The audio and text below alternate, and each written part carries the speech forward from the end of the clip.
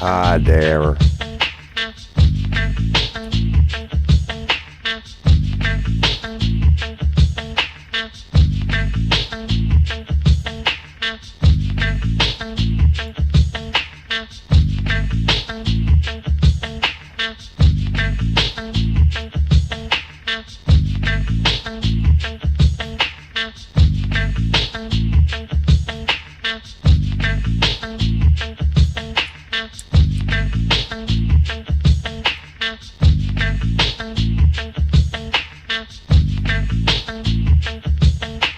Fuck. I know what I'm doing. God, this is horrible.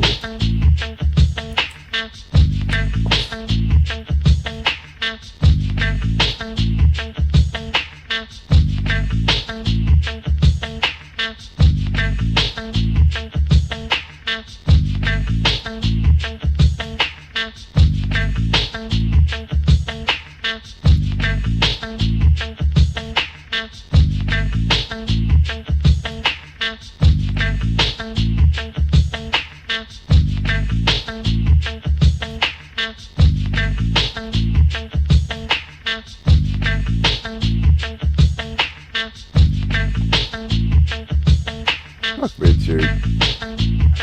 What about tight test? That show up in OBS? Yeah, it does. So I just need to get a new fucking stream key every time on BitChute, huh?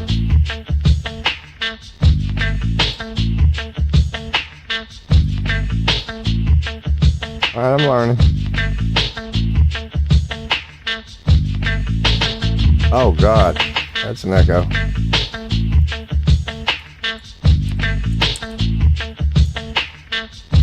Fucking BitChute.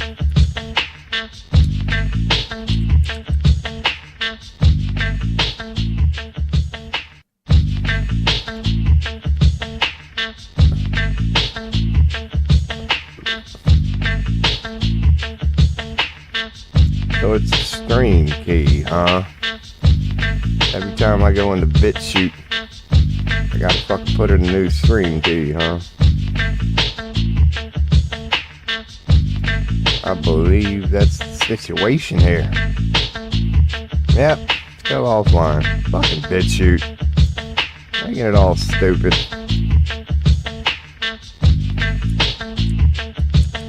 Oh god.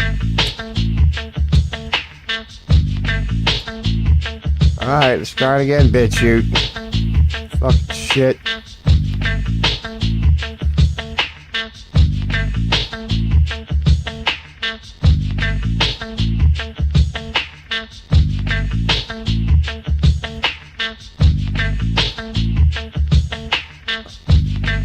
Finally. Alright, we're good. Fucking hell. Alright, BitChute's fine. Hell yeah. What's up? Done screwed the game up, man. Your boy's back live. What the hell? Oh. Now that your boy is back live, hold up. Oh man, neck bearding her up. Oh.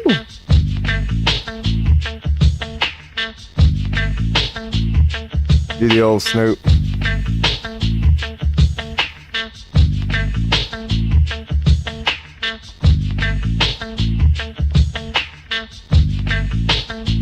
That's so cold, man. Fucking Snoop West Coast people invented that shit. It ain't nothing but a dance. Born from driving in your car, man.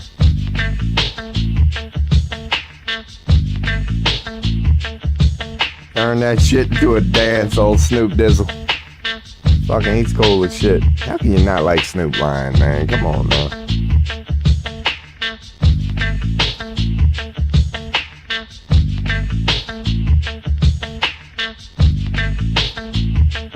See you, youngins. That's how you know you gotta be careful what you consume as entertainment. Fucking Snoop Dogg. When he got released, or whatever, when he first blew up. They tried to portray him as the hardest dude on the street, man. And now that we all got to know him, he's an adorable. Come on, man. Snoop Dogg wasn't no gangbanger. Wasn't no damn gangbang. He knows about it. But he wasn't the one doing it, man. He's Snoop. Snoop is a proper example, man. Yeah, you can be a gang. You're like, man, if you're just cool as shit, you don't even need to be the one doing none of that gang banging, man. You just gotta hit them off with the old dizzle for shizzle from time to time. And next thing you know, these dudes are gonna realize you're so damn cool, they'll be willing to fucking cap a sumbitch for your ass. That's how you do it, man. That's what we need. We need a Snoop Dogg version of Scarface. You don't rise up in the mafia through Donald Trump nefarious, borderline satanic tactics. No. You just keep it gangsta as shit, man. You take the Snoop Dogg approach. You just throw a fizzle for shizzle on top of a couple of them. Man, I ain't got no teeth, though. I probably shouldn't be the dude saying. See, you gotta make sure you got teeth before you be attempting to fashizzle and, yeah.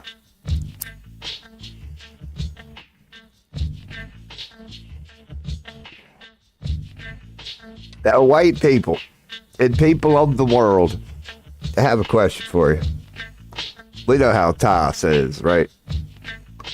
Can you get away with it if you throw the Snoop Dogg on it?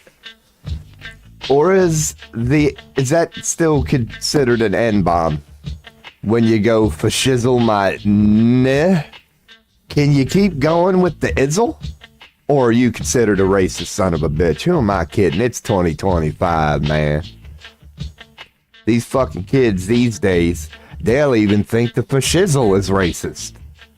So you ain't no way you can go to the nizzle on that one. Ain't nope. We've already decided that is, it probably would have worked when Biden get in there, 2020. So you probably could have had a little bit of a soul before 2020. But you know damn well I'm telling the truth, young kids. If you have been in college between 2020 and 2024, you probably think I'm racist. You probably think your neighbor's racist. You probably think you walk out into a racist world. Man, you probably think the actual flags of countries are racist. Because that's what they be teaching in schools these days.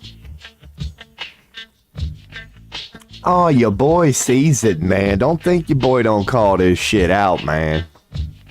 I was watching a little tarot reading yesterday. And I happened to be a rather young person doing it. And it seemed like there was a rather young person asking the question. And I'll be damned if their conclusion wasn't that person's probably racist. I was like, no shit. That's your job. If you're 18 to 24, maybe 26, based on what you've been taught, it ain't no fault of your own. Everybody's a fucking racist. Everybody's a trans. It's either left or right. Oh, come on, kids. Us adults, see, we ain't blaming y'all. We're not saying it's your fault. It's more like you don't hate the player, you hate the game. I'm not saying kids coming out of college being anything but enlightened. It's a knock on the kid. I'm not one of them back in my people day trying to tell you how the current generation is stupid. No. You gotta hear your boy out here. It's not even the young people's fault. It's my generation's fault because we're the ones who passed down the universities and the public schools to you. So I can't blame the yield. Just offended by everything, righteous and woke son of a bitches coming out of college these days. Your boy can't put that on just those young people being stupid. Now, granted, you're stupid as shit if you can't have a little thing called self-realization. But I'm trying to throw you an olive branch here. Like, for example, your boy's toothless and unshaven. At least I own it, okay? At least I own it. So, if your ass is gonna walk around claiming racism and all that shit, maybe that's what we need to call the degrees in college, man. Cause see, this ain't the young people's fault, gray hair. This is our faults. We have to rename degrees and bachelor degrees and things like that to Karen degrees. You get your Karen degree now. You can get a 4-year Karen master's every time you go to a university, man. That's what they like to do.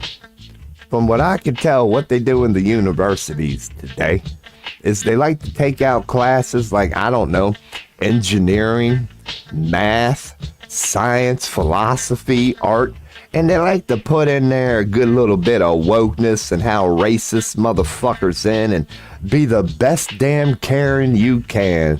That there ain't nothing you ain't ever seen in your life that you can't potentially be offended by. That's what we need to do. Since we're doing that, since we're removing educational programs, hell, even Trump tells you this, people. You know this ain't no conspiracy theory. Go Google Department of Education right now. You think I'm just being goofy, but I swear to God, truth is stranger than fiction. Motherfucker is taking out all the science classes and all the engineering classes and all the art and philosophy classes and all the shit that makes humanity beautiful. Gonna put some woke shit up in there. Hell yeah, maybe a little Elon business on AI. Oh, we're in America up in here, getting better and better every day. Woo! Hell yeah. Oh, we wonder why the country's in the shitter.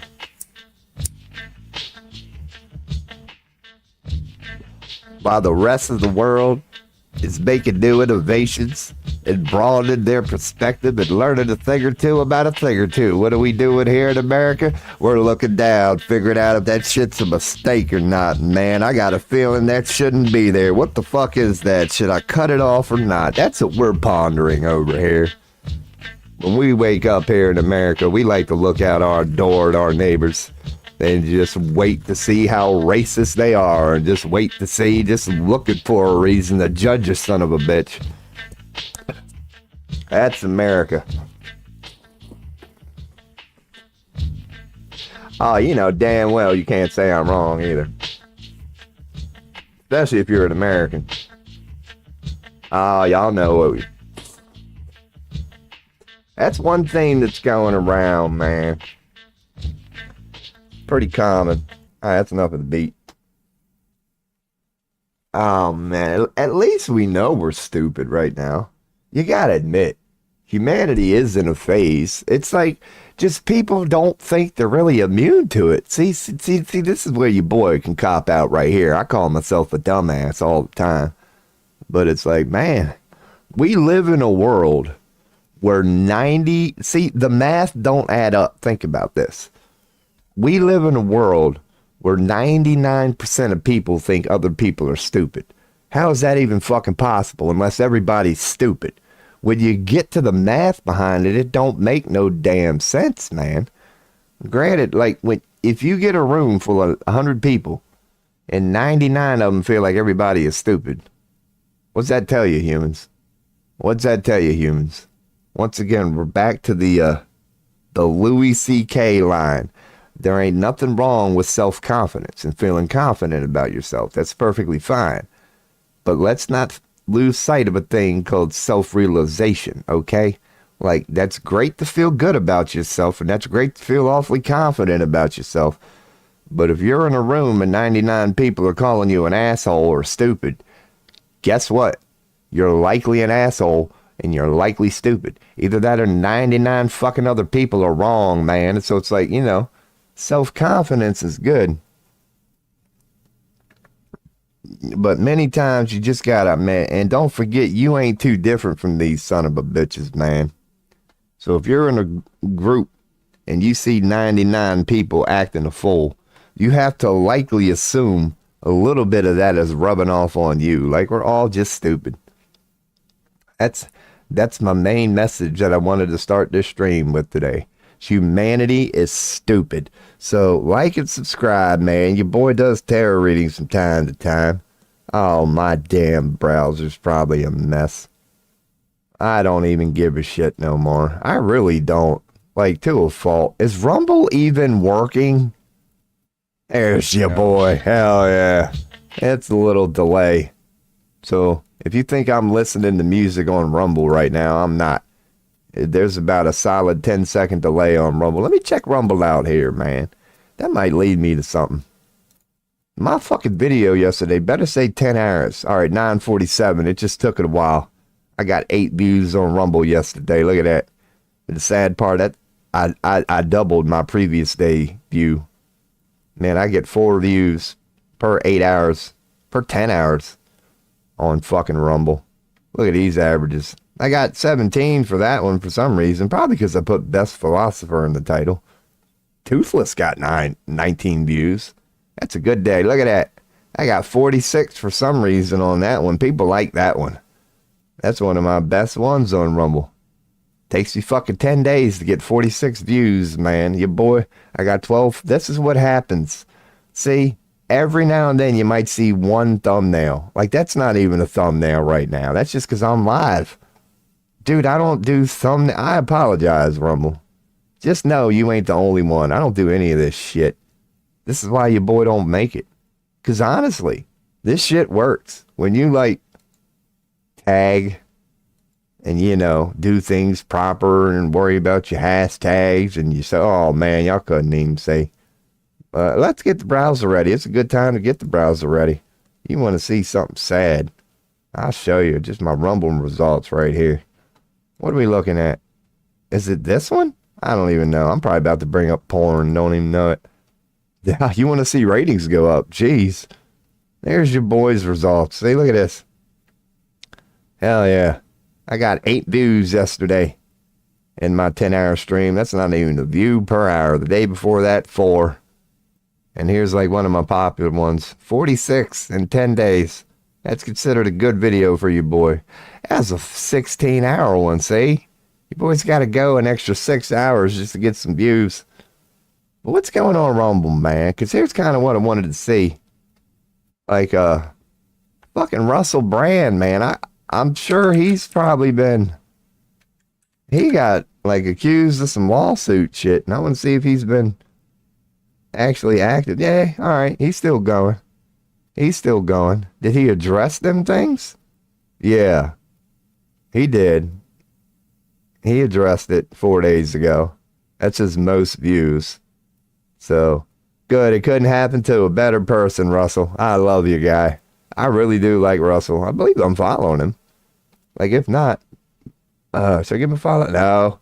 You got to earn my respect again, Russell. Because here's where I went wrong with Russell. Here's where I started kind of veering on Russell, personally. Once he hung out with Trump, man, it was over. What's up, Cat? A tribute, lovely. I got a bit shoot chatter coming in hot. Forgive me. It's probably not even going to work. Let's see. If I put this up, can we see? We can. Yeah, because BitChute isn't integrated with Streamlabs. So I kind of got to do it this ghetto way. But we got our second BitChute chatter ever. I don't get a lot of activity in BitChute. But what is up if you're even still there? Cat lovely. So this might work if I put this below some shit here. This might not be a bad looking thing. But if you're still here, yeah, your boy is here, man. Your boy has a 1 monitor setup.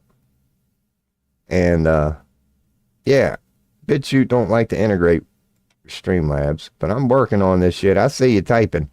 I'm trying to make this even better. There we go. Kinda. It's a little transparent, but that's as good as it's going to get for BitChute. And I apologize for the white screen. Normally I dark screen everything, but again, Streamlabs isn't integrated. So even when I'm signed in, I get a white screen.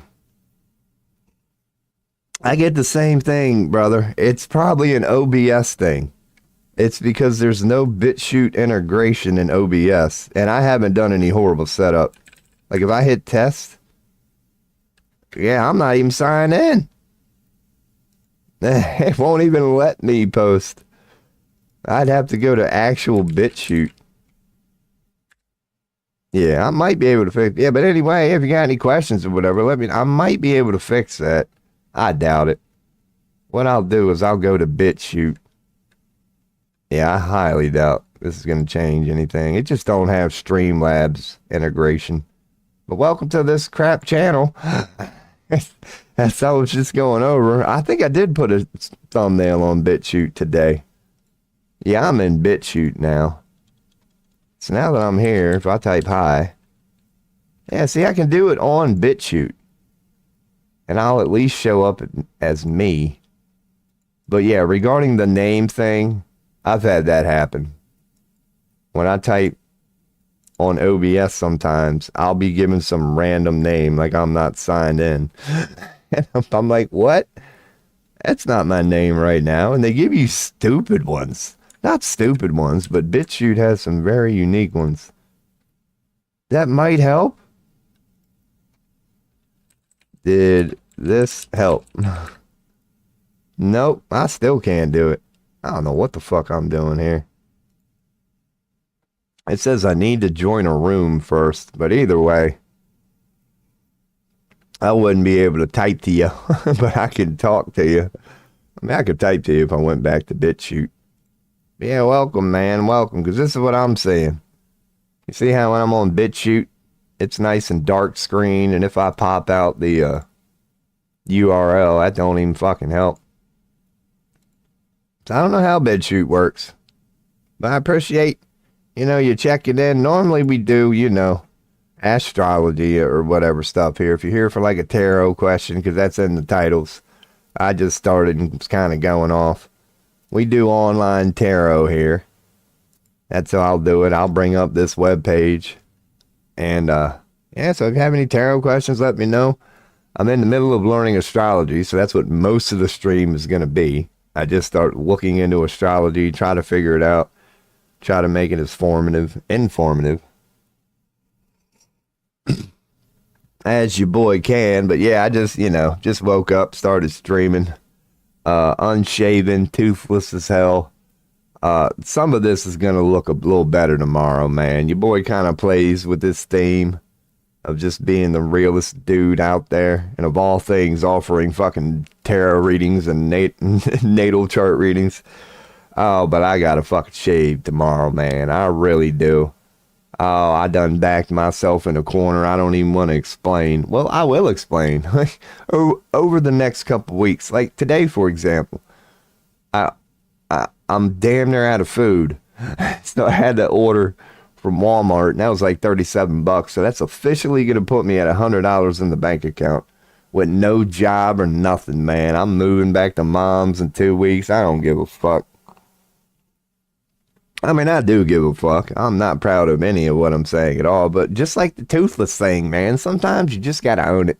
Just got to have a little trust in the universe and go, look, God, yes, it was bad decisions. None of these decisions the last 30 days necessarily good, but they didn't hurt nobody but myself, damn it. Like, I didn't go out there making a victim of people. But yeah, your boy ain't even shaved in like 2 weeks, man. Last time I actually shaved was like a month ago when I went for a job interview.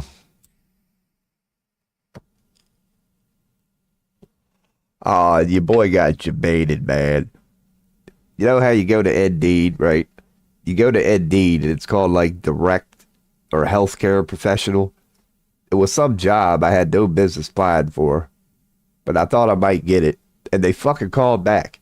I was like, wow, they're giving me a chance. No, it was a youth mentor position. I thought I was going to get a chance to be a youth mentor, and when I went for the fucking interview, I just would have been a hall walker. Like, my shift would have started at 10. I'd have got off at 6. And my only job was to walk the hall and make sure these kids stayed in bed. So I never even fucking took that job. It's like, you should advertise it as that. Fucking hell, man. It's like, if that's all you want's a hall walker, say you're looking for a hall walker. Don't say you're actually looking for a counselor. Call some dude up like he thinks it's his break. Like, holy shit, you're actually to give me a shot at counseling troubled youth. Yeah. Dude, I shaved up and went to that fucking interview. And the next thing I know, oh yeah, it's from fucking 10 to 6 in the morning. So I couldn't take it. Because I actually asked him, I said, look, man, what if one of these kids can't sleep at like 3 in the morning and they want to have a sit down with me? What should I do in that situation? They said direct them to somebody else. I was like, what the fuck? I don't even get a chance to do this, man. That's the whole reason I was willing to take the job, man. I'd have taken $8 an hour. It wasn't fucking about pay. I just thought I finally had a foot in the door. It was going to be given a chance to just do what I do here, man. Just sit down and talk to troubled young people in some unique way, too. That's probably why they don't like you, boy. Because I do plan on getting into psychiatry one day. And it ain't going to be your typical approach, man. It's going to be a real son of a bitch sitting there. Ain't none of this lovey-dovey shit going on. Ain't none of that. You're a trooper. You're going to know. Your boy's got a certain fucking Mickey from Rocky. Remember Mickey from Rocky? Get up, you bum. But he did all that shit because he loved him, man. That's kind of your boy's approach to psychiatry. It ain't for everybody. Sometimes you got to call a son of a bitch a bum. Just to get that fire lit under their ass again, man. It ain't because you hate them. So yeah, your boy's still randomly going here. I don't even know. I should get signed into X today in case somebody does start asking questions about whatever we're going to be. There's our BitChute chatter. I know it's a little bright at the moment.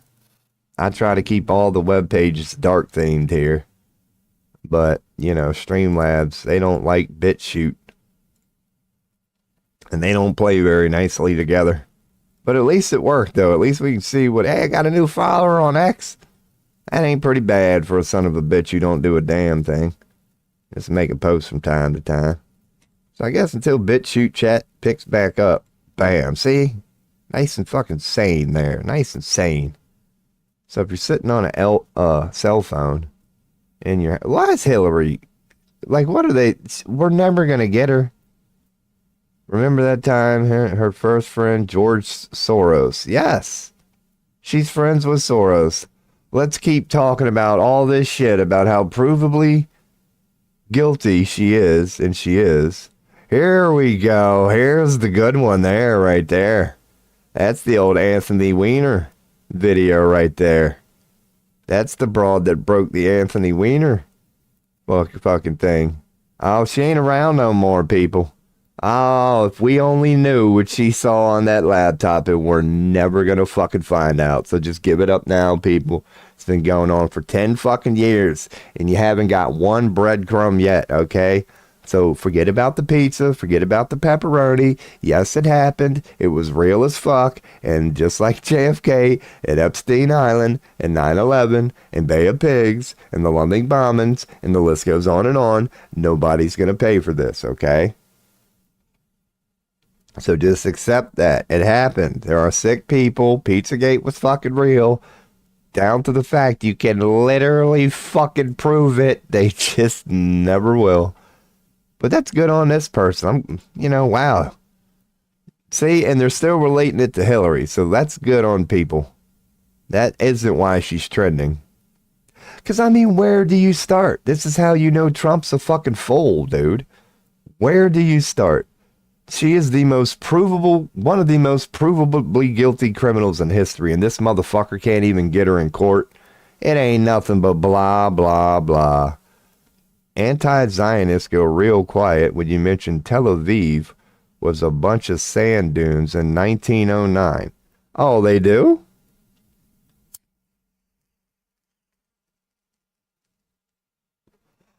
Okay, no, they don't.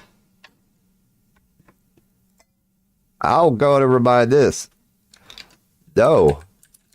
Pro-Zionist people go quiet. You're getting tons of responses. and you're ducking them all. Good game. Nice try. It was adorable. I love that shit. See, the Zionists can't fucking win anymore, dude. This is an interesting time to be alive. There is an anti-Zionist swell up out there, and that's not the same as Jews in Israel are more, Israelis are more anti-Zionist than ever. Tel Aviv and somebody lost 7% of their millionaires. So, what the fuck? Look at all this shit. The case of deporting is airtight. It's not unconstitutional because it is not viewpoint discrimination, a vague statute. So they're arguing why they didn't fuck up. That's funny as shit. So apparently they can deport people to El Salvador, be 100% wrong, and according to the government, they're right. Like, dude, Trump is fucking crazy, people. Trump is insane. What's up? There, we got a YouTube chatter.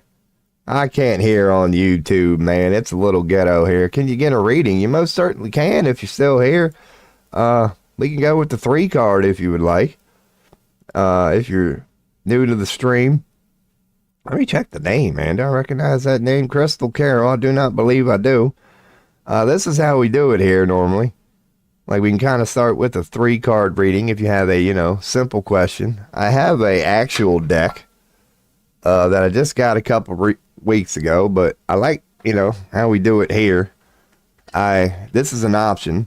We stick with this, for example. So we'll do like a 3 card reading.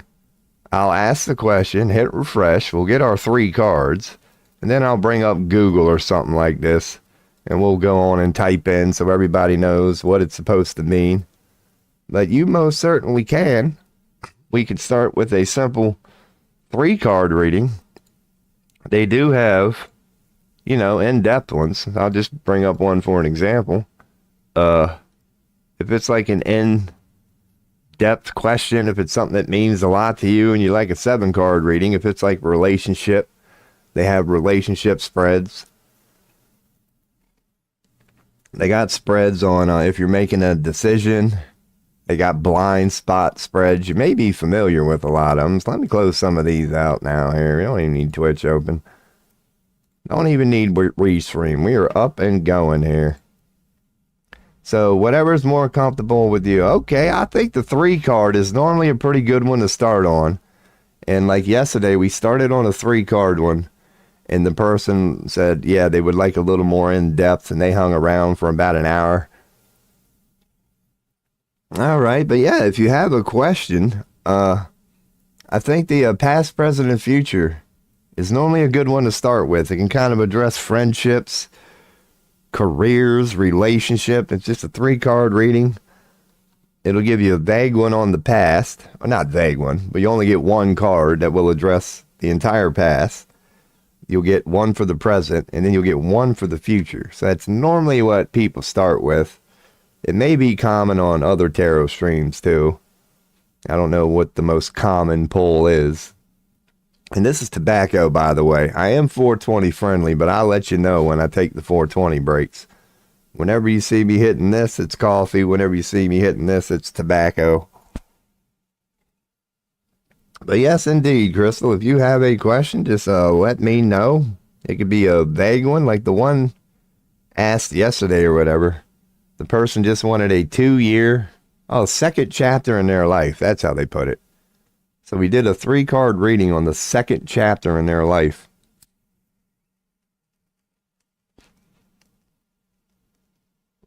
But many people tend to ask about relationships, whether it be, spouses or otherwise. A general reading, especially on your career and such. I could make this a little bigger since, YouTube's the only thing going on right now. I'm currently applying for colleges and hoping I can maybe get an in-depth message from it. Okay. So you would like a general reading, especially on your career and such. Okay. Then, Don't worry, I get it. Appreciate that. Because I am, not new to this. This ain't the first day. You didn't want to be here the first couple days I was doing this. I was practicing on myself and stuff. Okay, so you got a kind of career thing. So I'm thinking one way to kind of do it. That's probably Walmart Plus, man. I made a Walmart Plus order about before I started streaming. So they probably got the Walmart employee getting them together, man. Oh, it's so bad. It's instant potatoes, ramen noodles. So, man, this wasn't the one I was looking for. I might do that one. Getting a little lag on this damn webpage. So here's the one I was looking for, the path. I'm thinking this one might be okay. Because if you're asking about that, what this would address, as you can see, I'll go over it kind of quickly, because it's a 7-card reading. Not quickly, but yeah. So we'll go with this, I'm thinking. Because this is going to show tarot suggested in the current path you're on. Because you're asking a career question. Okay. So I'm thinking this might be the one to go with. It's going to, basically give you some insight on the path that you're currently on. It should resonate with you. It should make a lot of sense. And then we're going to get these suggested, which would be tarots. Yeah, you're going to get 3 cards that hopefully will help. So, in the name of, all this, and being the first one today, appreciate the question. I'll go on and refresh and get the 420 ready. I am 420 friendly here, so I'll get my mind right while we're doing this. And the one thing I'll say before I refresh and check chat is, on occasion, doing it this online way, we'll get an image that doesn't load. And the way I used to do it before I got the deck was I would just go in and refresh and we'd start all over. But the way we're doing it now is, if by chance an image would glitch and not load, I just take that as a sign and we'll pull it from my actual deck now. So that's how we do it here. It's mainly digital, but if there's any error with the web page at all, I take that as a sign to go on and pull a real one. So that's how we'll be doing her here. So we're going to ask your question now. Make sure I got it right. Give tarot a second. Make sure the universe is accessing what it needs to ask. And let's get a career reading on our YouTube chatter. Get the name right. Crystal Carol. I've got an aunt named Carol. My favorite aunt. So what do we get from Carol and her career path? All right. Well, upright. You're a significator. I'm sure you know about them or whatever. That's basically the reason you're asking the question. So you got an upside down hanged man. And licking the keep off my fingers. The hanged man. This is how we do it here. I like to bring up Google. So if you're new to tarot, if anybody is new to tarot, and I'm still learning myself a little bit, we bring her up so we all know what the card is quote unquote supposed to mean, according to AI and all this stuff. So the hanged man, where the hell was it? Right there. But first we're going to, as you can see, when you get the hanged man, it's surrender, sacrifice, and a changing perspective. When you look at it, it's pretty much self-explanatory. It's like you're hanging, you're suspended, you're stuck. Yes, you ain't going nowhere, but you're not doing that bad. So the way I like to describe it, it's like when the universe needs to suspend you for a little bit. It'll hang you like this. You're like, it's hanging you, you ain't going nowhere, but you're hanging by your ankle, you're fine. Like, you're stuck, you're suspended. At this point, you own it. You're like, well, here I am. So at that point, it becomes introspection. When you pull it upright, it's about life in the universe has somehow forced you and put you in a situation like this that leads to clarity, retrospection, a time to take a break. It's all positive. It just suggests that the universe kind of had to, force their hand a little bit. Surrender, sacrifice, and changing perspective. That's the general meaning when it's upright. Now, when it's upside down, which this one is, let's put meaning, tarot meaning at the end. So we get the AI thing. A period of waiting or delay is over, and it's time to take action and make changes. Action and change, letting go, new perspective, balance, and self-reflection. Those are all key, because upright, it's about you're stuck. You're not going anywhere. The universe has made you take some time and process this. When it's upside down, it does suggest action. It suggests that that time of being around is over. When it's upside down, it does usually mean that you've taken the time to process something that you could say you didn't have the choice to, like you had no choice, you found yourself hanging around, and now the period of waiting or delay is over, and it's time to take action and make changes. That's usually what that means when the hangman upside down comes up. So regarding your question and your situation, I'm thinking that it's birthed from you're ready for changes. It would be saying that this is something that you've, like the hanged man, that in your life you've been kind of doing this for a while, that you had no choice but to kind of sit and go inward about this thing, to actually really using intuition and this enlightenment around his head, this illumination around his head. Yeah, you took time to introspect, go within, and now you're ready to move forward. Move forward. It might not be a new idea. We'll get into that. But this screams moving forward. And that's just the significator. So that would be a good significator. It doesn't really suggest anything except you're ready and willing to move forward. And you've done some introspection on your career thing. That you've actually, it means a lot to you. And you've given it, I don't want to say thought as an intellect. It's just been introspection. You probably use the heart in things a lot more, and not so much intellect. Whatever you want to call introspect, and just going within, and you're ready to move on from that. Now, currently in the thought realm, we got an upright magician, and that's a good card. We got another major arcana here. It's a damn good card. It's similar to the Two of Pentacles, which is about juggling, but it's more specifically career. This is in your thought realm, and we got the magician. So as far as the magician, you see the coin suite here, you see the cups, the swords, the wands. It's all the suites. This dude is in control. He can work with, he's basically an alchemist. It doesn't matter what ingredients you give him. This dude is an alchemist. He can make it all work. He's a magician. Like when people view him, he comes across, how do you do this? It makes no sense. It's the first card in the major arcana. So it's all about adaptability, being able to work with anything. And we'll get the AI thing. It's about energy, potential, and the manifestation of one's desires. That's a good way to put it. The manifestation, because you see the as above, so below.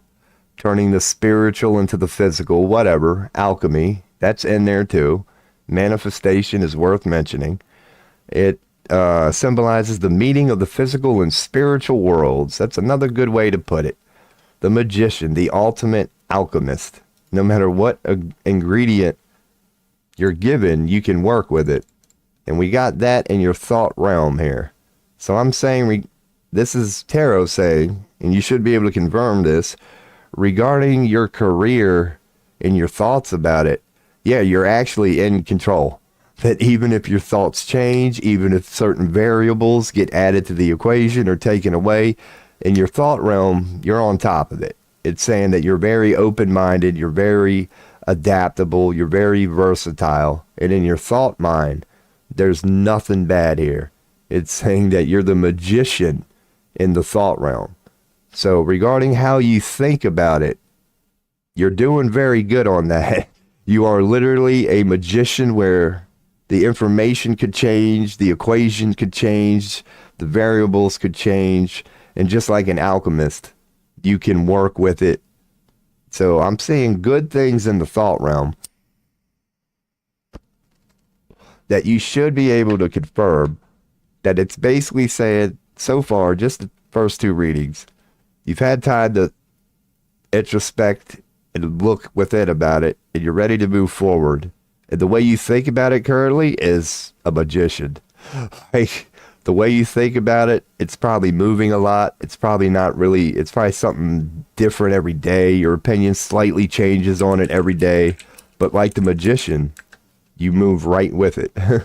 As it changes and variables changes, your clarity is probably remaining the same.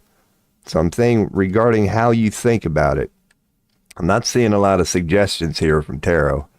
Upside down, hangman, and magician. It seems like you're pretty clear on this thing now. But now we're going to the emotional part.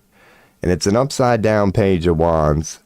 And if you know about the pages in the minor suites, they're always new beginnings. Except they're not like the ace, where it's a new beginning period. It's a new beginning from somebody who's got a little experience on this realm. So you got an upside down page of wands. And when it's upright, it's always about new beginnings, like every page suite. But with wands, it's specifically fire, passion, desire, things like that. All pages are pretty much the same, and you got to address the suite you got. So we got one with wands, which is the fire energy. It's going to deal with passion, desire, motivation, things like that. Things that are not quite emotional and not quite intellectual. They're that weird fire in the middle. Motivation, passion, and desire. So when it's upside down, it's now going to be a lack of inspiration or a creative block or difficulty committing to new ideas or projects. It may indicate feelings of stagnation or disconnect between your current path and your desired goal. So hopefully that would kind of make a little sense to you, getting the upside down page of wands in the emotional realm. So you have went inward about it. You're ready to move on. Your thought is clear, but your emotion, like your passion, isn't exactly there. Like you're clear on it. It can make sense and you can intellectualize it, but that spark isn't really there for whatever reason. Like, even if it seems like a good idea intellectually, the emotion is kind of lacking. So even if you do the math and it says, you know, intellectually, this is going to yield money, this is going to yield whatever, this is going to yield a positive, even knowing that, it doesn't really feel good. It's like doing the math, it seems like it's going to be nothing but good, but tarot is suggesting that you really don't feel good. Like, you're intellectually, not that you don't feel good, but the passion is kind of lacking. That you're went within and you're clear on it and ready to move forward. And your thought realm, you're adaptable, always willing to change on it, always willing to move clear on it all the time. But emotionally, there seems to be a little lack of passion. That even though it makes sense, that passion, that drive is missing. So that's what I'm getting from tarot, and we'll keep going. Hopefully it'll shed more light on the subject. I should check chat because I don't always get chat or chimes on YouTube. So you're manifesting a lot consciously, and so far it's resonating good. You're tired. A situation drained me so much. Creative block. Okay, I got a similar answer from somebody yesterday who got a wand. They said, I'm burnout. They had been taken on a lot because that's what wands represents. Cups will address your emotions, generally speaking, and swords will address your intellect, generally speaking. Wands addresses that fire. It's like, it's so slight. It's not intellect. It's not emotion.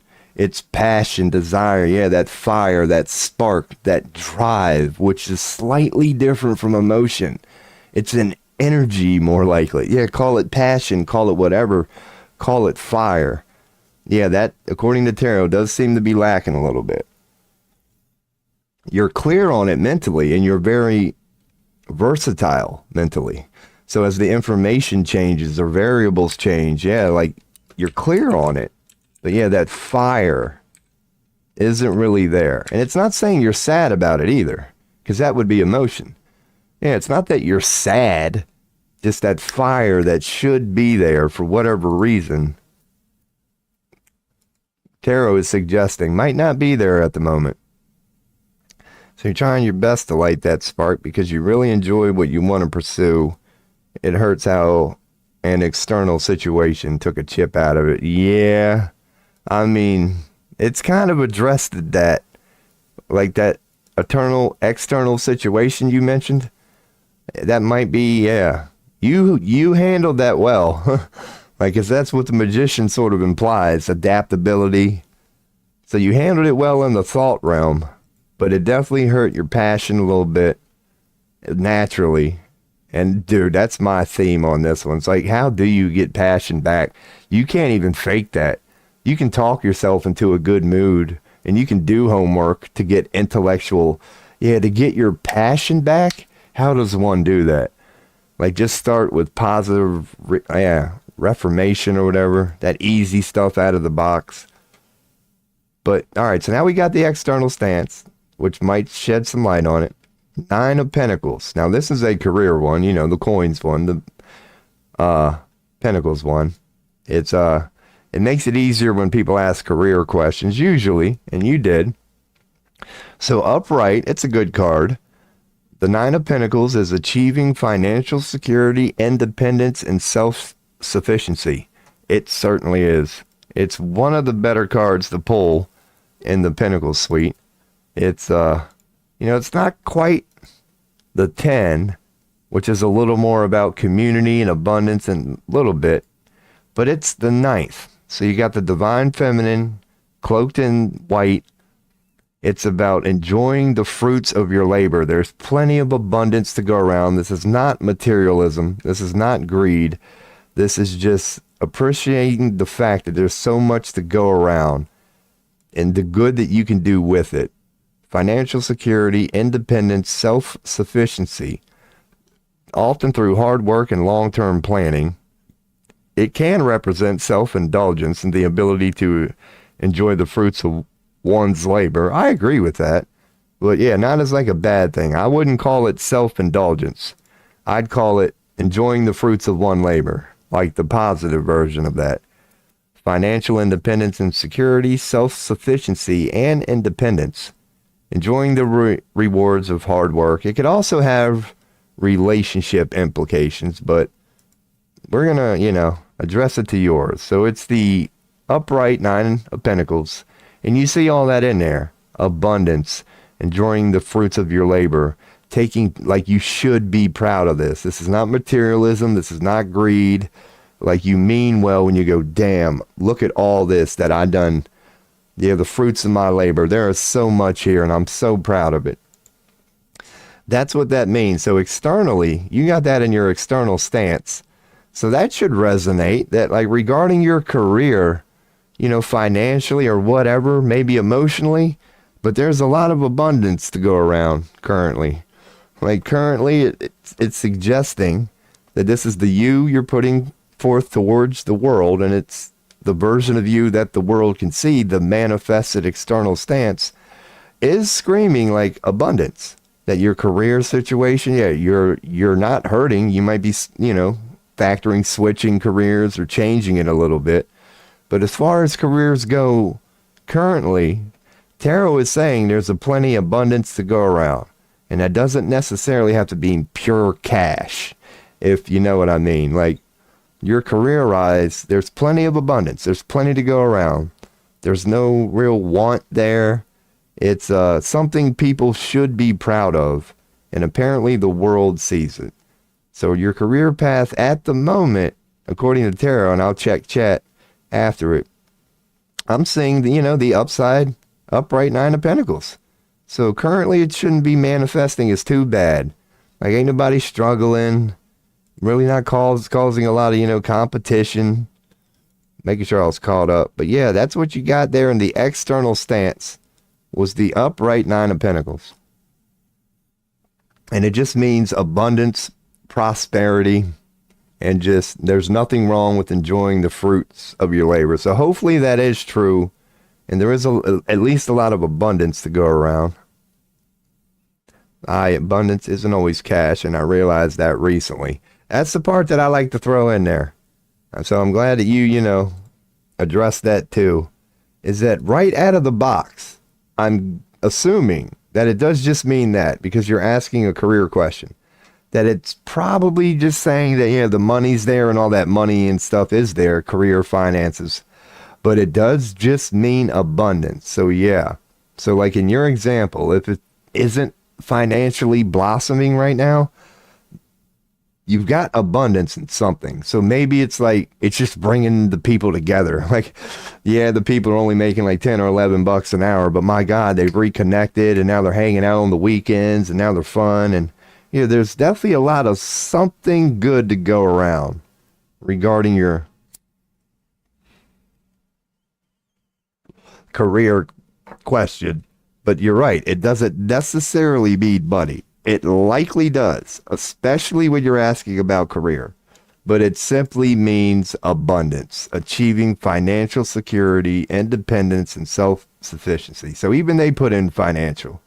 But you could just even remove that and go just achieving security. Just whatever makes one feel like that. It doesn't have to be there for everybody, money. People can get to this. Here we go. I'm back. Now that I'm bringing up the picture, people can get to this feeling without money, but it's supposed to mean financial success. But but it might not. So that's why I like bringing these up. So it's not me going, I'm a tarot reader. I know tarot. I'm the best. It's like, no, we know what this is supposed to mean. Financial security, independence, and self-sufficiency. And that's what you got.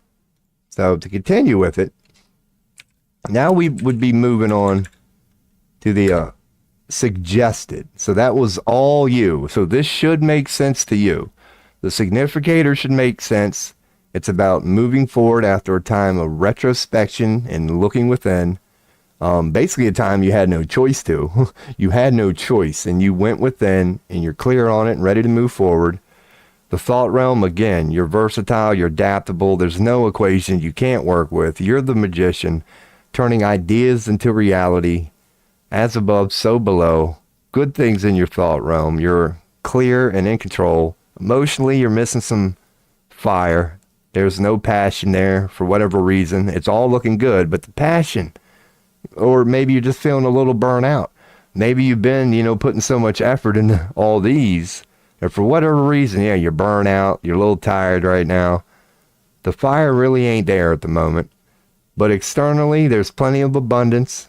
So I'm getting so far, there's really nothing to worry about except for your passion, and that's probably why you ask the question. It's like maybe you're wondering, like, why aren't I as passionate about this as I should be?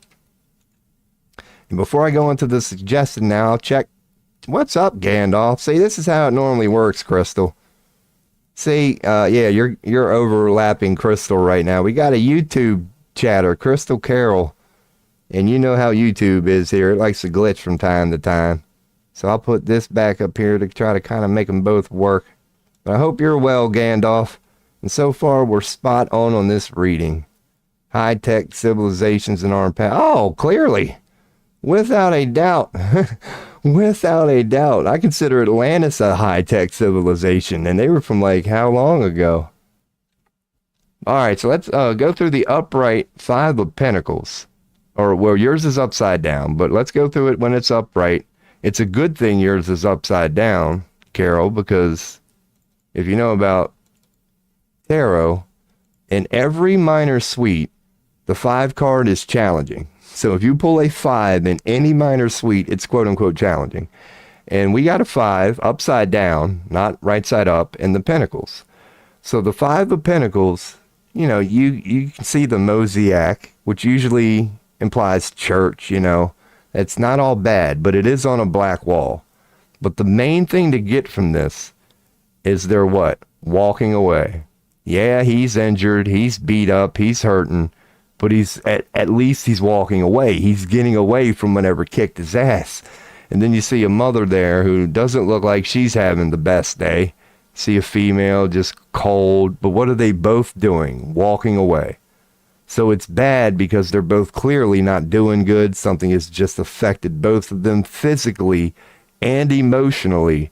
They got their ass kicked. There's black in the background. but you also see the mosaic, and at least they're walking away. So that's what you get from the Five of Pentacles upright. Something bad happened. It hurt people physically and emotionally, but it's all about at least you're walking away from it. It sucks. It could be an abusive relationship, for example. Like you're walking away with black eyes and you're bleeding, but damn it, you're finally walking away. That's what that means. Upright. Now we got an upside down one. So now upside down, it's a positive shift from a period of hardship or a renewed sense of hope and resilience.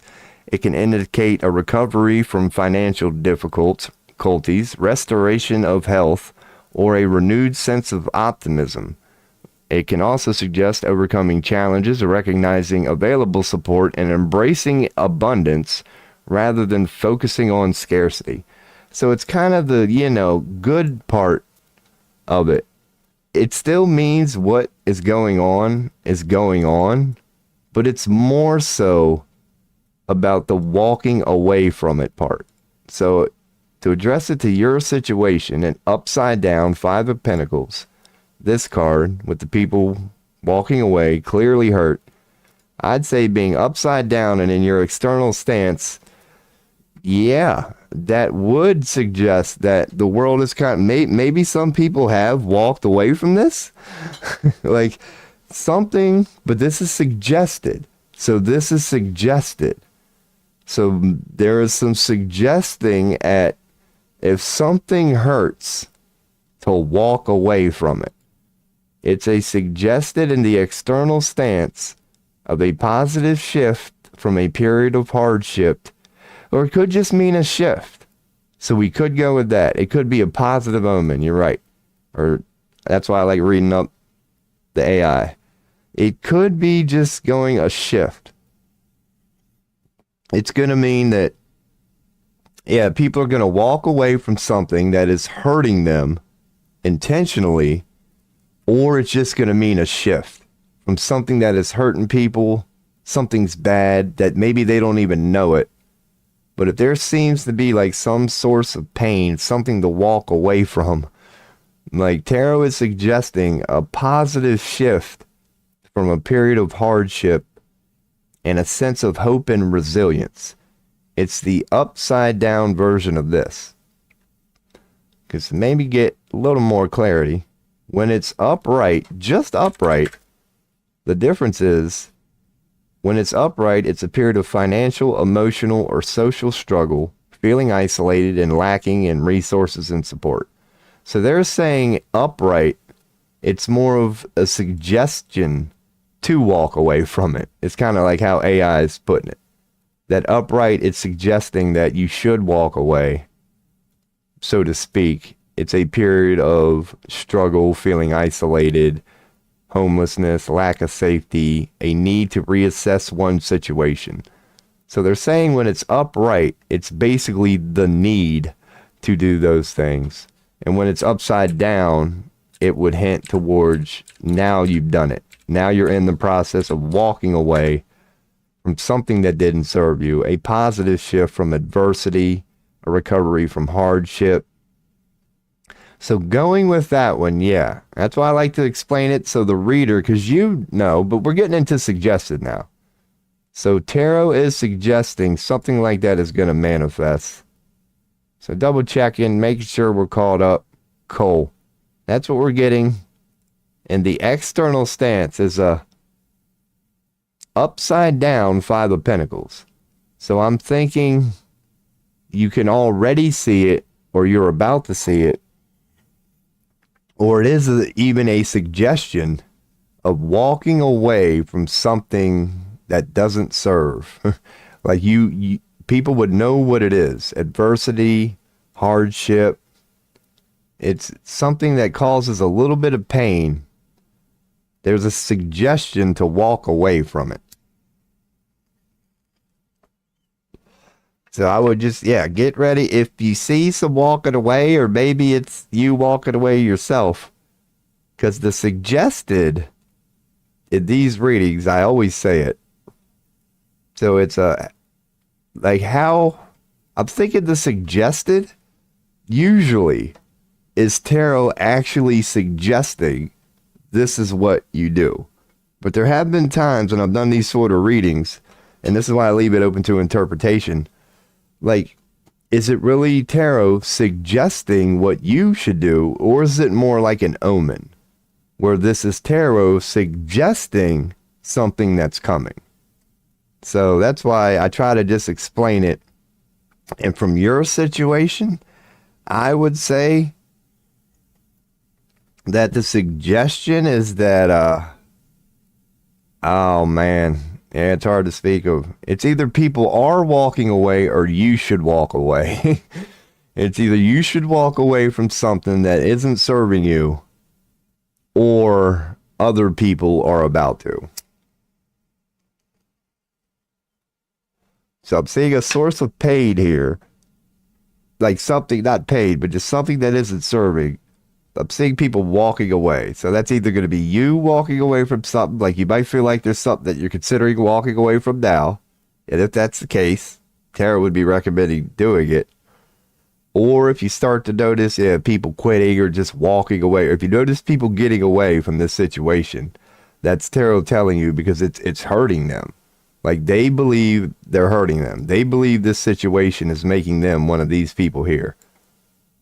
So that's the only thing that I would interpret that. It's either you should or are about to walk away from something that's hurting you, or you'll start to see soon that people are walking away from this situation, whatever. And if they are, it's because they think it's hurting them. That's how I would interpret that. But I always go to explain it so it's resonating. May I ask what's a major message I need to know? Weekend? Yeah, I'll do that at the end. Yeah, I can do that at the end. I don't mind. We'll do these, and then I'll just pull out my deck and I'll do an actual one card reading. That's not a bad idea. I definitely don't mind doing that. So 9 of Swords is the next one in the suggested emotional realm. So it's in the emotional realm and we got swords, but it's a good one to get in the emotional realm if you're going to get some swords, because it is related to emotion. It's a swords one, which is intellect, air, but the old upright 9 of Swords, which yours is not in the suggested realm, but the upright 9 of Swords, you can see what's going on here. You got 9 swords. They're all facing forward. You could say they're clearly pointing at tomorrow, something that has yet to happen. And this dude is cloaked in white. He's clothed in white. He's pure. He's fine. He ain't a dick here. This is a good soul who's just beating himself up. He knows he's got this big day tomorrow. You know, he's got that big interview. It's not bad. It's just a big day. There's a lot of pressure. And he's just thinking about it. We all know what it is. He's sitting there worrying about it and just going over it. And this is where the swords part is proper. He's just going over this shit in his head. He is worrying. It's a card of just worrying, anxiety. You know, it's pretty obvious. Deep worry, anxiety, and the weight of guilt and fear. It's a pretty easy card to interpret upright. It's just anxiety and worry. We all know it. Fearing something before it even happens. You're just going over it a billion times in your head. Reversed, it's a release of worry and anxiety, a potential for optimism, or a need to address mental health issues. So basically, it's all positive. When this shows up, most of the time, it does mean that. A release of worry and anxiety, potential for optimism, but it can also be a calling to somebody that, hey, stop doing this. Like, stop. Normally, when it shows up, it means that you're likely there and are like moving on from it, or it could just be a reminder, you know, that you're there, and like that person might not know it.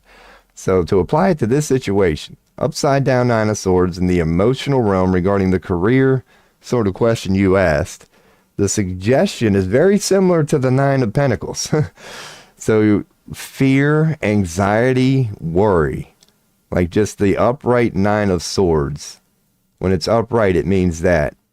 So upside down in the emotional realm, I'm just getting, the There's been a lot of anxiety, worry. There's been a lot of thinking about it that has led to emotional bad feelings.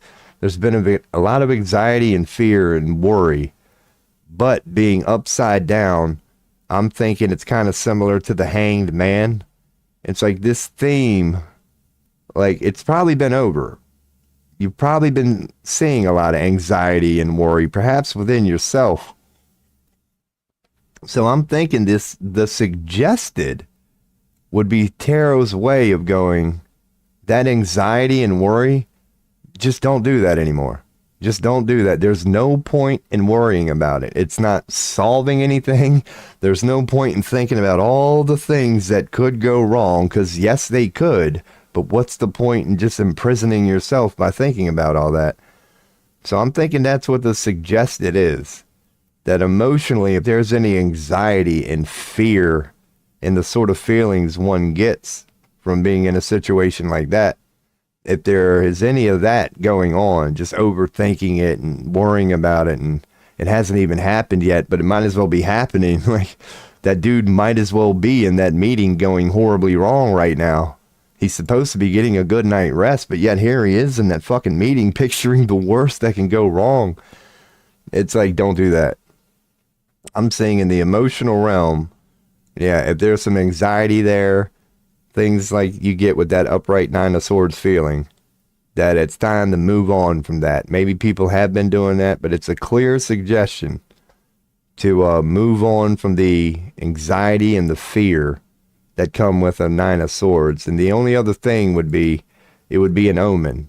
It could also be a need, a sort of suggestion that like the people might not even know about. Like, yo, you're all worrying about this. Would you stop? Like, it's actually hurting your progress because you're spending so much time just rehashing and worrying about certain things that could go wrong.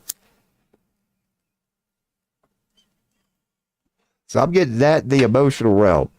I'm getting a lot of, a clear hit to, it's a good time to walk away from worrying about it. It could be suggesting that it's actually a good time to stop worrying about it, to just go on and take that leap of faith or whatever. It's like, there's definitely a lot of suggestions towards worry. They ask, what's a major? All right, cool. Making sure I'm caught up. One more card for that major message here. Now, the last card is the upright Four of Wands, and this is going to be in the thought realm. We got the material realm, the emotional realm, and we're ending it off with the thought realm is an upright Four of Wands. Good card to have there. Celebration, harmony, and new beginnings. It represents a time of joy, completion, and the establishment of a solid foundation, whether love, work, or life in general. Damn good card to end it off with. In the thought realm suggested on the Four of Wands, it's a very good card about celebration and harmony. That's what you see here. It's like a little celebration. It's not really about abundance and a lot to go around. It looks like a celebration, like a little thing that you have in the community. It's about that specifically. Just celebrating something, anything. Like just celebrating, having a good time, harmonious feelings. You see the blue and the red, the water and the fire. They're getting along well. You see a big castle in the back and indicating a large community. There's a lot of people that are going to participate in this. You can see a couple of them out front. It's about large group celebration, harmony, and new beginnings. A time of joy, completion, and the establishment of a solid foundation. So that's what we got in the thought realm there, an upright Four of Wands. This card right here, nothing about celebration. And you see the fire there too. So that's the key. It's like, it feels good. It's the act of celebrating. It's like, it's the fire part of celebrating. Hell yeah, let's have a good time. And that's suggested in the uprights. That's pretty consistent. So in the suggested, the only one that's kind of hard to interpret is the Five of Pentacles. The external stance is suggesting some walking away. I'm seeing a lot of walking away here. Like walk away from something that used to beat you up. The Five of Pentacles. It's hurting you. The Nine of Swords is suggesting moving on, walking away from mental torture now. Probably related to the same situation. So there's definitely a walking away, quit beating. Like if it feels like it hurts and it sucks, it does. Now stop doing that. Is what I get from here. Walk away from emotional pain. It's based in worry. Maybe other people. I'm seeing a lot of suggestions, and it's a time to walk away from a certain painful way of thinking and feeling about it. And if so, again, if somebody changes the way they think about it in the thought realm, view it more as a celebration. Yeah, view it more as a time to celebrate. I'm seeing that there's been a lot of worry, a lot of anxiety, that lack of passion we've already addressed. So the suggestion from tarot is just I'm seeing a lot of suggestions that just look at the bright side, like the celebration part, the harmony part, as in like it's out there, it's available. There are plenty of things to like celebrate about and to start doing more of that. At least start thinking that way. At least start changing the thought pattern to be more celebratory. As in like perhaps move it from, oh, we don't have this yet, we don't have that yet, to, oh shit, well, we do have this now. We do have this now. We do have this now. And it could be one of them things. So that's how I'm interpreting that. These suggesteds from a career path. And again, we're going to end it off to see if we get some major end card one. I'm shuffling them right now. And this is going to be it. So is there anything else as a major ending off actual pull card that we need to know here for Carol in YouTube chat asking a career question? We got the 8 of Wands. We got the 8 of Wands upright. Hopefully you can see. I'm not looking at my camera right now. But it's the 8 of Wands upright. Is what I pulled to see if tarot, using a physical card, actually had anything to say. And that's what it had to say. Was the upright 8 of Wands, which is all about moving forward. Because again, we're dealing with the passion, we're dealing with the wands, which is 100% the energy of moving forward, that which drives you. Call it ambition, creativity. It's your driving engine, it's fire. So it's a very powerful moving forward card. You got 8 wands all pointing forward. It's a pretty easy card to interpret. It's about moving forward. If I bring up the AI, swift action, rapid movement, and progress towards a goal. It suggests that things are happening quickly, whether that's a surge of momentum, a sudden burst of energy, or the end of a long delay. Moving forward, moving forward, moving forward. Because it could be all of that. It could suggest a long delay. It could suggest a lack of momentum. Regardless, it's moving forward, period. So that's a good card to get. If we wanted to know, using an in-person, whatever, actual pull, we got an 8 of Wands, suggesting that if you wanted to know if there's any significance, any extra thing of importance Tara wanted to throw in there, it kind of goes hand. There's a lot of moving forward here. This is what Tarot would want to tell you. A very easy card to interpret. Move forward. That's all this means. I said, now you can interpret it how you want. It could mean move forward after stagnation, or maybe just go from 3rd gear to 4th to 5th and just pick it up a little bit. But this is clearly a call to move forward.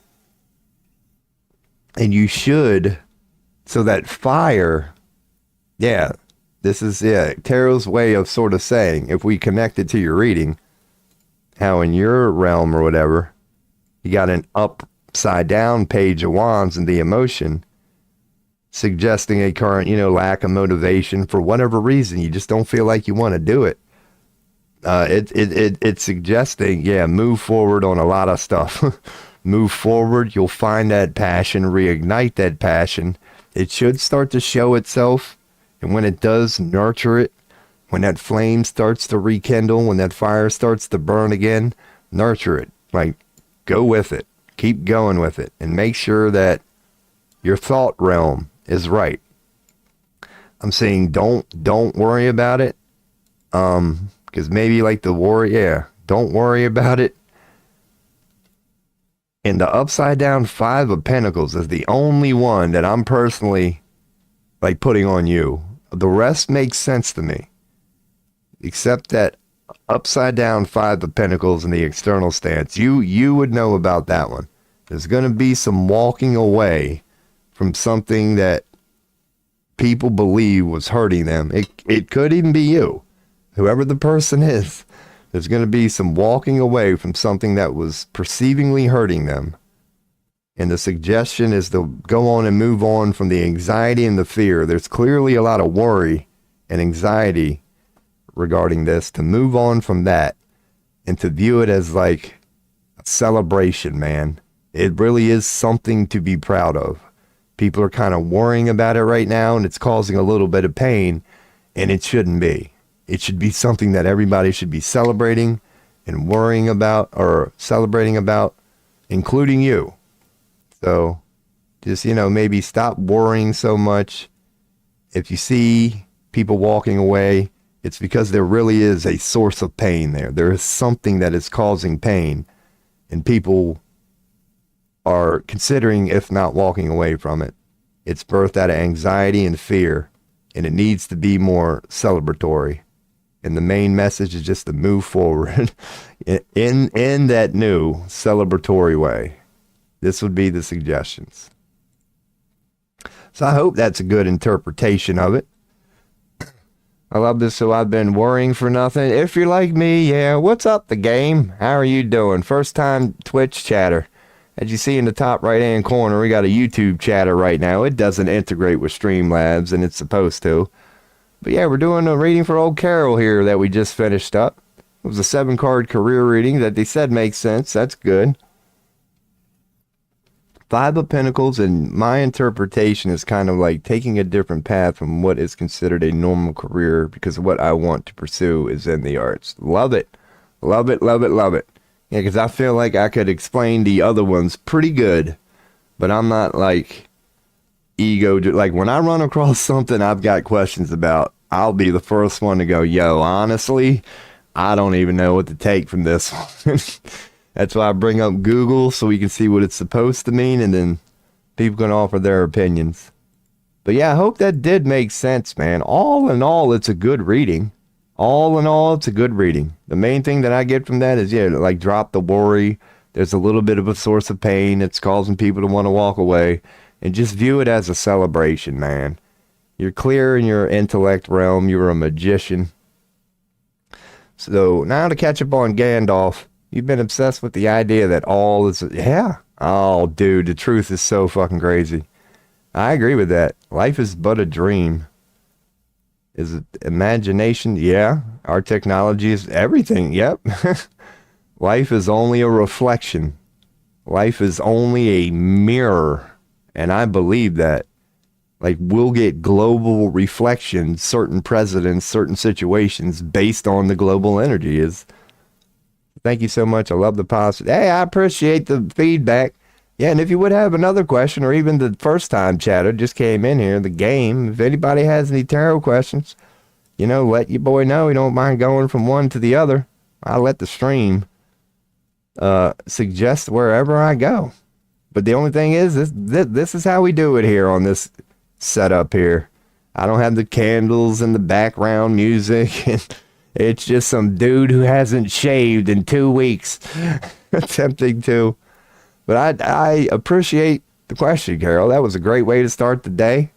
Didn't know what I was going to go into. Got a tarot question, dove right into it. A good career question.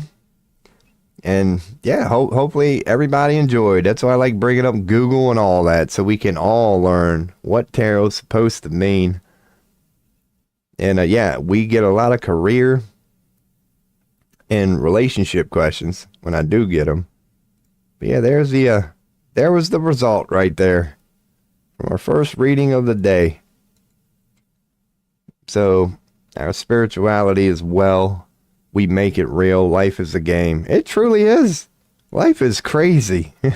My God, if we started getting onto, which I might, you know me, I don't like smoking a little weed from time to time and just philosophizing. on what life means.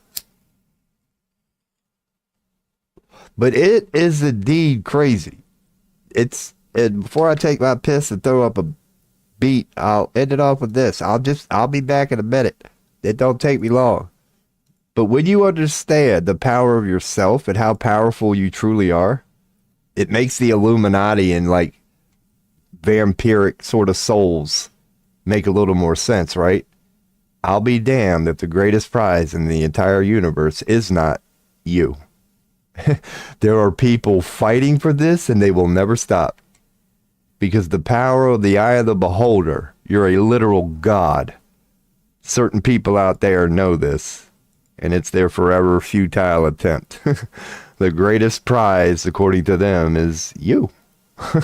Us. Why? Because we're a nation of gods. Imagination. A nation of magicians indeed. All right, I'm going to take a piss, smoke a little weed, tarot, astrology questions, comments, whatever. The floor is yours. Be right back in a minute.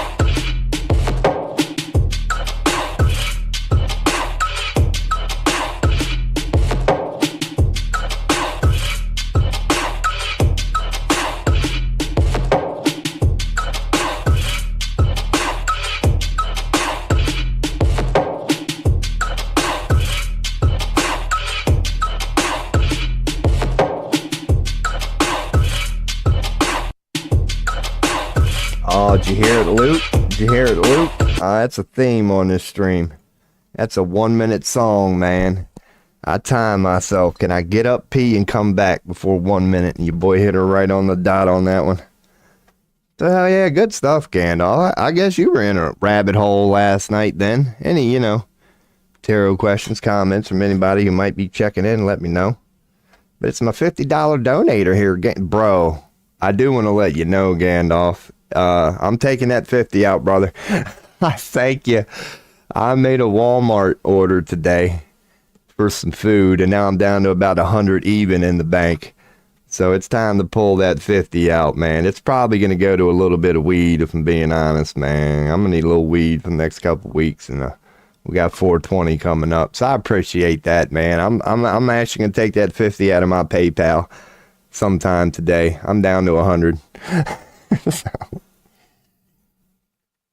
But yeah, man, appreciate you. Is there any updates on the ghost thing? I'm imagining not. But yeah, you are right. Like to kind of veer into that, which you know me, I don't mind. Just how crazy life really is. Like we're all literally gods. And I don't bring that up a lot here. It's worth focusing on now.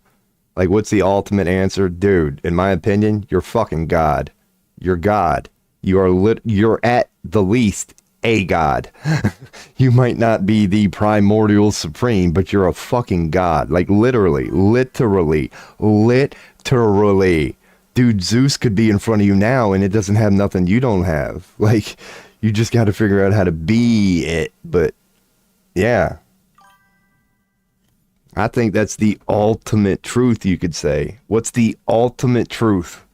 That whatever, it doesn't even have to be an Illuminati, just cause and effect of being on Earth.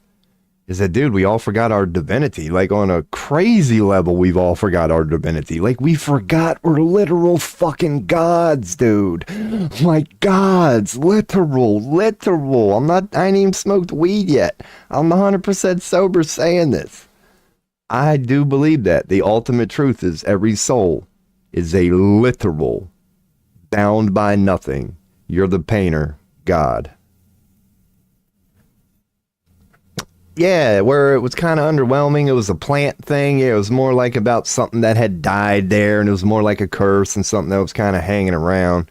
Not really like even Jesus. That was Jesus's whole point. that people miss. That's why Jesus came across as arrogant, because Jesus was basically going, I'm a God, not from ego, because he was telling everybody, I'm a God. So are you. Why are you all forgetting that? You're the son of God, which makes you a God. You were born in its image, as in its image. You're a literal reflection of it. There's nothing it has that you don't have. That was Jesus's message. That if you want to be God, live using your actions and deeds, be love. Go forth and do nothing but love, love, love, which is the energy of this thing man calls God. It's like, just be that. And by being that, by doing what I do, you will become God-like. You will literally heal the blind. I believe that story. I'm not saying it hasn't been misinterpreted, but I am saying that do I think a human who's Christ-like has that woo-woo ability to heal? You damn right I do. You damn right I do. I don't think nothing's crazy. If we're going by the notion that every person's a God, dude, yeah, I do not deny that if you're Christ-like, if you're on that level, you could heal the blind. Why? Because you're a fucking God, dude. It's like, it's not that far-fetched. But you will do greater things than I. There are so many quotes like that from Jesus in there, where Jesus was constantly saying, do not follow me, be like me.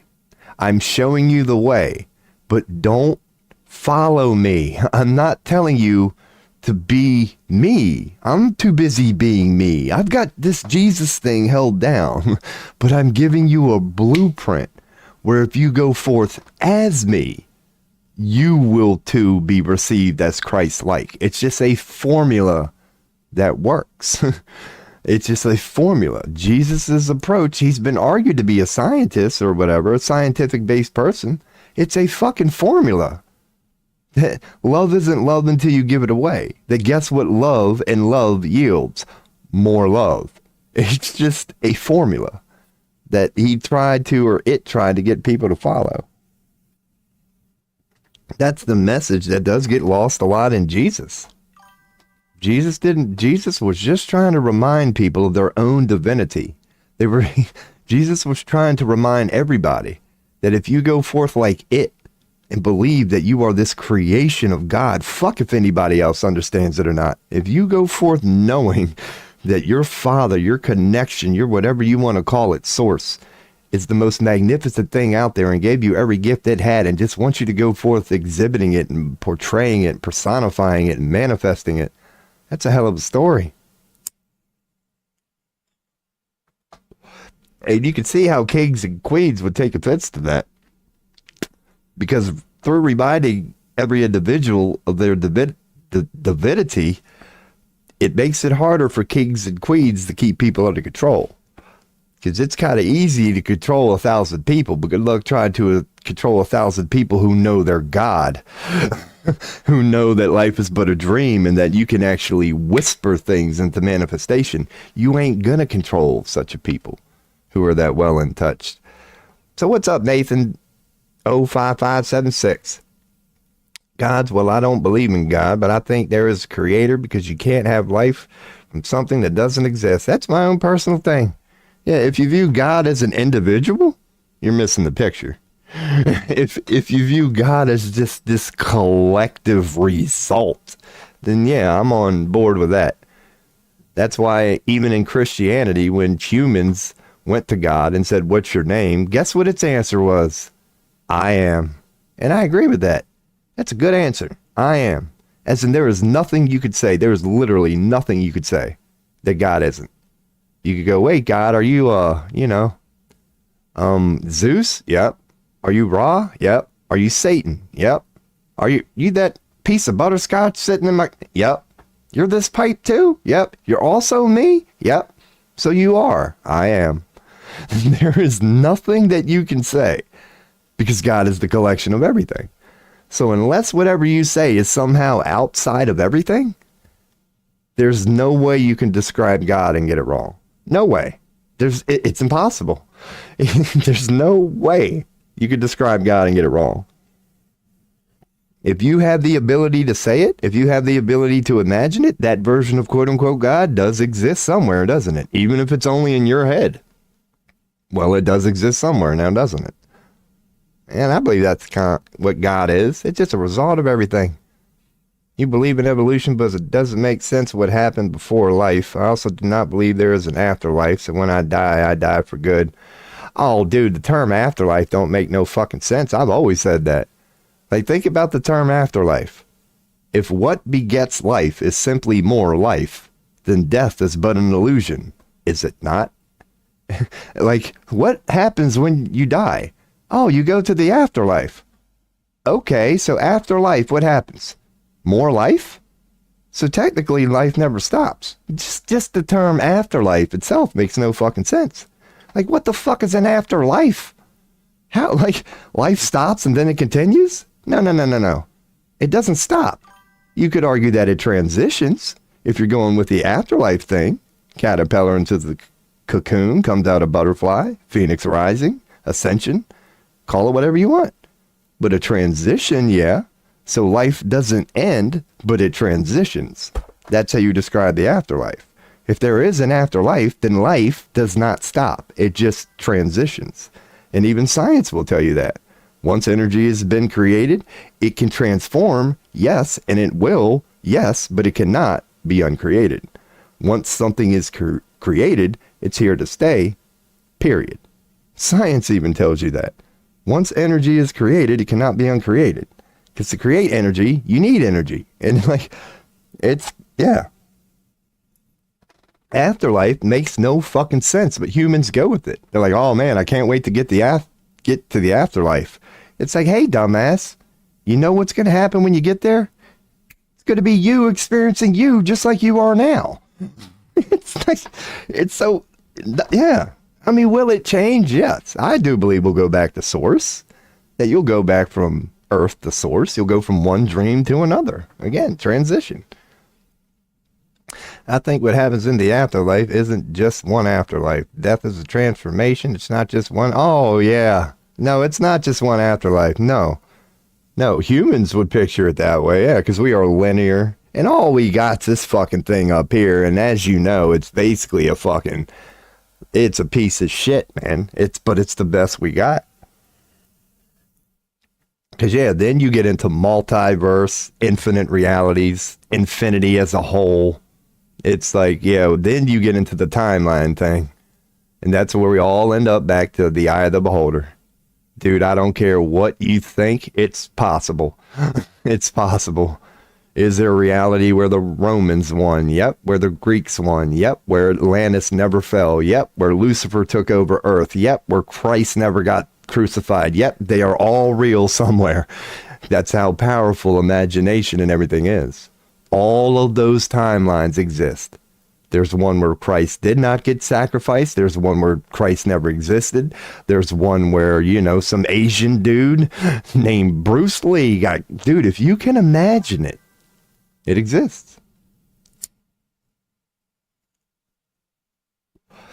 It's just, yeah, you got to get into multiverse theory. What timeline are you on right now? And how many other people are joining you in that timeline? It's like... It gets deep, man. Doesn't mean spirituality itself is made by us. Oh, yeah. Everything. Oh, not everything, but a lot of stuff is man-made. Religion is. Astrology is. Like, astrology's real, but we interpreted it. Religion is man's interpretation, You can see inconsistencies in astrology all the time, Vedic and Western, but we go with it. Why? Because it's the best we could fucking do. We're stupid and we know it. We're like a bunch of chimpanzees here right now trying to figure out this thing called God. It's like, that's like a bunch of chimpanzees trying to build a Tesla. Oh, it'd be the funniest shit you've ever saw in your life, man.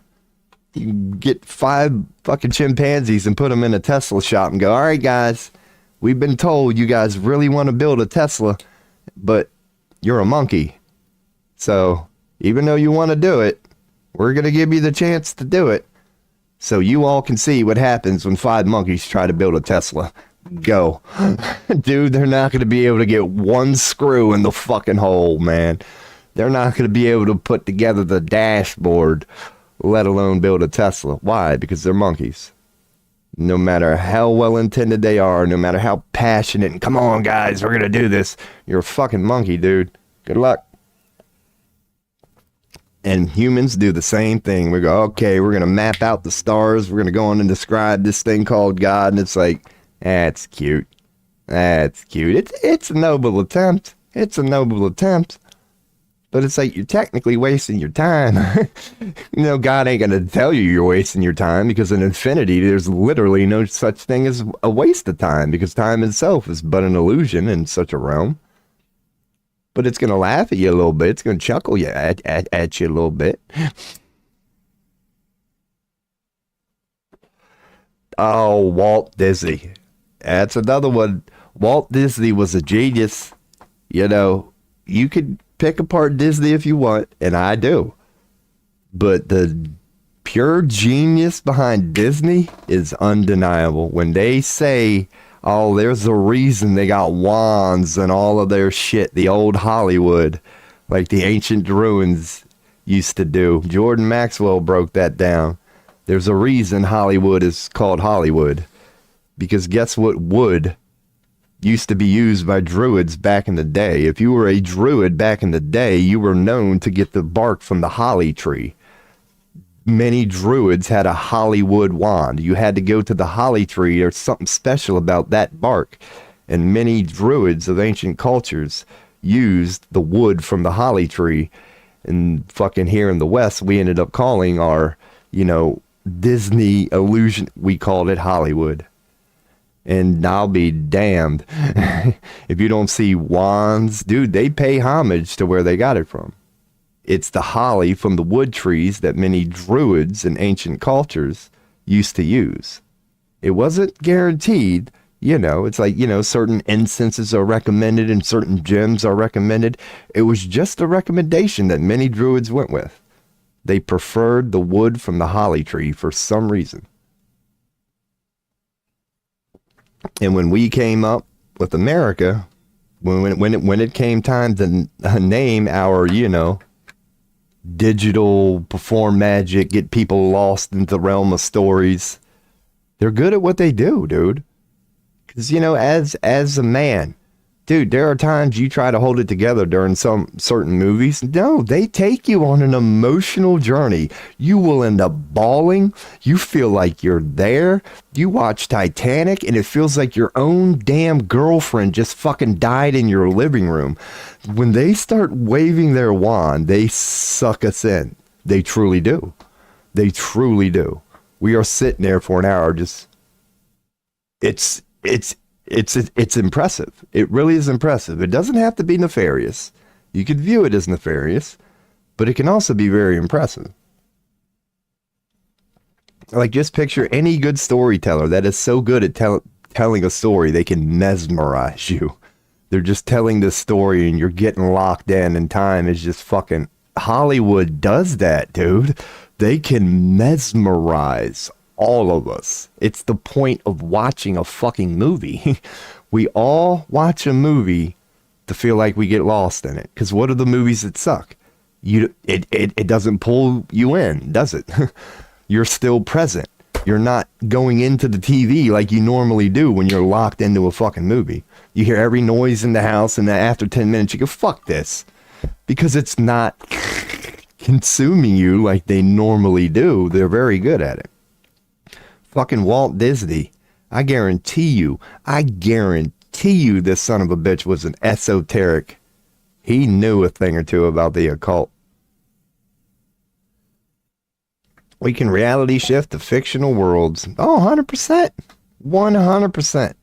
That's how I've heard aliens describe it. Because you know me and my alien research. They say they can traverse the galaxy because every quote unquote thing that we consider a location is just the frequency, including time and location. They said they're all frequencies. If you want to access 1940 on Earth at a certain time, it's just a frequency. You got to know what frequency to dial in. And when you dial in that frequency, you appear on a quote unquote 1940 Earth timeline. If you want to go see what the Atlanteans were up to, you just got to know the frequency. And once you can adjust your frequency, your vibration, you will appear in that timeline. That's how they've described it. Just how many worlds? Like, yeah, they're infinite. They're literally infinite. It seems so crazy to humans. But there are infinite timelines. There are infinite worlds. Like, just infinity never ends, man. Like, it's so fucking crazy. We'll never be able to fathom it. Ever. Ever, ever, ever. Even a 12th dimensional being can't fully, quote unquote, fathom it. And here we are in our 4D going on to 5, giving it a shot.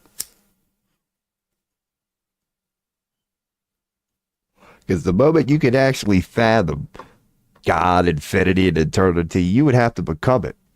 You would have to become it. Anything outside of that, you will never, ever understand the full picture, or else you would be God itself. Any separation from that is just going to be an educated, perspective in the moment. Change your frequency. That's another thing too. Yeah. You can imagine it. So it's true.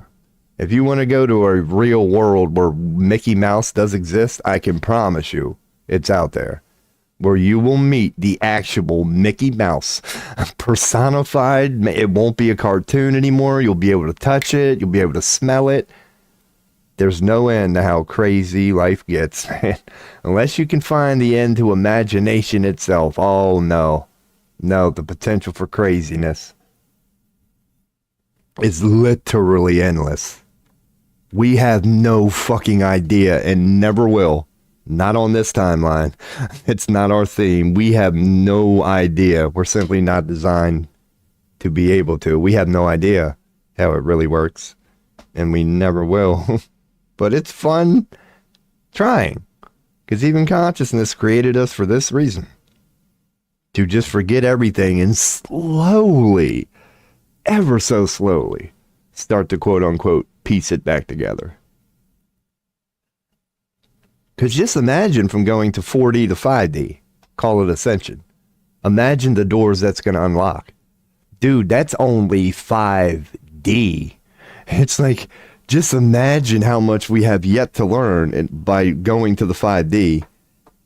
And even then, we're not even halfway through all the dimensions yet. We're still in elementary school.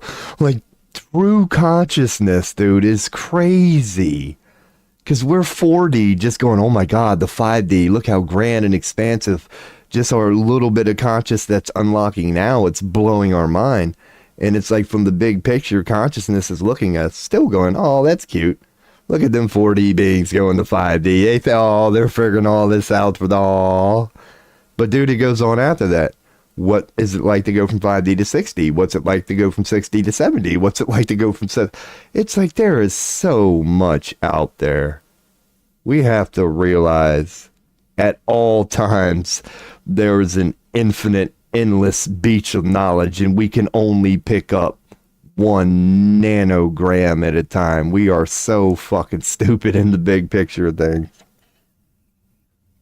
Using intellect, we'll never be able to figure it out. But we can feel it, and it gives birth to things. The existence of gods and other stuff.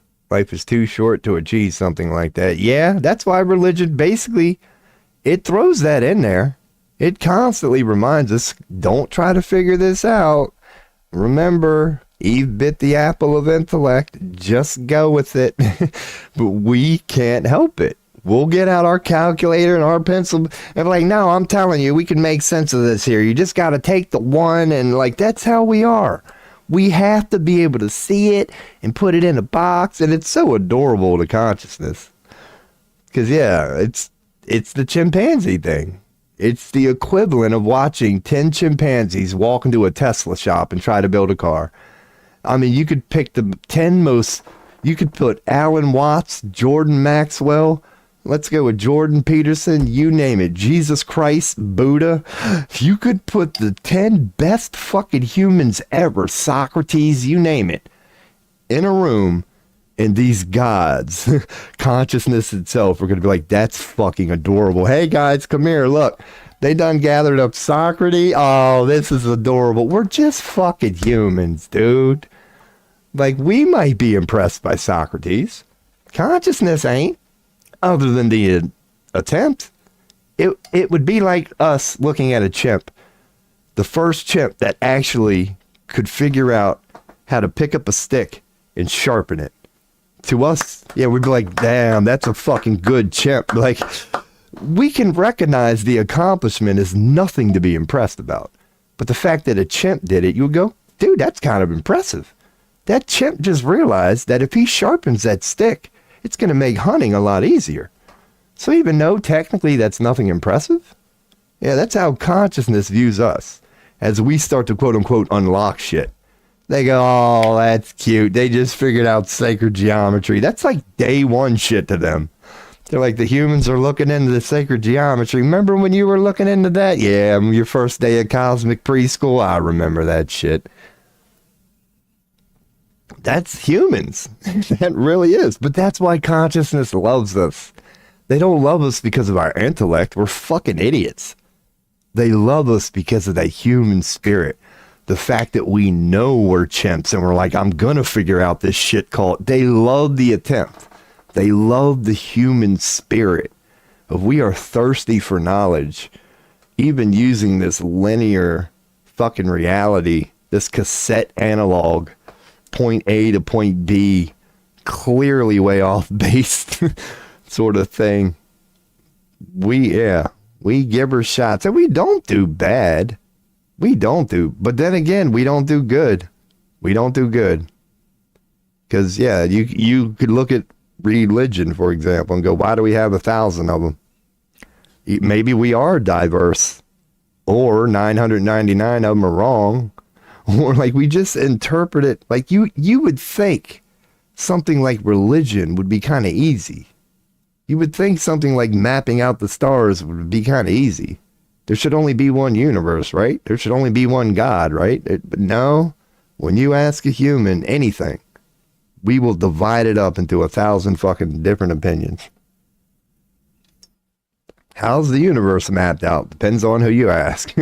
What's the meaning of life? Depends on who you ask. But it is fun talking about, man. It is fun talking about. That's why I can't wait till aliens get here. Because I do think that it's meant to happen this way. Like if you're into disclosure and believe that humans are about to rejoin the cosmos and the whole alien thing, that would come along right on time, would it not? Because like just like this stream and what's going on now, for example, humans are at the point where we are at the end of our ability to understand these concepts we're currently becoming curious about, but we're only human. So that's what I think the alien thing is going to be. That we are starting to, as a collective, ask questions we just simply do not have the ability as humans to answer. They are so broad, they are so deep, they are so expansive that I think it's going to go hand in hand with disclosure. That these things that are naturally hard for us to answer, how does reality quote unquote really work? I believe that's going to go hand in hand with disclosure and aliens. That within the next 10 years, aliens are going to make themselves known. And it's not going to be a light switch, but we're going to have some help. You could say that it's going to be a process. They're not going to just say hi and fix everything right away. They're going to say hi and then they're going to wait for us to squabble among ourselves.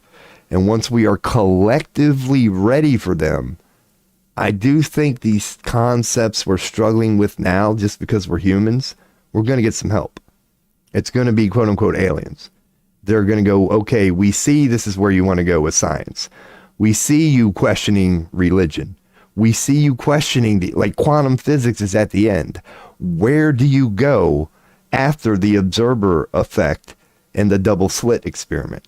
quantum physics doesn't know where to go from here. That's when aliens are going to come in. And all these quantum physics, like science itself and all this, we're at a point.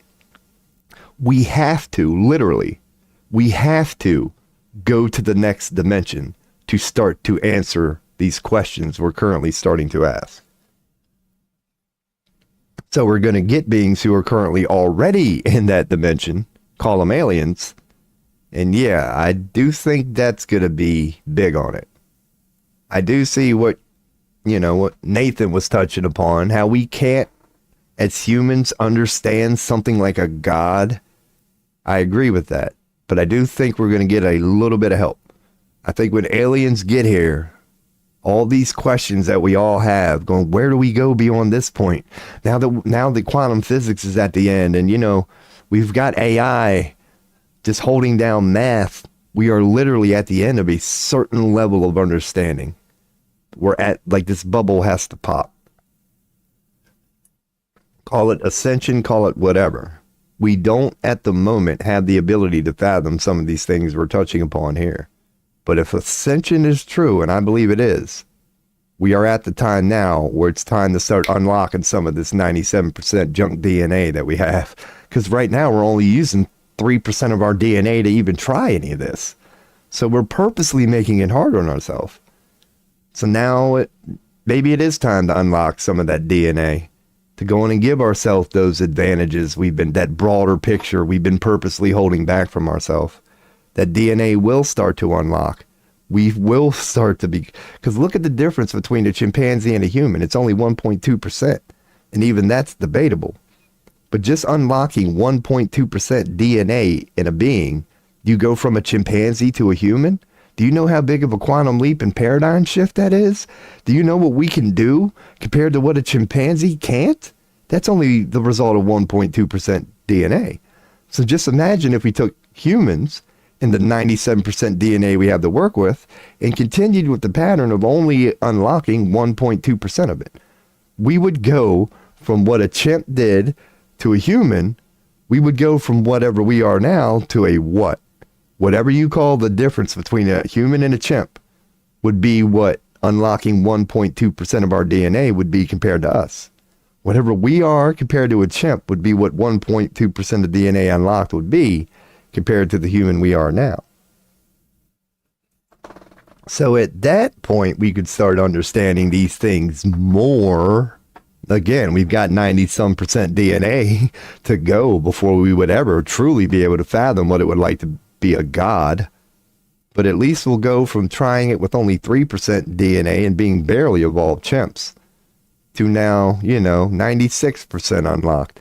So we'll go from being a human to more. But at the moment, yeah. But to go with this, because we are into astrology here, and kind of this theme that we got on this stream right now, whatever you see happening on this stream right now, the only thing I can tell anybody checking in is get fucking used to it.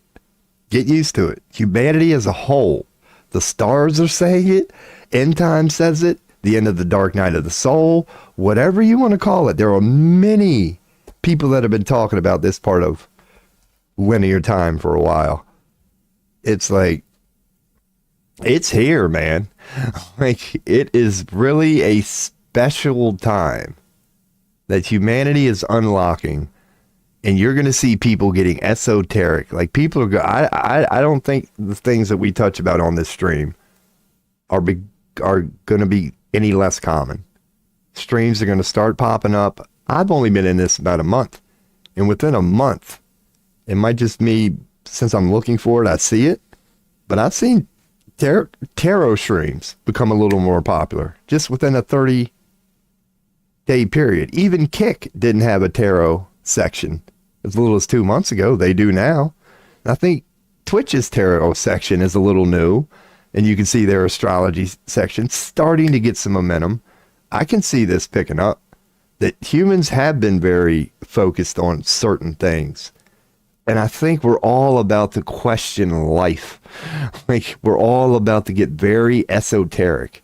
I can see once a couple of tarot streams start taking off, once a couple of astrology themes, once people start seeing how cool it is to talk about these sort of things, and they start accessing quantum physics and actually using these tools that we have in front of us now, yeah, I see a phase coming on for humanity. After a little bit of rebellion, I can see all of humanity, man, and I make that a part of this stream. I want to tell people all the time, not only is it related to end times, dark night of the soul, all that stuff, but just AI in general. We're in for a paradigm shift. AI is taking all of these boring 9 to 5 mundane jobs, and trust me, it's a good thing. Let fucking AI do that shit. Let AI go into dusty warehouses. Let AI drive the forklifts. Let AI stock the trucks. Why? Because then you can go home and do that research you've been putting off for 10 years. You can write that book that you've been putting off. It's time for people to start going within, man. Like, these 9 to 5 jobs going away, they're not a bad thing unless you really fucking like yours. And like me, I've hated every one I've ever had. So I can see humanity going down that step, man. There's going to be a lot of people kind of COVID-like. You know how when people got forced to go inside for COVID, people started writing those books, and a lot of them have never looked back. COVID had a lot of positive results. People who normally worked 50 to 60 hours a week, who felt so busy, couldn't go to work for like 3 or 4 months. And in that 3 or 4 months, they picked that hobby back up and they started selling it, and they never fucking went back to their job. Like, I could see that happening with AI. It's going to force people to go back home and get their entrepreneurial on. They're now going to be sitting at home going, okay, what do I really want to do? Who am I really? I know I've never been an accountant, but it paid so good and I took those classes. But really, I'm a poet. And they'll start writing. I can see a lot of that taking on. And I know I'm kind of veering now. Yeah, it's getting near weed smoking time. Yeah, so any tarot and astrology questions, let your boy know. I appreciate the feedback, because life is indeed crazy, man.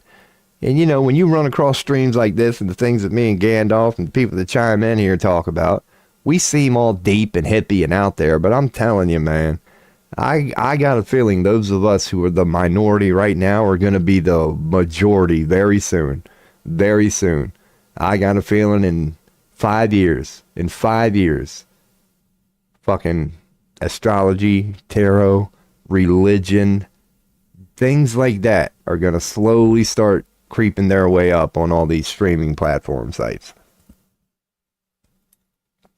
That we all know what we see is recommended and comes up on our YouTube list and shit like that. Give it about 5 or 10 years. You're going to start seeing astrologers. I see it catching on, man. That's just my opinion.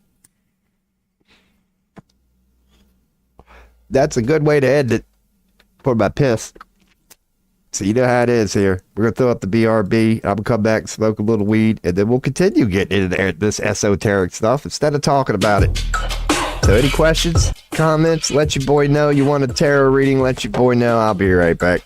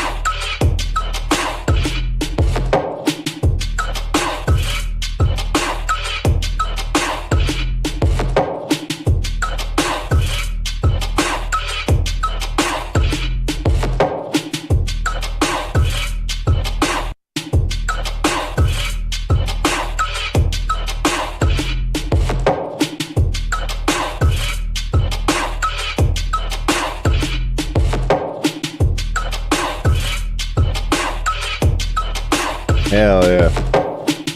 Alright, your boy is back, man. I'm going to hit stop on the beat. Let me check my cell phone text real quick, man. I made a Walmart order. I want to make sure. Alright, they're just confirming.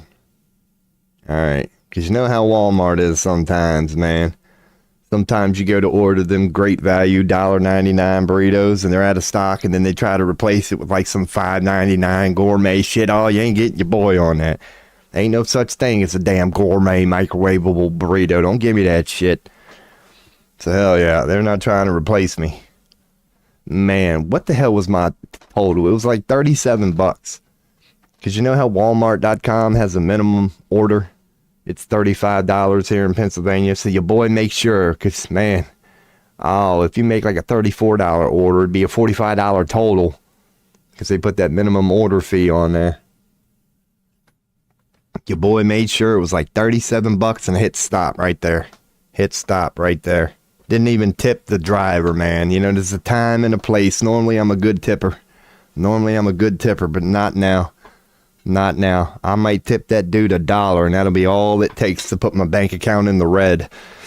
It's, your boy is struggling at the moment. But yeah, anyway, this chat's kind of slowed down a little bit. To remind people, I'll throw this up. We do tarot readings. I'm about to get into something here. I'm proud of myself today, man. Crystal Carol came in hot on YouTube. We got Nathan and Gandalf talking on Twitch. It's been 2 hours.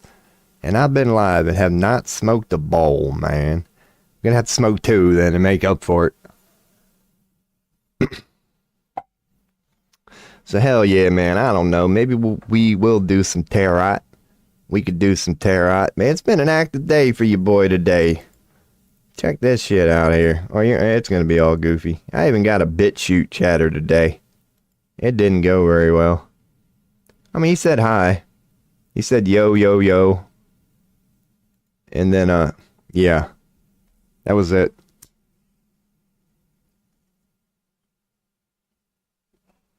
I got my first BitChute chatter. Unless you count the one for the other day, my official first one was somebody named Gut Rubble, who just came in the BitChute and said, "What the fuck am I watching?" I got trolled, basically. I was like, "What are you watching?" Well, allow me to explain. You're on BitChute at the moment, and if you look at the top right-hand corner of the map, you'll see this camcorder-looking thing with the plus on it. Your boy happened to click it, and you know how it says go live? Well, I clicked that. I just started. Hell yeah. There's old Nathan coming in hot. You got me today, too. I find the stuff you talk about very interesting. I appreciate that. I just don't do highlights and shit like that. I'm not a good, behind-the-scenes guy. But I do like to think as far as hitting record and just going, I'm not too bad. So I'm glad, welcome to the stream. As you can tell, I got a certain vibe here. I don't doll myself up, try to put on a certain image. It's your toothless boy Robo. Hasn't shaved here in 2 weeks. But that is going to change soon, man. So next week will be my returning back to the live stream. I will actually shave. I will actually start applying for jobs. And I got to get this ball rolling again. But I appreciate you, Nathan, hanging out. And chive it in. If anybody has tarot questions, let me know. Otherwise, we might look into astrology here. I am learning that. I do want to get to the point where I can give, horoscope readings for everybody. And, stuff like that, man. Let me get, some water here. I'm getting ready to smoke some weed. Because, yeah, man. And I will start making highlights and shit like that, but me hanging out in a room all the time, not that it's necessarily a bad thing, but the 10-hour streams, your boy ain't going to be able to do them for too much longer. You know how it is. Once you get a full-time job and rejoin the world again, I'll be good for about 4 hours a day. But, yeah, I'll have to get up early and all that shit. And so, yeah, but it has been cool the last couple months, man. Just sitting around talking. Just no highlights, no nothing. But anyway, let's get this little beat going up here. I'm going to take my first 420 session of the day. So if we get any tarot requests, let your boy know. Definitely don't mind doing one right now. I'm about to get my mind right. We can go in depth, quick, whatever. If not, yeah, I might brush up on the astrology research today to see where that leads us. So I'll give you a little beat right now. Let's go with Redemption Song for the first time today. Redemption Song by Bob Marley. Sung by his son Ziggy Marley and Lauryn Hill from the Fugees. It's copyright free. It's a live performance. So that's going to be a little background music while your boy does 420 here. Tarot or astrology questions? Let me know. Let me know. So let me tell you. Let's get her going. That works. Go from the beginning.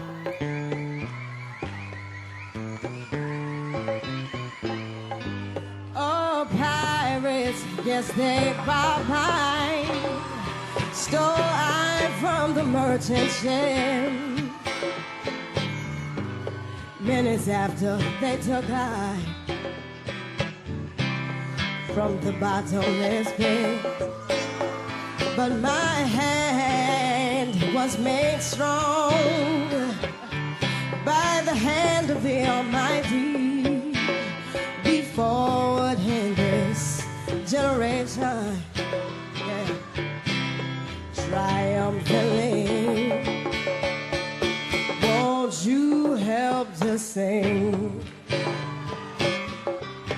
these songs of freedom? 'Cause all I ever had, redemption song, redemption song, redemption song. Emancipate yourself from mental slavery. None but ourselves can free our minds. Have no fear for atomic energy, 'cause none of them can stop the time. How long shall Oh, they our wish they prophets could. They wish they could. That's the eternal strife of certain beings. I guess it is, you know. Smoked a little weed here. So any tarot questions, let your boy know. Maybe we could get a little, you know, deep or whatever, and just offer what I kind of do here. Oh, man. Kind of go hand in hand with that vibe we were just on. Redemption Song. What the hell?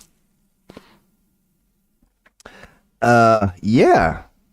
I guess where I could randomly go into now will just be kind of what we're touching upon here. I'm just do a little rant.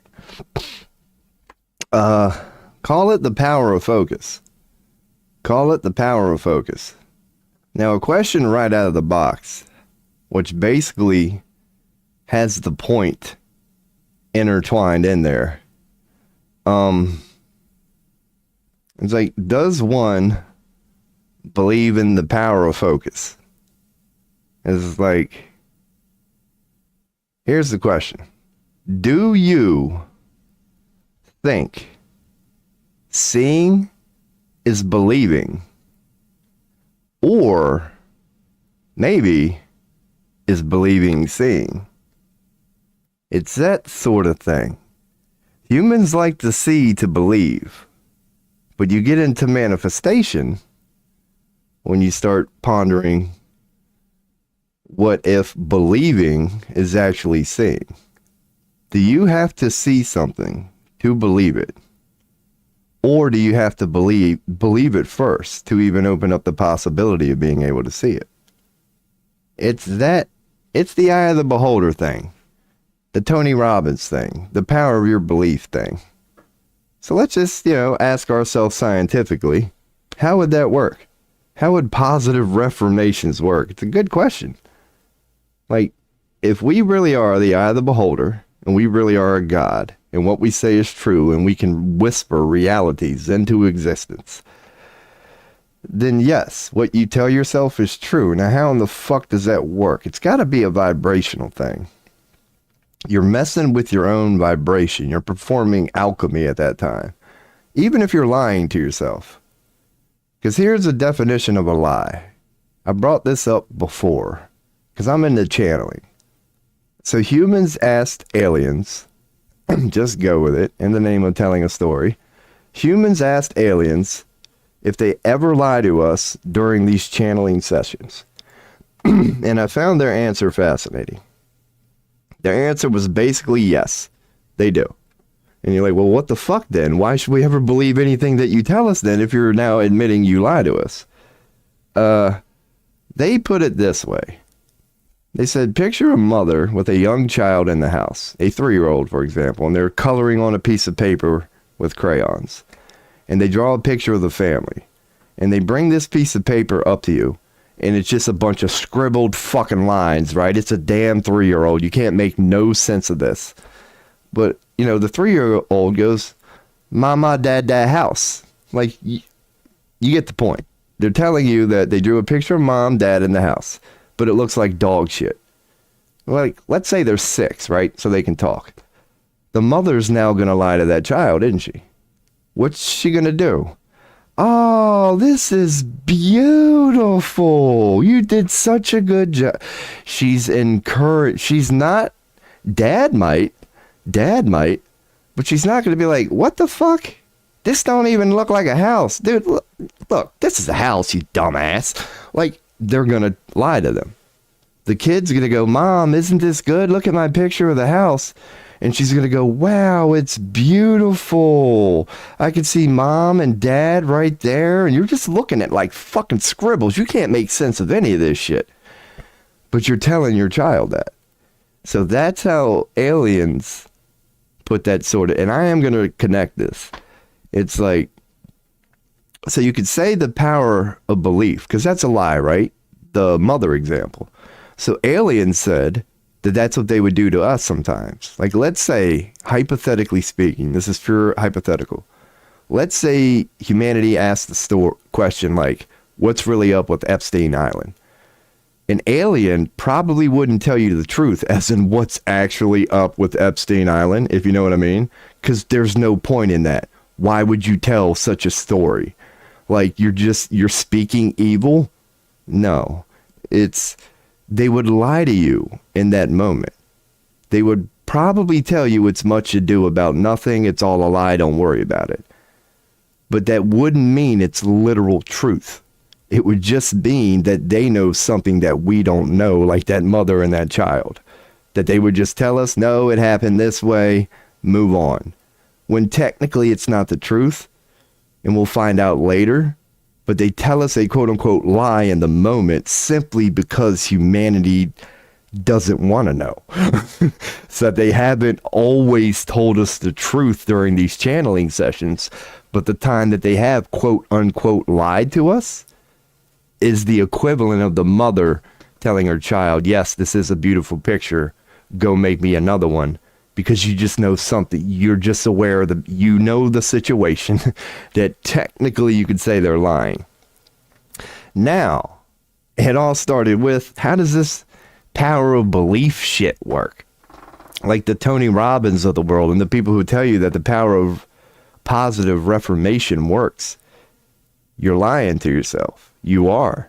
If you get down to the technicalities of, speaking things into existence, in the moment you're lying to yourself. You know you're not that person, but you would like to be that person. But the only way to become it is you got to start fucking lying to yourself, dude. Even if you don't believe it, start lying to yourself. For the same reason that the mother would quote unquote lie to her child. So, yeah, I guess that's how all that shit would work. If we are truly the eye of the beholder and the power of the belief is powerful, and what you put out to the universe will be reflected back to you, then yeah, I guess that's why those powerful reformation things start to work. Because you got to start telling yourself. Like me, for example, it's like, yeah, if I want to be a streamer, I got to tell myself every day, Rob, you are a streamer. Quit telling yourself you want to be a streamer. Just change one word. You are a streamer. And like that sort of shit is supposed to work. And I believe it does. Just the question would be how. Like, you are God. You are the eye of the beholder. You are born in God's image. You can whisper realities into existence. The next question would be, especially being a human, we like being able to understand and intellectualize everything. How would you do that? Let's get a step-by-step breakdown of how would you do that. Because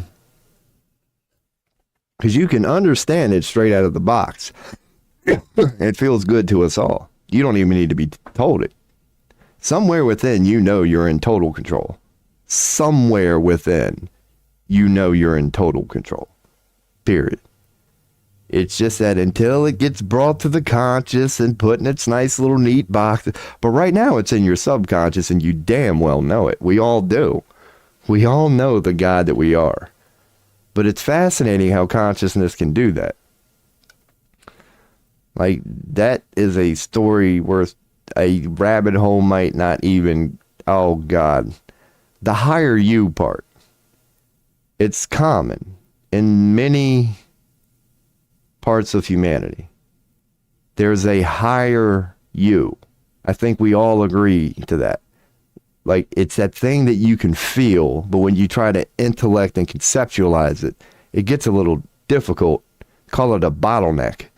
Because your brain and a thing called intellect is like the end of the bottle. Consciousness itself is the fucking bottle, and you're trying to squeeze it through this fucking thing here, and it just don't work. But within our matrix, we all know we're gods. I mean, I guess you could say, I wonder how an atheist would feel about this. I wonder an atheist who doesn't, would they agree that they're a god? You thinking, so I guess an atheist, kind of veering here. An atheist technically wouldn't give no fuck about no Tony Robbins or a Greg Braden or any motivational speaker. Fucking Matthew McConaughey, Jim Carrey. There's been some powerful, quote unquote, motivational speakers. So I guess an atheist wouldn't give a fuck about any of that, huh? About the power of one, because according to an atheist, it all just goes black and there is no God and it's all just, this is just fucking chance. But I would like to think most humans agree. There's a reason Tony Robbins and Abraham Hicks and just self-help people, like, apparently this stuff works. And you get into the science of how.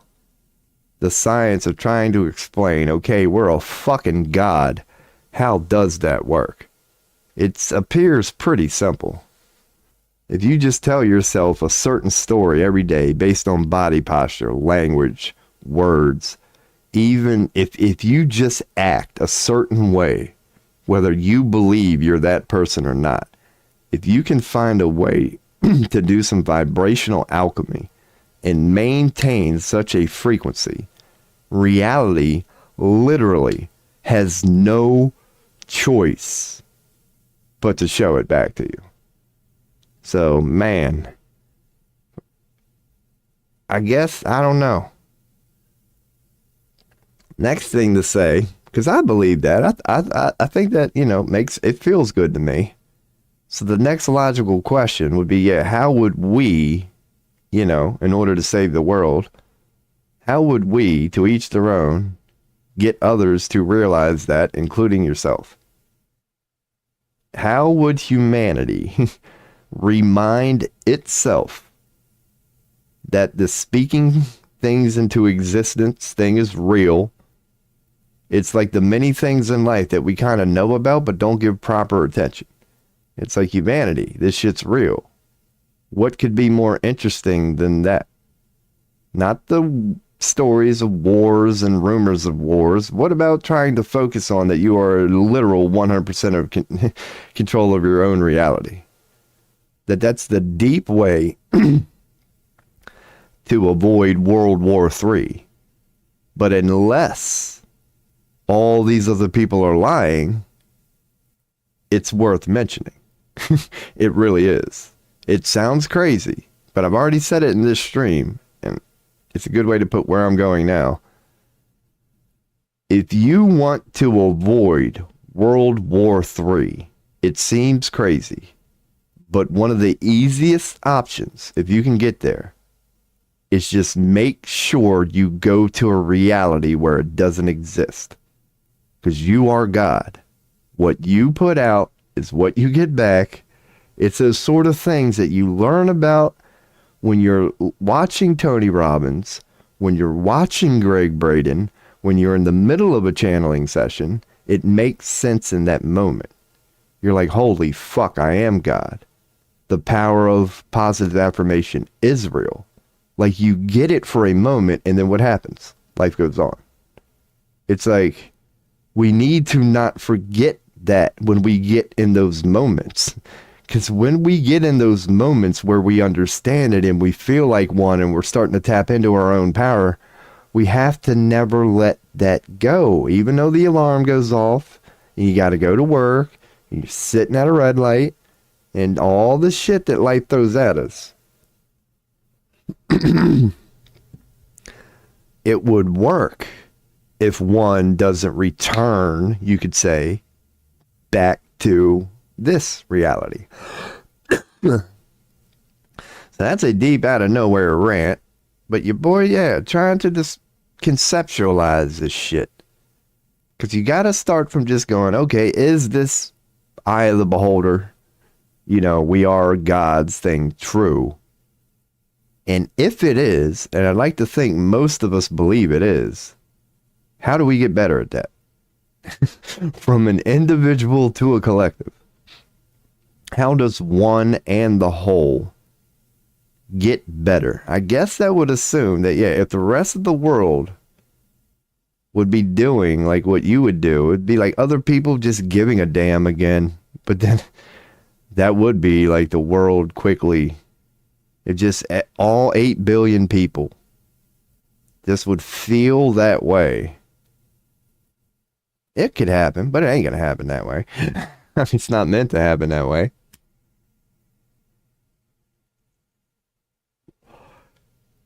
But yeah, the power of belief, man. Random rant into that. Because I need to get better at it, man.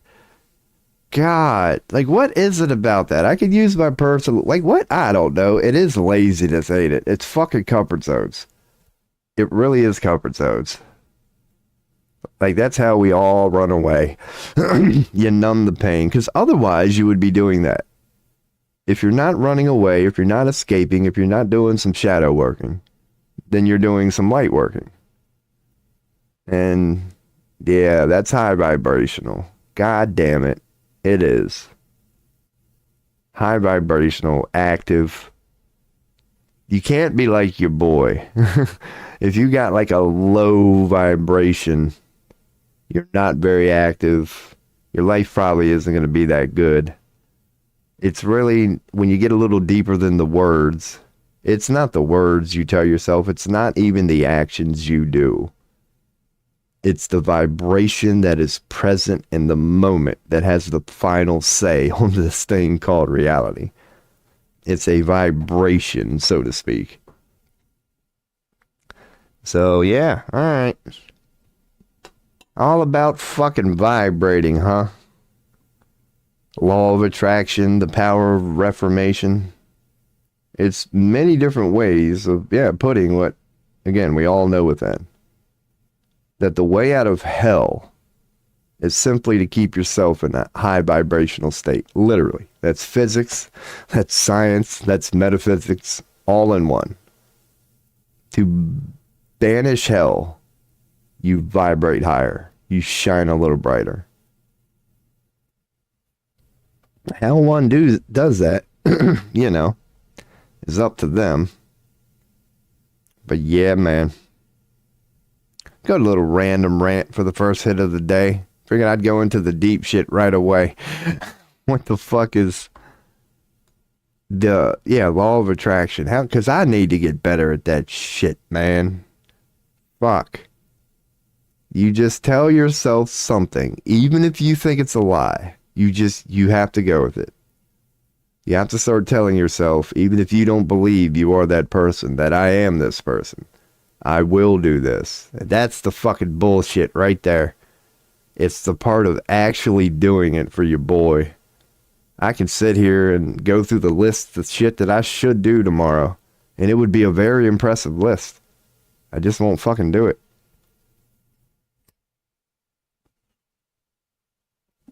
So I guess that's the last thing to throw in there. Or this random about the beer into astrology rant here is the action part is there too. The action part is there. I don't know, but then you get into the power of vibration. Is the action is not more powerful than the vibration. But yeah, it all comes down to vibration, I guess, is the only thing that your boy personally got out of that random rant. Just assuming we're all gods, and we are, how in the fuck would you even begin to use that and like use it properly?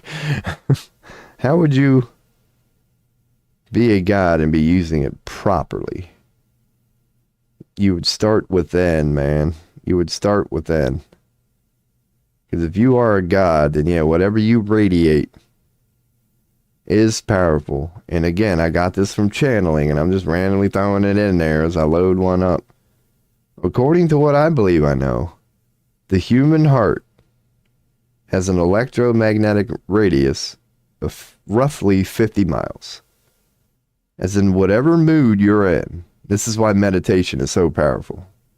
Because every human heart has an electromagnetic radius of roughly 50 miles. As in, if you sitting in your house right now are in a bad mood, sending off a bad vibration, a diminishing return, ripple effect, the farther out you go, the less intense it is. Your heart, all human hearts, has an electromagnetic field on a 50-mile radius. It's why those group meditations actually yield results. Because you'll get like hundreds, if not thousands of people in a certain location, all purposely offering a certain vibe. And within like the next 24 hours, good things will happen in that area. That would be tying it to what I've ran across, call it aliens, that the human heart projects through a 50-mile radius.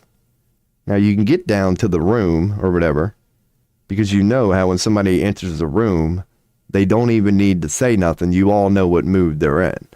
Like, that's the immediate impact on the heart.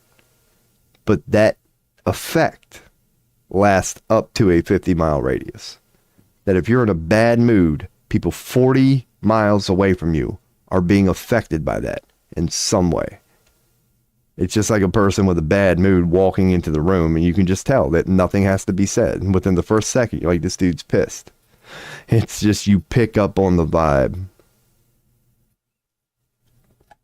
So that's an interesting thing I'll throw in there, because I happen to believe it. Because this random theme I'm on right now, it's like, humans are gods. Okay, what the fuck does that mean?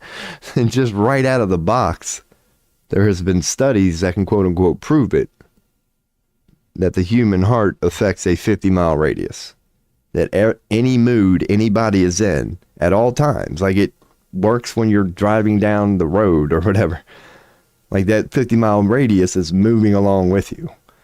You are an always broadcasting antenna of electromagnetic energy that literally affects and molds the reality around you up to a 50-mile radius. You have a say in what's manifesting, at the very least, up to a 50-mile radius. Going with the linear time, A to B, fucking human perspective thing. So I'd like to think that's pretty cool. And regarding the heart and the mind is so fucking inferior. So it's like, no matter what you think, you're never going to affect people in a radius. Like, your brain is contained. It radiates nothing. It's all about you. But your heart is an impressive piece of technology, man.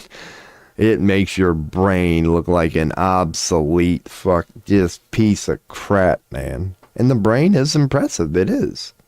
But when you put it next to the heart, it's so inferior. It's not even close.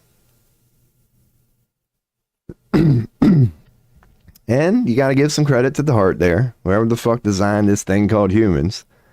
It was a pretty good design. The heart is impressive.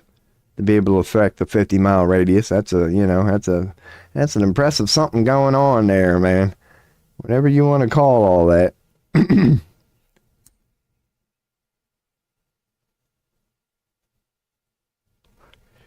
Ew, I gotta stop cleaning my pipe. Because let's just say cigarettes got a damn filter for a reason, man.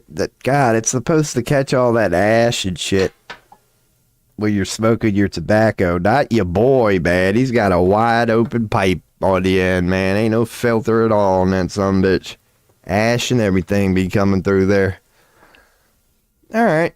That was a good random ass blah blah blah deep as shit session. It is time to brush up on our astrology though. Not yet. You know, your boy's gonna take a piss. Ain't gonna take more than a minute. And if you're a regular on this show, that's how you know I'm really about to start looking into something. I like to take a piss right before I do. So yeah, we ain't got active chat right now, but we will. Fuck it. Let's start the alien one. Should we do Manson for a little bit? Why not? Why not? Go from fucking Bob Marley to Manson. It's just the beat. It's going to be copyright free. And so yeah, your boy will be back in about a minute. Tarot questions, let me know. Astrology questions, let me know. If not, I'm going to come back and start learning more about astrology. So yeah, here we go. Be right back. Wait, let's put up be right back. And be right back.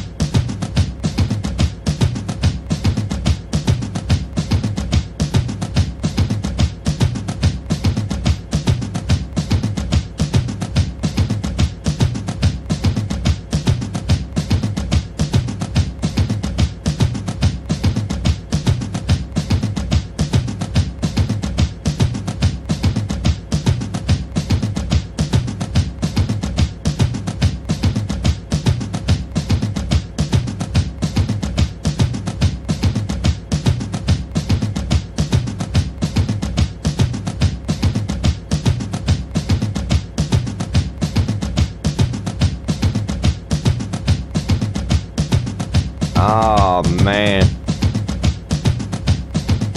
Alright. Come to think of it, maybe that wasn't the best song to play, because that is, you know, that beat the beautiful people. And dude, there's a lot of words you could use to describe that person, and I wouldn't say beautiful's one of them, man. Man, is there a song about big noses? If White and Nerdy wasn't copyrighted by fucking Weird Al, that'd be my AFK shit all the time. I love that song. It's so me, dude. It's so me. From childhood, too, man. I was one of the few white dudes in my fucking town. Erkhammer, Iowa. Hell no. Nope. Iowa's kind of known for, here in America, being like a little quiet or whatever. It's like, you know, the middle of America, a lot of wide open farm country. It's an entire town. I've heard stories like that. But no, it's appropriate that it's, I'll Google it. Iowa. Yeah, because like, Iowa's kind of known for that. There's just a lot of wide open, small towns. Okay. They got the fuck out of that town. That's probably where they film movies from now and shit. Oh, God. So that's not... Yeah, let's just go to images. Yeah, man, they got shit growing up. That's weird. That's fucking AI. Like, at least give me a... whatever. Real image. Like, why they gotta fake everything? Well, that's cool. That's an abandoned town. Who knows Wonder why the fuck they got out of there. I know there's some crazy fucking town in like England. There's somewhere in Europe.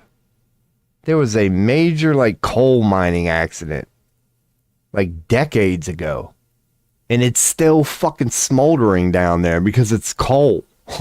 It's like there's like some never-ending fire now. What used to be a town, they can no longer keep people there because there's these slight hints of this ever smoldering coal down there now. They done built up a town.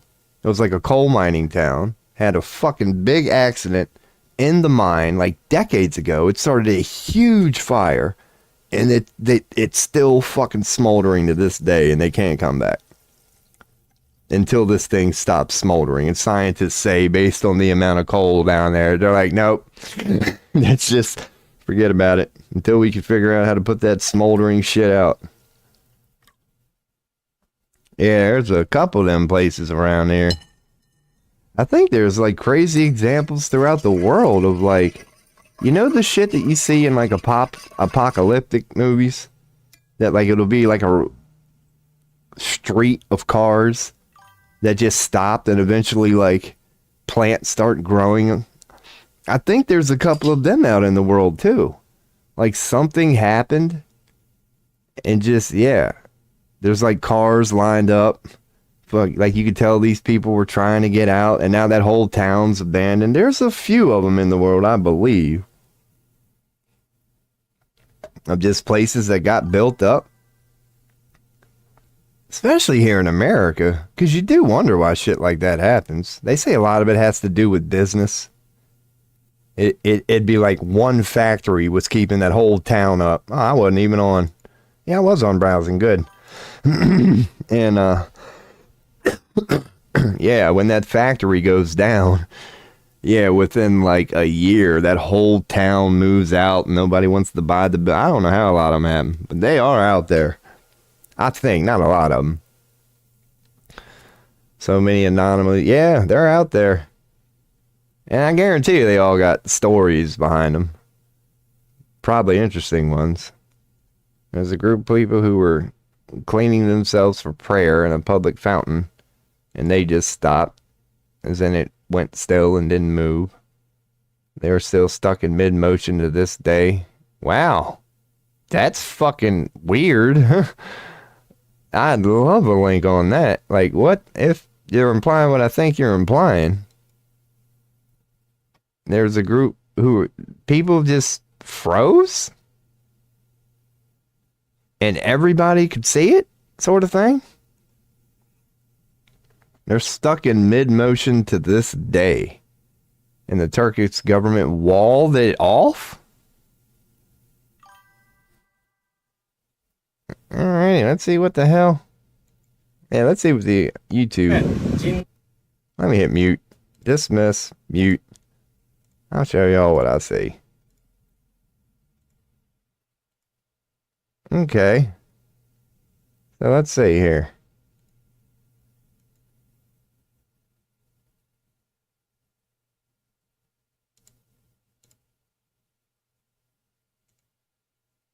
Oh, so those are the people? But they're not real, are they? They're not real. They don't appear real. They look like mannequins.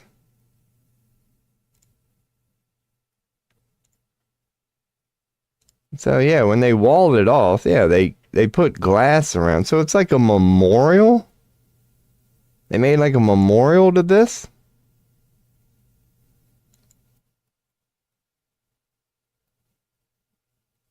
Yeah, they don't appear real to me.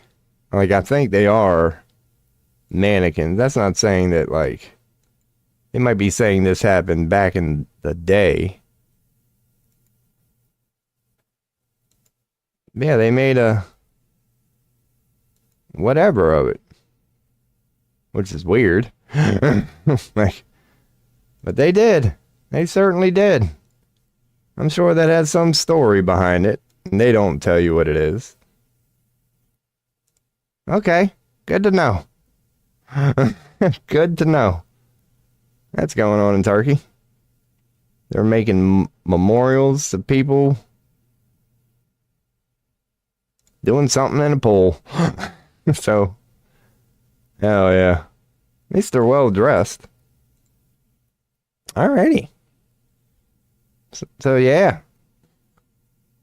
They're still stuck in mid-motion to this day. The Turkish government just walled off the area. Yeah. It's one way to put it. I mean, that is one way to put it. So that's cool, though. What was that, Turkey?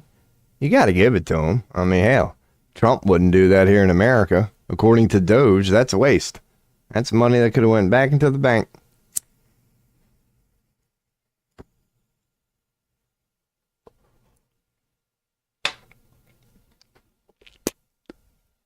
I'm assuming the government, yeah, paid for that. Might have just been some. You got to get approval from the government, I'm sure, even if you wanted to do that with your own money. Alrighty. Yeah, man, we'll go back into some astrology here. I'll see what's going on here in X. What's your one issue you're willing to die on a hill for, no matter what the cost? That's a good question.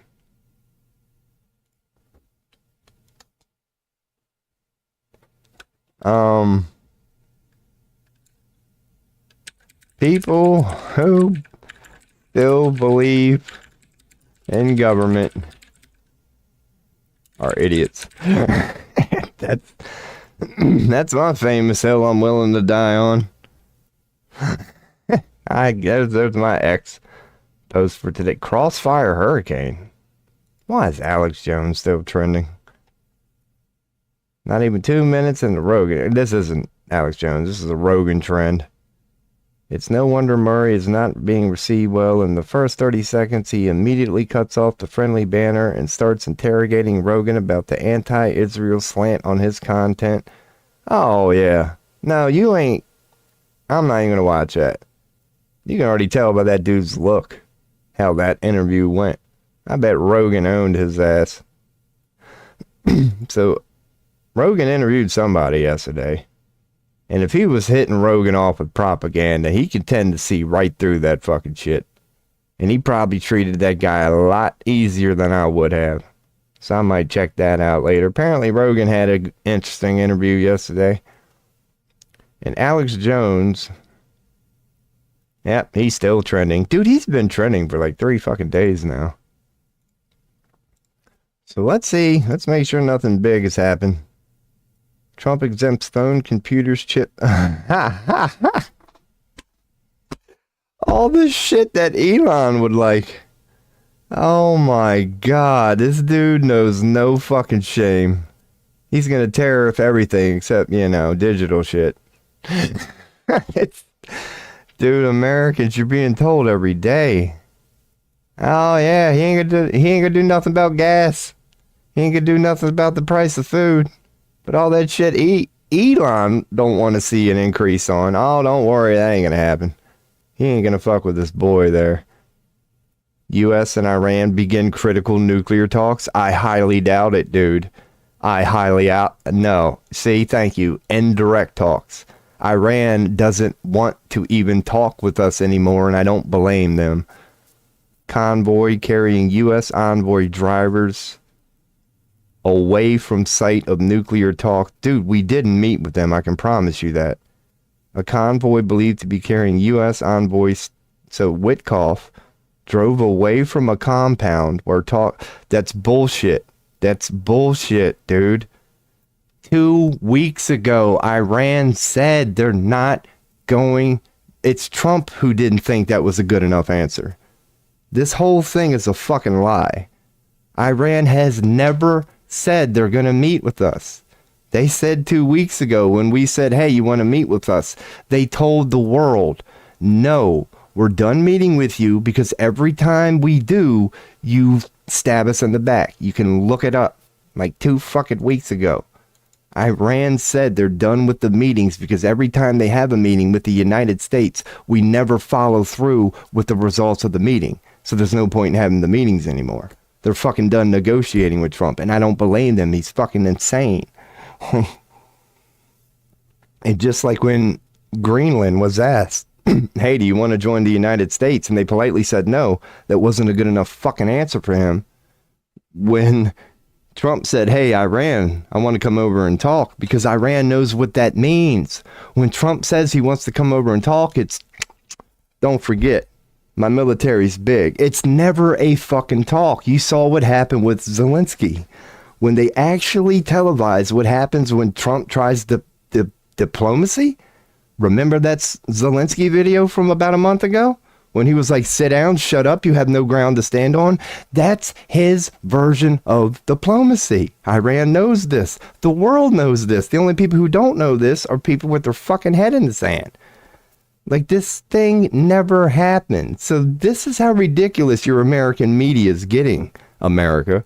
They're now telling you we sent Steve Witkoff and he drove away. No, go back to the article 2 weeks ago when Iran said don't even fucking bother.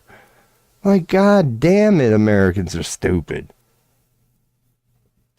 So yeah, man, this is the sort of shit they show Americans. I guarantee you, these fucking dumbasses wake up and believe this shit. They wake up and believe this shit because they never want to hear they don't ever follow the other side. They don't follow what Iran is actually saying, but they will wake up every day to hear what their American government is telling them that Iran is saying. And it's like, dude, if you believe in if you still trust the American government, then frankly, you deserve all the hate and fear that's in your fucking heart right now. All that division, and keep believing this shit. Keep believing this shit. It's called psychological warfare, and it works on many people. But this shit's hilarious to me. So there we go. So that's the other thing in the news. Let me check chat while I've been blah, blah, blah, because I can't hear all the platforms. All right, we're good. Because I had missed a couple today. So Ecuador. Okay. So U.S. intelligence report favors incumbent Ecuador. Just get ready, Ecuador. Whoever the hell the CIA wants in there is going to be your new president. So that's cute. That's cute. Hundreds of flights canceled in China. Whatever. So nothing real big today. UK to pass emergency laws to take control of British Steel. There's an example of fucking government giving themselves more power. Oh, don't worry, UK. They're doing it here in the States, too. Netanyahu's doing it in Israel. You fucking name it. Ain't a leader out there right now not sucking up more of that shit called power. Don't give a fuck what we think. IDF seals off Rafah. Oh, God. That's right on the border. So, yep, the Zionists are still doing what they do. In the global trade war, more planes going down everywhere. So what we know about, okay, so much ado about nothing. The only real news for today is more of the tariff shit. So what I got out of that is Trump is still making sure he don't piss off his boy Elon. So, everything else is getting a 50 to 100% markup, but just not the digital shit. The sort of stuff that Elon would, like to keep nice and cheap. He's going to keep that stuff nice and cheap, But as far as groceries and education and health and stuff, yeah, just forget about yeah. Along with that $500 billion check he cut Elon within the first 2 fucking weeks of being in office, he's making sure that he don't have to feel he's trying to soften the blow for his boy. Oh, he could be doing that for me and you too. Don't get me wrong. He just don't give a fuck. And then the next article was your own fucking media and government lying to you. Dude, I'm telling you. Saying, oh yeah, Iran agreed to meet with us. We got there and we had to drive away. Dude, Americans are so fucking stupid. And I'm not saying that, anybody on this stream believes in that bullshit. I'm just saying, I like going down news putting it the way that I put it, because if you happen to know anybody in your reality that believes some of that ridiculous shit that your boy just pissed all over easily within an amount of seconds, yeah, that's how you know they're an idiot. I guarantee you walk outside today, you'll hear somebody talking like they know. Oh man, we keep trying to meet with them Iranians. We actually went there and hey, we had to drive away, man. They said they would meet us. Them damn Iranians. I guarantee you there's a son of a bitch out there like that right now. That if you would like to make look like a fool, all you got to do is look up what Iran said a couple weeks ago. If you want to, you can print it out on a piece of paper and shit. And be like, hey man, did you hear about this? Did you hear about when Trump presented this idea to him 2 weeks ago? They said, don't even bother. We're done meeting with you.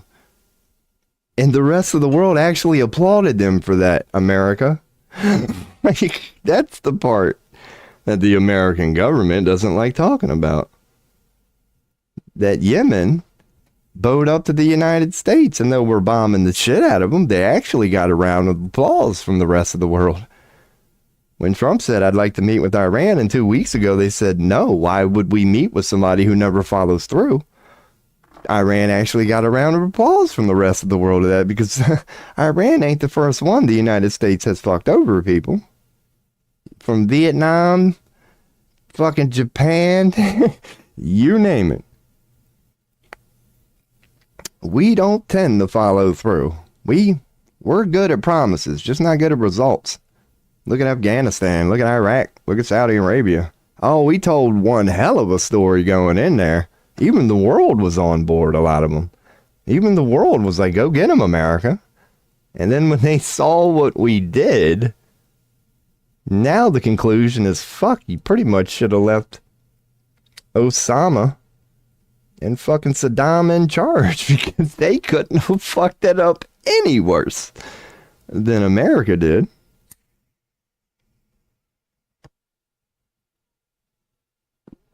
Our withdrawal from Afghanistan is gonna be talked about in 100 fucking years, dude. It'll be the definition of how to have the biggest military in the world and the capability to get in, get out, and make it clean. The country who had the ability to do that botched it worse than a third world country ever fucking could. Just went in, civilians died, whole country got set back generations, and when we left there were more terrorists than when we got there. You can't make that shit up. I don't know what we think we have to be proud of. Anyway, it's a good way to smoke a little weed right now. I don't know. I can't help it. The act of shitting on America. Don't hate the player, hate the game, man. I just roll with it. Anybody want a tarot question, let your business know. Otherwise, we're not gonna get into astrology, man. That's probably the only time I'm gonna check news today, man. That shit was stupid as hell. I'm sorry at the IQ. Yeah, let's get back to normal here, man.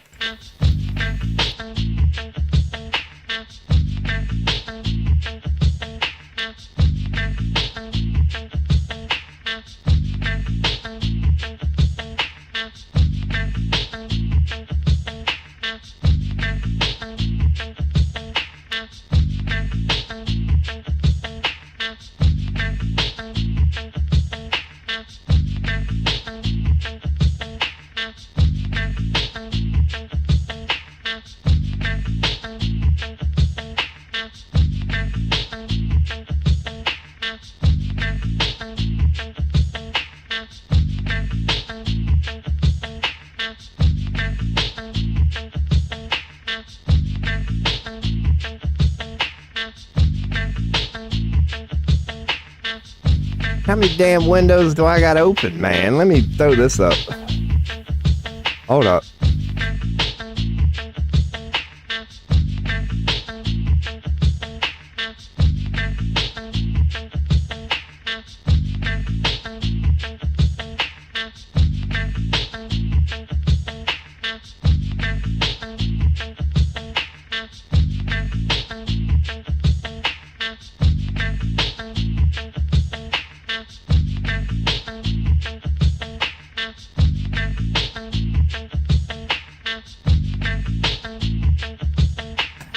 Hell yeah, let me get some water.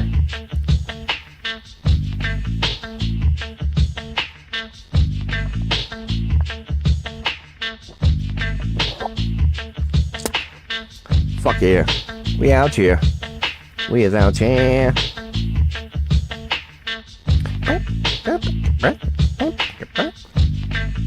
Hell yeah, man. We getting a ready Freddy spaghetti. I might have to put up the old really. I don't know. It's only going to be my desktop. Want to look at my desktop? That's the sort of shit you boys got. Downloaded Warcraft Rumble and Diablo Immortal. I was disappointed in both of them, too. They're probably going to both get deleted soon. Fucking Blizzard has dropped the ball. My God. Fucking, I happen to, I'm a former WoW player. And hashtags, tarot, planets, here we go. That's the one we're looking for here. So I went to Blizzard's webpage last night and checked out their latest cinematic. Like for some shit. It's so fucking childish. And I read the comments and people were saying the same thing. Dude, what's happened to WoW, man? What's happened to Blizzard? Ever since that whole sex scandal. That has to be the biggest collection of ridiculous devs in all of gaming right now. And I think it's pretty much agreed upon. It's pretty hard to fuck up World of Warcraft, and I'll be damned if they didn't. It's pretty hard to fuck up Diablo, and I'll be damned if they didn't. It's pretty hard to just... Dude. When I watched that cinematic, I thought I was watching like a Play-Doh commercial on Saturday morning cartoons. And it was the latest cinematic for World of Warcraft. That game is fucking dead, people. It is over. Unless you're like 6 years old and want love and cupcakes. There's no fucking reason to play World of Warcraft right now. Like, I don't know what the fuck they think people want. But anyway, welcome to your boy's stream, man. I'm getting into astrology at the moment. And we're learning here. I'm going to do the same thing I've done the past couple days. Just in the name of learning. I need to cement this shit in my head. So let's go on and bring up the natal chart. Here's how your boy does her. It is April 12th, right? Damn, we're zoomed in here. So let's go on and get a snapshot of the planets right now, basically. What you do is you go to any page. I will find a better one eventually. I don't like the all white one here, but I do like the results. You just find a page that 1042 will give anybody a natal chart reading. And what you can do is just type in, the date and the time. So you're getting a current reading. And then you just get a little snapshotty poo here. And you go down. What I like doing is literally getting a snapshotty poo. As in a screenshot. Thanks for the fucking pop-ups. Man. Dude. I'm the type of guy, and I mean this. If I happen to remember you gave me a pop-up when I'm out shopping, I'll pick the other brand. Like, I hate marketing that much. I will actually choose the other brand based on the fact that I remember you interrupting my YouTube video that one time for the fourth fucking time to remind me about your product. I will. Yeah, your boy is a Robin Hood type guy. Anyway, 04/12/2025 BC, as in birth chart, natal chart, because it's, well, fuck it. I'm going to delete this tonight anyway, but I do want it in my, alright. So there's a snapshot of the planets currently. This is what we got going on at the moment here. So the one question that I'm going to ask Google is, where is Mercury currently? And as we see here in the tab, hopefully you can see here in the tab. Let me make sure I'm on main. Yeah, we're good here. Mercury should be a little green fucker. I think I see her right there. There's old Mercury right there. That's that little... No, that's not Mercury at all. Because another green one is Jupiter. No, that is Mercury. I thought it was Venus. Because it is Venus. But it's got the little crescent moon on top. And I'll say her now. Alright, so that's Mercury. Indeed. So it should be in... what the fuck is that? Aquarius? Oh, God. Pisces? No, that's not. That's Pisces. Yep. Because that's Aries. No, that's Aries. Oh, my God, Rob. I know that's Pisces. See, this is why your boy saves pictures, man. I think I heard a chime. I will check chat here in a second. Your boy is just starting off, if you can't tell. I got to refresh. This is why I do this every day. So I will get good at that. So if that is indeed Pisces, before I check chat, let me check myself. Let's go back to the image. So that's Pisces. That's Aquarius. That makes sense because that becomes before it. So then, yeah, Aries. I always forget Taurus. Fucking my bad, Taurus. That's what screws me up. Yes, Aries, Taurus, Gemini, Cancer. So this is Pisces, and that's Aquarius, and that would be Capricorn. That's what I thought. Cool. Did I hear chat? I don't know. We're good. Good way to check chat. Sometimes I think I hear chimes, and I don't. But anyway, so Mercury is definitely in Pisces. Is that what I have on my shit here? It better be. It better be. Okay. So it's okay. So we still got Mercury in Pisces until 4/16. So that's going to mean at the moment, you know, it's kind of going into Taurus. Or it is going into Taurus. So currently Mercury ought to be giving a little bit of a steroid shot to intellect and communication. Like it's going away, but recently, if it feels like we've all been a little enthusiastic or had a little more drive or a little more willingness to, number one, communicate. And number two, if you felt a little more curious for the last month, that could be Mercury in Pisces. Not really. I'm thinking Gemini. So cancel all that shit that your boy just said. Pisces are the emotional antennas. So they say. As I'm beginning to learn. And, you know, it's ruled by water, so that's emotion right there. Neptune, the planet of mysticism, that makes them all in-depth and mysterious and broad-minded. The two fish, which scream yin-yang, duality. They're mutable, so they're versatile. Keyword, intuition. They are a watery sign concerned with subtle emotions and secret mystical depths. So when Mercury enters a sign like that, all emotional and intuitive and, yeah, then, oh God, if you felt extra emotional for basically the last month, let's see. Now we'll do it this way.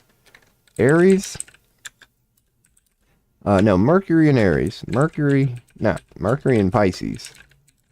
Zodiac meaning. And we'll go on and get Chat GPT and DeepSeek cocked and loaded because your boy needs constant confirmation and reformation on myself. Let's just go with sign in with Google. And we can close this one out.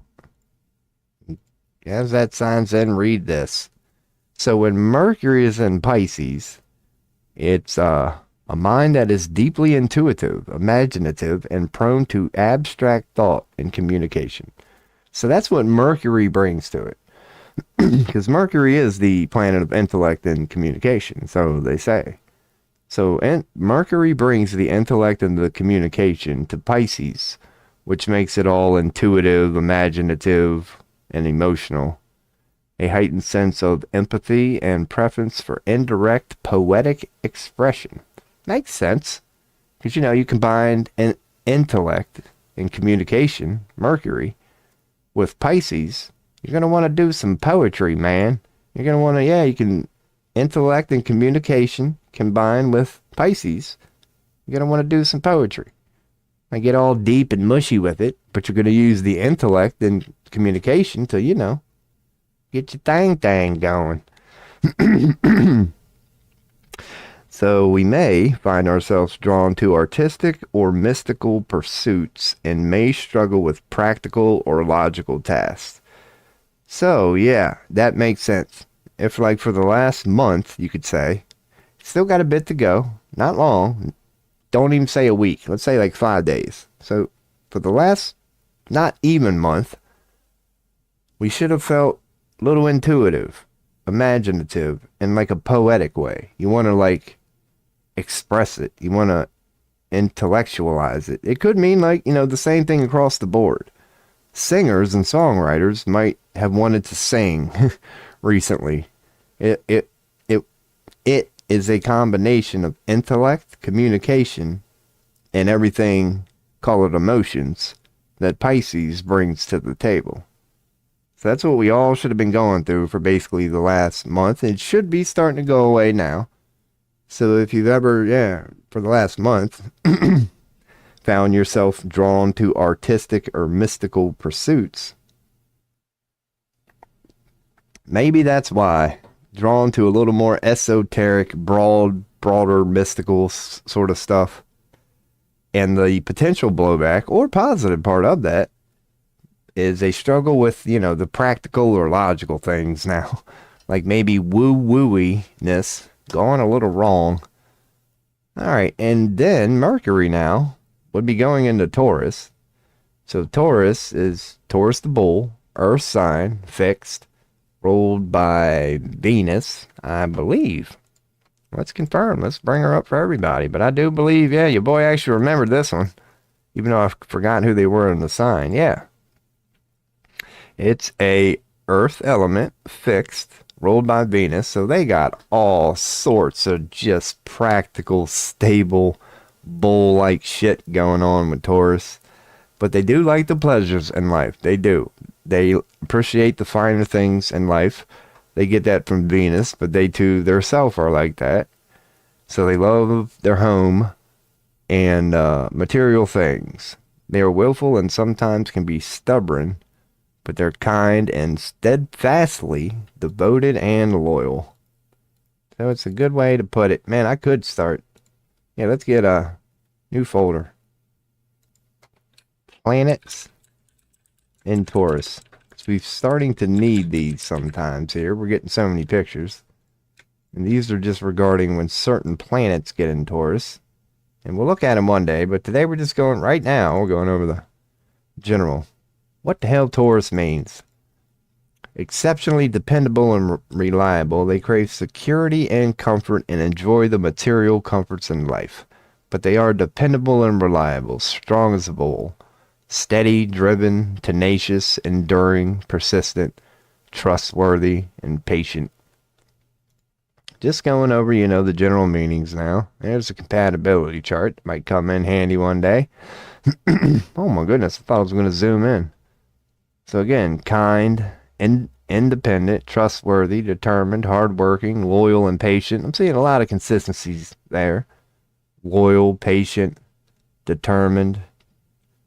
Independent is kind of useful. Like, there's independence in, like, all of them. That's why sometimes when they throw that in there, I'm like, yeah, whatever. But the consistent ones are just the steady, driven, tenacious, enduring, and also trustworthy and patient. Good friends, loyal, just steady and patient. It's good to have a Taurus in your life. It really is. Like, everybody needs a Taurus in their life. Dependable and loyal. If you ain't got one, that sucks. You just need a rock solid, steady, grounded, dependable, and loyal son of a bitch who don't fall off the wagon every other day like your boy tends to do. So, when Mercury gets into Taurus, this is what we're going to experience, shortly, about 5 days. It's already starting to set in, because Zodiac ain't no light switch, as we all know. It's not like you're 100% Pisces right now, and then the moment you cross this line, you just immediately go 0 Pisces, 100% Taurus. No, that ain't how it works. As you know, it's like it's a fading process. So we're getting, the Taurus hints are starting, you can get a whiff of them at the moment, you could say. And it's going to cross the 50-50 mark at this line. At this point, it's now going to go predominantly Taurus instead of predominantly Pisces. So, or, yeah. Oh. That ain't Taurus. It ain't going into Taurus, dumbass. I'm glad I caught myself there. So take everything I just said back. That is Aries. If it's leaving Pisces, it's going into Aries. So we're going to want to address, so we just learned about Taurus for no reason. It's going to go into Aries. So the Aries energies are the ones that are slightly picking up right now. As the Pisces ones are all but gone. Well, not all but gone. Yeah, they're not all but gone. I need to remember that too. That just means their dominance is going away. As in they've got the bigger piece of the pie right now between it and Aries and Mercury. Okay, word to your mother. So yeah, that should still be pretty present then. And its peak should have been about 2 weeks ago. The Mercury effect on Pisces. Intellect, communication, and emotions. And then here in about 5 days, we're going to have a split between what that means and what it going into Aries means. So now let's look at Aries. Because Mercury will be going into Aries. Now, the sign that it's really going to is the Fire, Cardinal, Mars one. So they're rolled by fire. That's why they're all passionate. You got Cardinal, the beginning things. That's where a lot of their assertiveness and just boldness comes from. You could say that they're willing to start things, start shit. They are. Especially being ruled by Mars. So they are energetic, forceful, and outgoing. You're combining fire with Mars. Energetic, forceful, and outgoing. Like the energy of the first rush of springtime, the Cardinal. They move into the world in a headstrong, pioneering way and prefer starting to finishing. Damn good way to put it. They prefer starting to finishing. They tend to rush into things and may also be impatient. It's fire and Mars, man. But yeah, so they're passionate.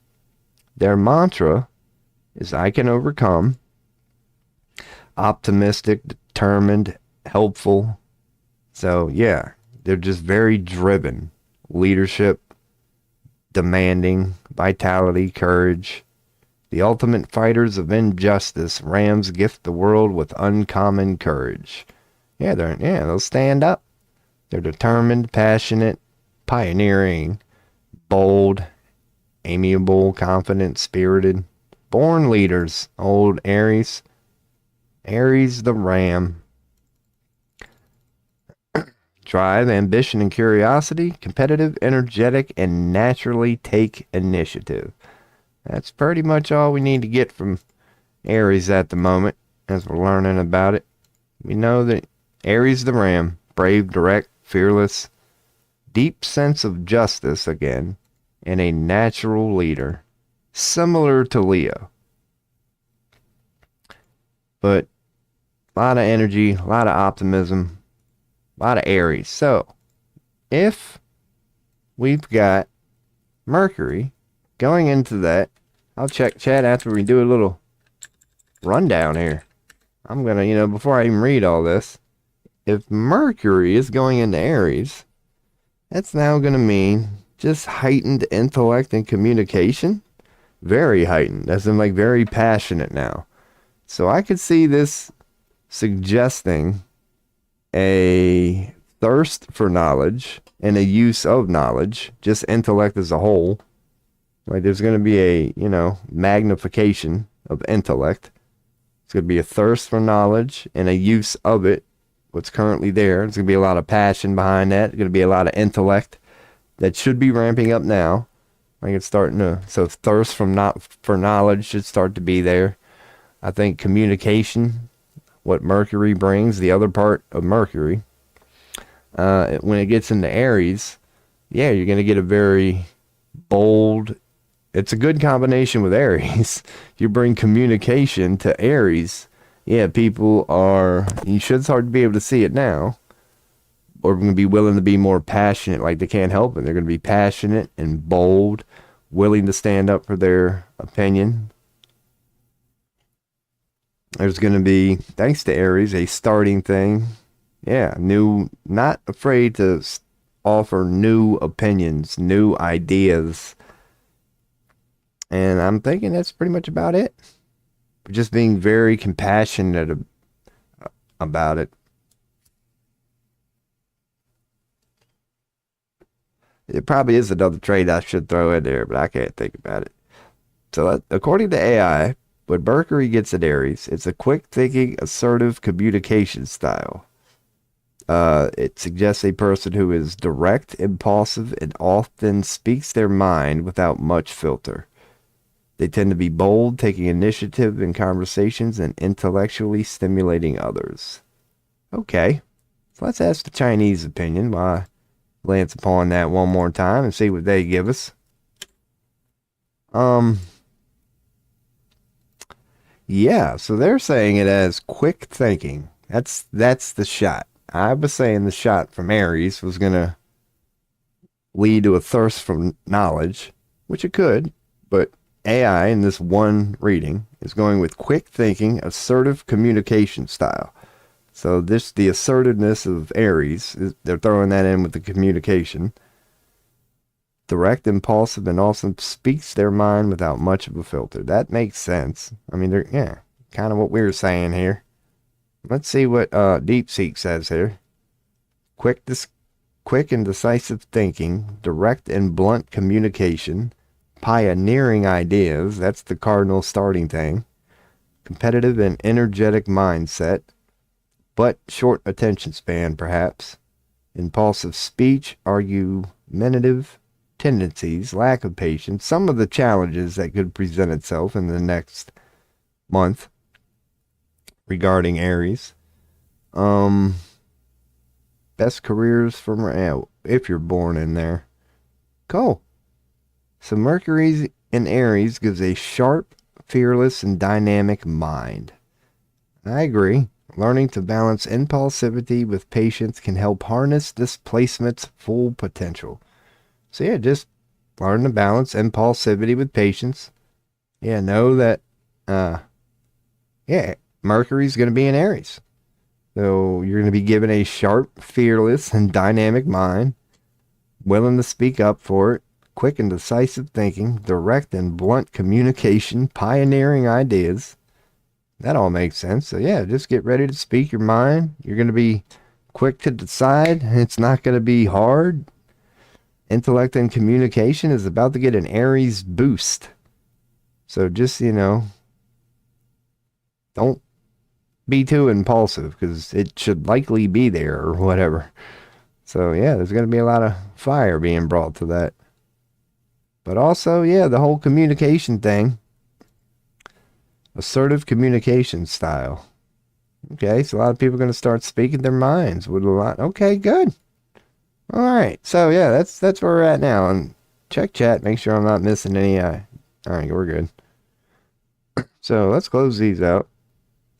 That's where Mercury is right now in Aries. Or it will be there. It's currently in Pisces, but it's only going to be there for 5 more days. So these Aries energies are starting to take effect. So yeah, man. And then in a couple weeks, it's going to peak. So in about 2 weeks, about the end of the month, yeah, there should be a lot of people with just bold, assertive opinions. Not saying they're all going to be bad, yeah. And because the communication is going to be in there. So cool, man. Cool. Get ready for a lot of bold, assertive opinions when Mercury gets to Aries. And then everything else that comes with that. Because the Pisces thing is going to be less and less. So that whole Aries or Mercury shot of intellect and communication, which has been good. Mercury plays good with Pisces. That's going away. Yeah, it's getting into Aries now. At least after Aries, it'll be going into Taurus. So we can thank the zodiac for that and having good conscious design. That right after the Aries effect of things just getting bold and fiery, and the bold of all bold, you could say, Aries. They even do it a little better than Leo, who does it in their own way. But they don't do it from the pure raw fire ruled by Mars way that Aries does it. So after we go through a month of that, just bold, unfiltered, wow, what the fuck sort of shit, Taurus is going to follow that. So that's going to come like the grounded reasoning. Let's make sense of all this shit now that people done flipped out and spoke their mind. How are we going to make sense of that? I could see that's how the next 2 months would turn out, with Mercury doing its thing.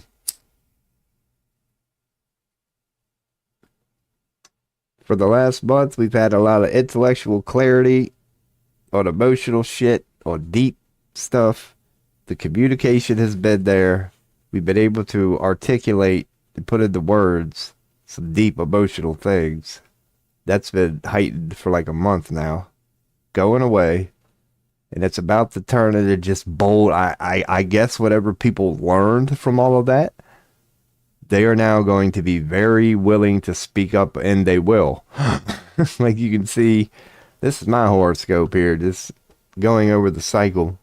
Mercury's been in Pisces for a month now. So we're now, it's intellect and communication combined with the deep, intuitive, emotional antenna that is Pisces.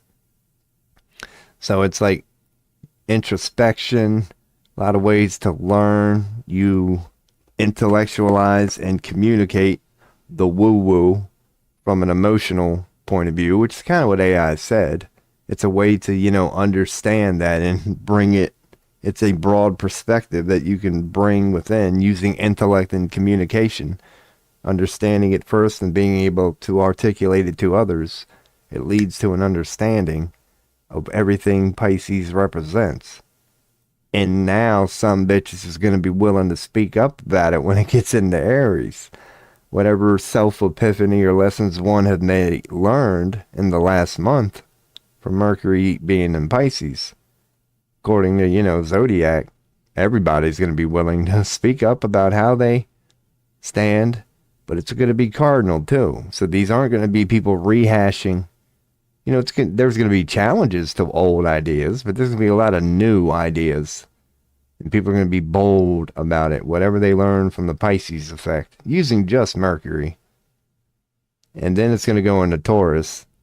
And then hopefully, that'll calm things down from a nice... Then we'll be intellectually sound and grounded. And when we communicate now, speak about it, it's not going to be from an Aries, fiery, bold way. It's going to be from the Taurus, sort of grounded. Hey, guys, let's talk about this. This ain't a shouting contest. Sort of shit. All right, so that's our daily touch-up on Mercury. Where it is now. I guess this, reading is about half hour old at this moment. But the ascendant was in Cancer with Gemini, the twins, coming in. So we're getting closer and closer to Gemini. We're probably damn near right on the Cancer and Gemini line right now, where it's half Cancer and half Gemini going on is the general vibe right now. So yeah, man. So yeah, ought to feel a little homey and a little Gemini, a little intellectual and broad picture at the moment. Fuck yeah, man. Then the sun was in Aries. So yeah, people ought to be feeling a little passionate or whatever. And it would be going that way rather quickly. So it'll be going into Taurus. So people might start getting a homey feeling around lunchtime. So who knows, man. We're going on with this random astrology. Trying to learn how to do these things in depth one day where we can just whip them right off the tongue. But as you could tell, it takes about half hour. Just, a couple mistakes here and there before your boy even just gets through Mercury. But we do have Venus next, man. We got Venus. Venus. Why'd we call her the penis? I guess that is kind of a way of mocking Venus. I bet it wouldn't be called a penis if it wasn't for Venus. I guarantee you there's some truth to that, man. All right, so we all know what Venus looks like. She is the feminine symbol, basically. And for some reason, this webpage made her blue. Makes sense. When I think of Venus, I think blue. So, yeah, Pisces is pretty damn active right now, as you can see. There's not many answers today. It's in the old Pisces. So, Venus is in Pisces, doing what Venus does. So, we've already been over Pisces. They're the emotional antennas, all intuitive and just empathic, and they like make sure everybody feels good, including themselves. Sometimes they beat themselves up because they are so damn emotional, and they tend to have a little escapist patterns. Like, we're just little fucking emotional flowery buttercups and Pisces, some bitches. And what they do well. I thought Cancer was the emotional rulers of the zodiac, and then I ran across fucking Pisces, and I was like, no, when it comes to the Pisces, yeah, they're pretty damn emotional. So let's bring up Venus, not Venus Williams, the planet. Love and beauty, the Roman goddess of love. So its rotation is going to be a little over a month. Mercury's is a little under a month. Venus is a little over a month. The planet of love, beauty, and harmony. Old Venus. Loving self. We all know what Venus means here. Did I have two of them? I did. Let me get rid of one of them. What the fuck? I knew I clicked that shit twice. JPG, PNG. Let's keep the PNG. Bam, get rid of the JPEG. There we go. No need two of them. So Venus is the planet of attraction, love, relationship, art, beauty, and harmony. It is. It's the divine feminine. She's so gangsta she rules two signs, Taurus and Libra. And they start with Taurus and then go to Libra, but they give you the Libra sign first and then Taurus. So, yeah. So when Venus, which is currently in Pisces, and she will be there until the end of June. Okay, no. She will be there until the end of April, and then it'll be in Aries until the end of June. So Venus is leaving Pisces, as we can tell, the blue shit right here. Been there she'll spend just over a month there. So she'll get to Aries officially here. No retrograde weeble wobble bullshit. She'll officially get there at the end of the month. So, at the moment, Venus has been bringing that family. Let's bring up that one good one just to have. Because I like it. Not that one either. Probably that one. Attraction, love, relationship, art, beauty, and harmony. I'll even zoom in for when I do bring it up. Bam. That's what Venus, quote unquote, represents right out of the box. So, when she is in Pisces, that's a very good thing. Because Pisces has a lot of activity. So, regardless, it's been very emotional. And will continue to be for, at least a few more weeks. Because Pisces are the emotional realm. So, we got Venus in there, Mercury in there, Saturn in there, and Neptune just leaving. So just having Saturn, Venus, and Mercury in there right now. Yeah, that's a lot of emotional shit going on. And now all these effects are waning.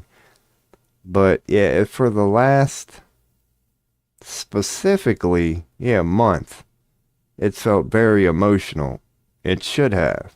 Because it's had 4 planets in Pisces for the last month. Neptune's leaving. Venus and Mercury are leaving. Saturn's going to stick around, but not much longer. And then Pisces will be alone for a little bit. Because even Pluto's going to take forever to fucking get to it. So, but Pisces is very fucking busy at the moment. So if things have felt like emotionally crazy, it's because they've had a Mercury, Venus, thank goodness. Not that Mercury's bad. But it's been Mercury, Venus, Saturn, which brings tests, but also order. and Neptune, which is mysticism. It rules Pisces already. And it plays well with Pisces, but yeah, even while all these planets were in Pisces, it also had its own fucking ruling planet, just steroid shotting everything.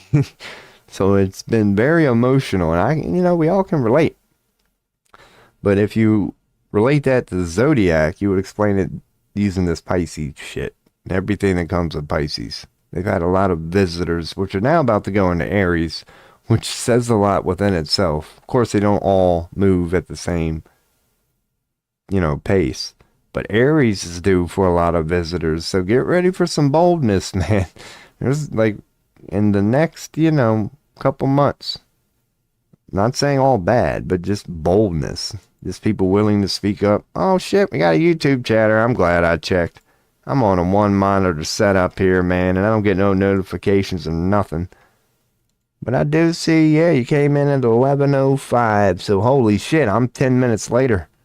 So I highly doubt you'd still be here, but if Tamako Karaoke is here, by all means, I would definitely not mind giving you a reading right now. Holy fuck, I'm moving my event box at this point. I don't know what the fuck I'm moving. But yeah, man, if you are still here, because that's why I put timestamps on it to 11:05. I doubt that dude's still here. How long have I been doing this shit? But I will back out. The chime is supposed to work. You can blame Streamlabs for that one. And you can blame my one monitor setup too. If I had another monitor, ripping ass, I'd be able to see. But yes, sir, I'll keep going on this. But if you have a tarot question, let me know. I'll keep popping back and forth every couple seconds now, because we're just going over Venus currently being in Pisces, and it ain't going to be there much longer. It's going to be leaving at the end of the month, and then we'll go over what the Aries effect of that would be, which would be kind of interesting, man.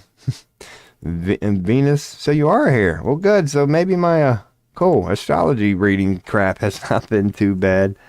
But no, certainly. All you got to do to get a reading is ask. And yeah, if I can actually realize it.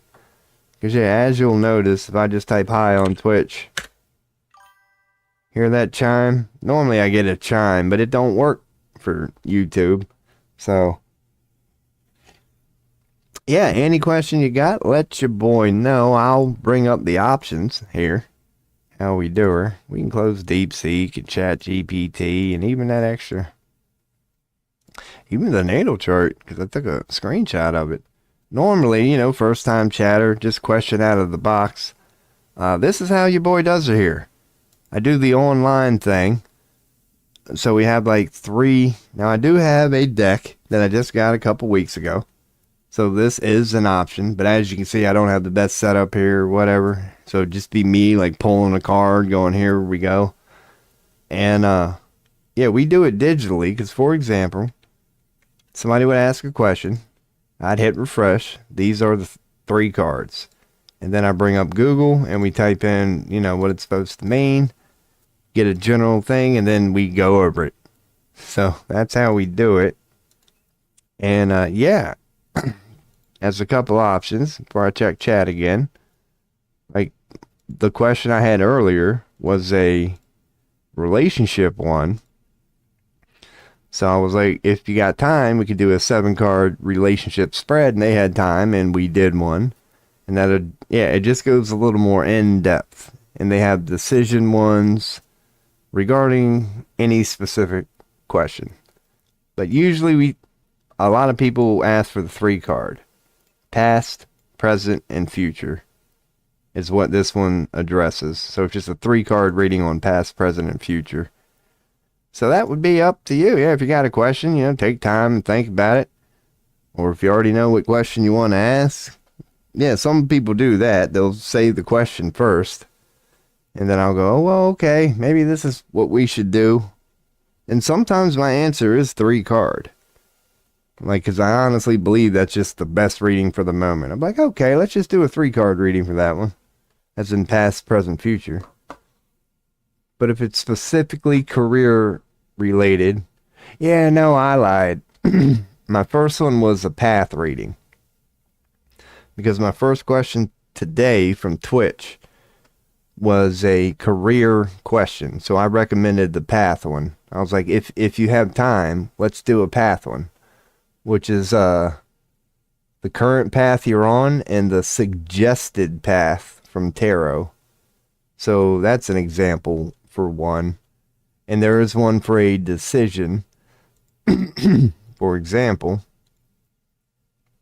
if I bring up the decision one here, it will address if you do it and if you don't do it.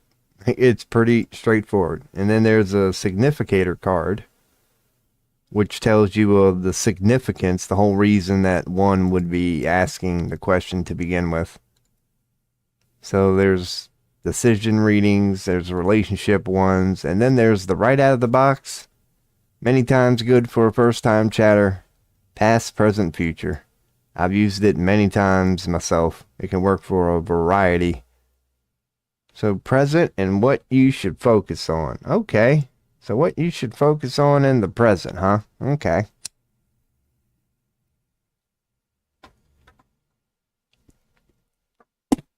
Let me check out. That's tobacco, by the way. I am 420 friendly, but I'll let you know when your boy takes his 420 breaks. Okay, so the current state, huh? Wonder if cross would be. That's more like a decision one? Alright. Nope. I'm going to go with what I said. Let's start with an upright. If that's alright with you. Yeah, if you want me to do. But I'm thinking the first. Yeah. I'm thinking just 3 card then. If you're just asking a general question, I think this would be good to get into like that. Because it'll address your past, and we won't even ask a specific timeline, and we'll just start to connect the dots and see what tarot gives us. So, yeah, that sounds good. We'll go with that. And like I always tell people, now that I have this deck, sometimes the web page, and it rarely happens, it will glitch.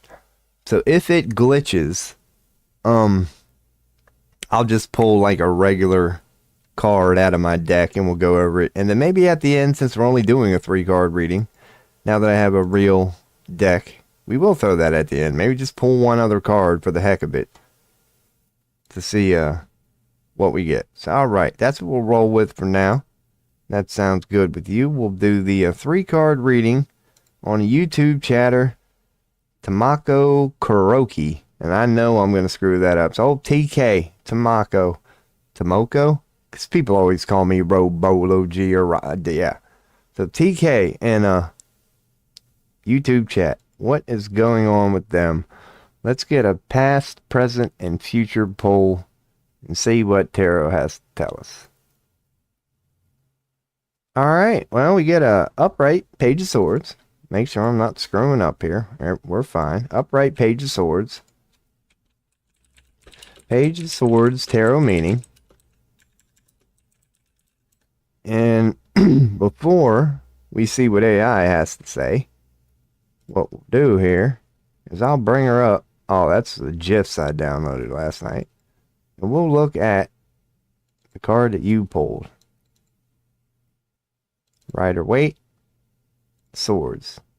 So you got the Page of Swords, and it is indeed upright. So I can close these two. Upright Page of Swords. So as with all pages in any minor suite, you're going to have new beginnings, but the adult version. It's not new beginnings as in you were just born, but it's always going to mean a new beginning of some time, of some type. And you got the Swords, which is the air represented by the element of air. It's the intellectual suite. So this is going to represent a new idea from a adult standpoint. Like, this ain't your first rodeo. You've been around, but it's a new childlike first day idea. So this is suggesting that your past has been a new idea. There's been some new idea that you felt very good about. You were clear on it, very clear on it, and it felt good, and you were willing. It was just clarity on a new idea. a new way of looking at something that you didn't have before. Because upright, it's supposed to be intellectual curiosity, quick thinking, and a desire for new information and experiences. It can suggest a person who is eager to learn and explore new ideas. That's a good, eager, or it could mean, eager to learn and explore new ideas, or it's the birth of a new one. May also be prone to restlessness or being easily distracted. It encourages taking calculated risks, seeking knowledge, and staying adaptable to changing circumstances, according to them. Because you can see some of the words here: clever, gossipy. I don't know where they got a spy from. Vigilance, supervision, and exams. So I'm thinking, because I try to bring it up for everybody, but the only thing that I really agree with these on, other than intellectual curiosity, it could be a desire for new information. It could be curiosity. But more often than not, in my opinion, it represents, then again, Ace of Swords might have been the one to do that. So that's why I bring up the meaning, so everybody, because you know what it means. It might mean intellectual curiosity, like you know how it applies to you. Quick thinking, and a desire for new information and experiences. But I'm thinking that that might represent, a new idea. I'm just going to go with that. What I'm seeing from that is that you had a new idea that maybe you weren't clear and sound on it yet. Then I'll throw in their curiosity thing in there. That maybe it is an idea you only have been curious about, and maybe you haven't come to a clear decision about it. But it's a new idea nonetheless, and maybe it is just something that you have been curious about. But there's new idea in that all the way. So anyway, before I spend too much longer there, I'll address the Magician real quickly and then catch up on chat, because it's upside down. So just to go over the upright, it's a pretty card. Now, this is going to be your present, so of course you're going to be able to speak on this too. But we've already got this once today. It's basically an alchemist. As above, so below. You see all the sweets, meaning that no matter what ingredient you have to work with, you do fine with it. You're the magician. You're in control. You're working with infinite wisdom here. There's nothing you can't do. You are in control. You are the magician. You're adaptable. So while upright, it can represent potential and tapping into one's talent. I don't care about the upside down. I'll cover that here. But they put it as tapping into one's talent. It points to talents, capabilities, and resources at your disposal to succeed. So they're like a talent card. The message is to tap into one's full potential rather than holding back, especially when there is a need to transform something. So it could mean that. It could be an implication to go on and, act and not hold back and go on and transform this thing. But yeah, upright, it basically means your talents in a good way. You are the magician. You are in control. There's nothing you can't do. Call it talents. When it's upside down, it suggests a potential for unforced energy, misdirected skills, or a misuse of power, potentially leading to manipulation or a lack of progress towards goals. Unfocused energy, misdirected skills, lack of progress, manipulation or deception, misuse of power. So I would say, now that we understand what it's supposed to mean, an upside down magician would mean indeed that. It's like, even though you have the talents to do it, you're capable of doing it, for whatever reason, you're now fumbling it. Like you're coming across as like talentless, that you don't know what you're doing. And it's not because you don't know what you're doing. It's just that you're disconnected. What would they say upside down? Misdirected skills, unfocused energy. That's a way to put it. You're unfocused, you're disconnected, your energy's all over the place. You're not as precise as the magician normally is. So I have definite idea 99%. Cole, just making sure that you were still here, wanted to check chat. Hope it's making sense to you. That's why I try to explain it. So you know what the card means, and then, because you're asking a question about you. But from the first two, I'm seeing a new idea that I'm maybe just going with the curious thing on. Some new idea that you were curious about, but it's definitely a new idea. Being the swords, it's 100% up here. It's a new idea that's up here. You're curious about it. And currently, though, it ain't really manifesting real well. Currently, whatever's going on in your life or whatever, emotionally or outward, it's an upside down magician, which, appears as somebody who doesn't know what they're doing, but has the ability to. Like, you're the magician, but for whatever reason, the results really aren't too good, man. They're really not too good. So it's coming across as a bad formula, you could say. It's like a lack of talent or whatever. But having said that, the last card is an upright 10 of cups. So, we can get more and we'll pull one more here from a real deck, because that's kind of what we're throwing in here recently.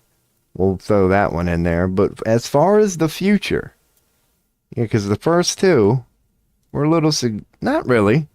Upright Page of Swords is innocent.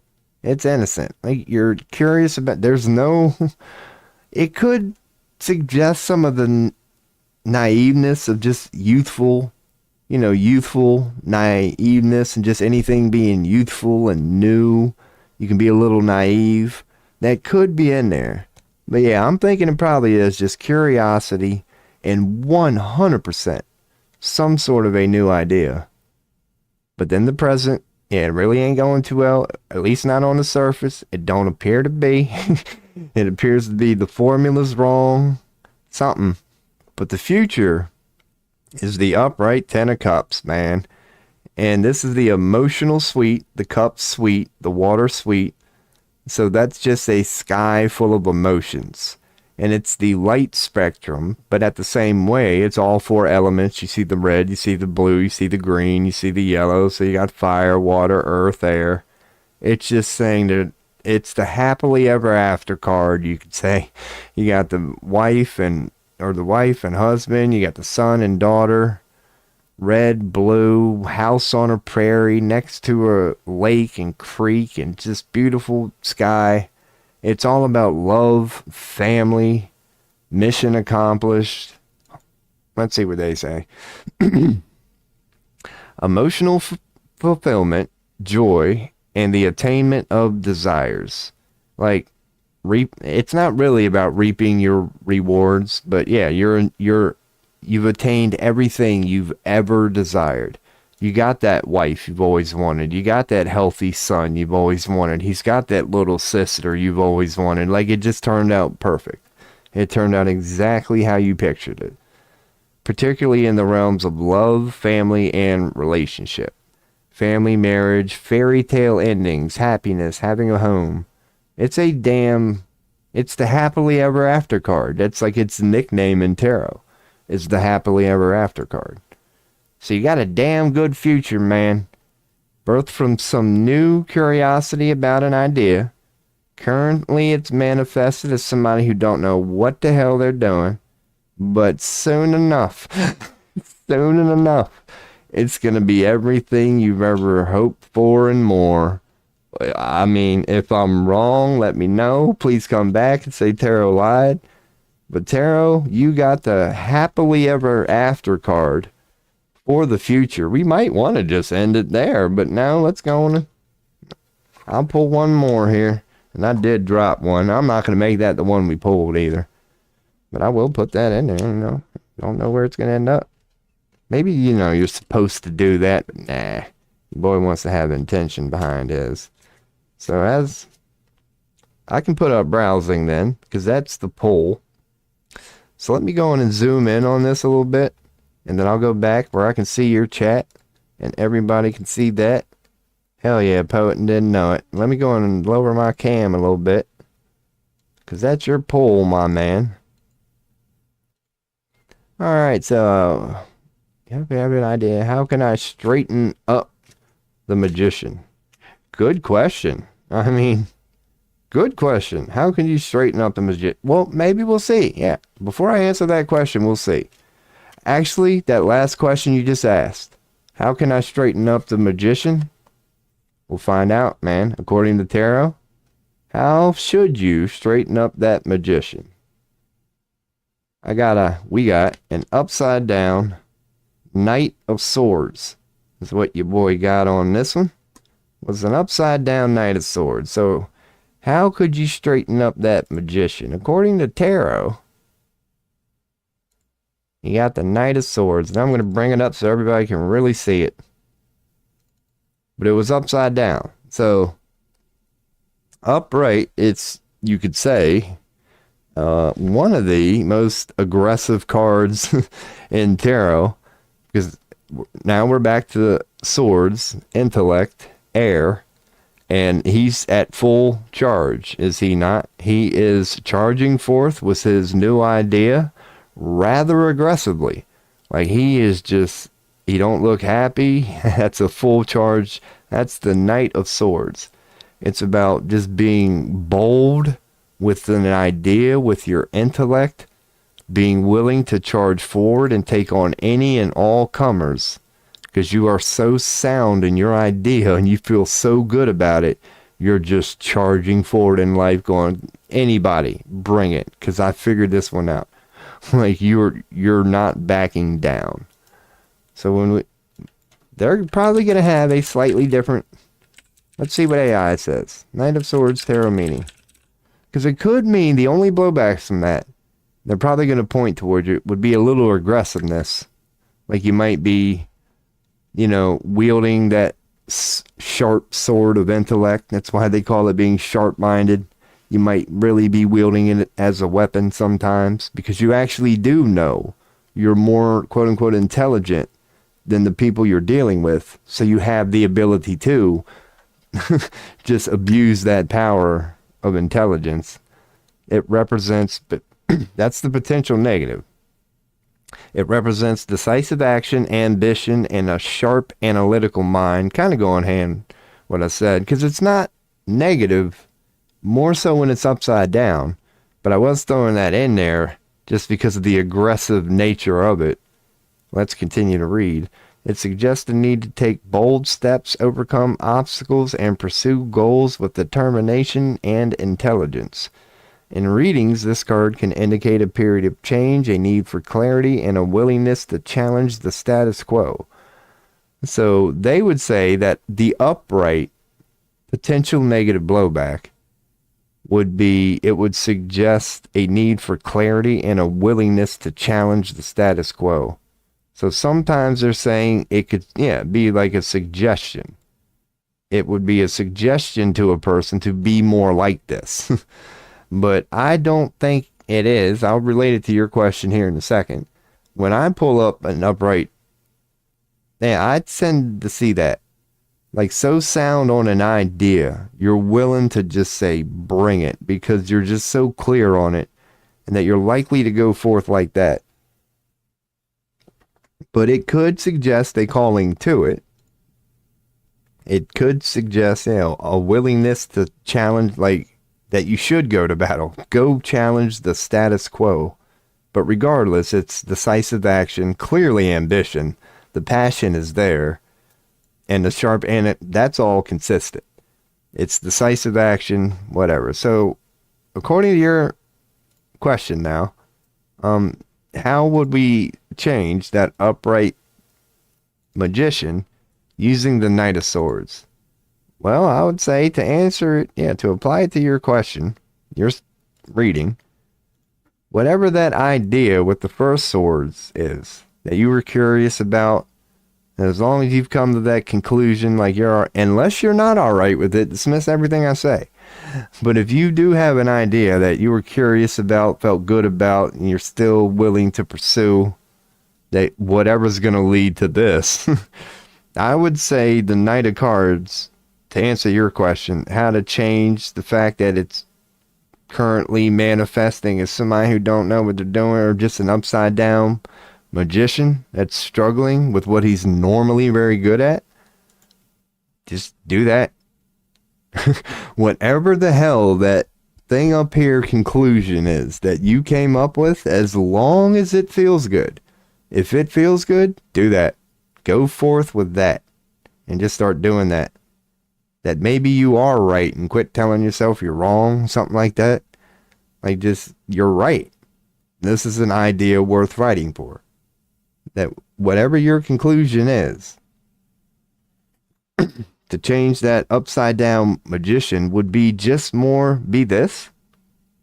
But that's why I go over the explanation too. So you can take from it what you wish. I mean, this is one we actually pulled with my hand. But that's what they're saying it means. Decisive action, ambition, and a sharp analytical mind. A need to take bold steps, overcome obstacles, and pursue goals with determination and intelligence. So, because when it's upside down, now you're talking about impatience. Now it's bad. Now it's pretty much bad. Like, when it's definitely suggesting you ain't doing this right when it's bad. But when it's upright, it ain't really, it's aggressive, yes. But it's not really negative. It's aggressive, but not negative. I mean, you can tell just by the look of it or whatever. The Knight of Swords, you know, that dude's going in, man. Because just to bring, for example, for the hell of it, Wands, Pentacles, Cups. So just for the hell of it, yeah, there's the Knight of Cups, the emotional one. That horse is just trotting along. He's chilling. That knight ain't doing nothing. He's handling that emotion well. And then you go to the Knight of, well, that's ours. Then we go to the Knight of Pentacles. And though he's on a shadowy horse, a black horse, that horse ain't even moving. Like, it's a black horse, but he's just standing there. And he's doing the same thing the dude in the Cups was, man. Here's my pentacle. I'm just sitting on a black horse, man. Ain't nothing but a thing. Then you go to the Knight of Wands, and we get now we get a little on it here. Like, the horse is a little red, he's a little red. You can see a little suggestion going on here.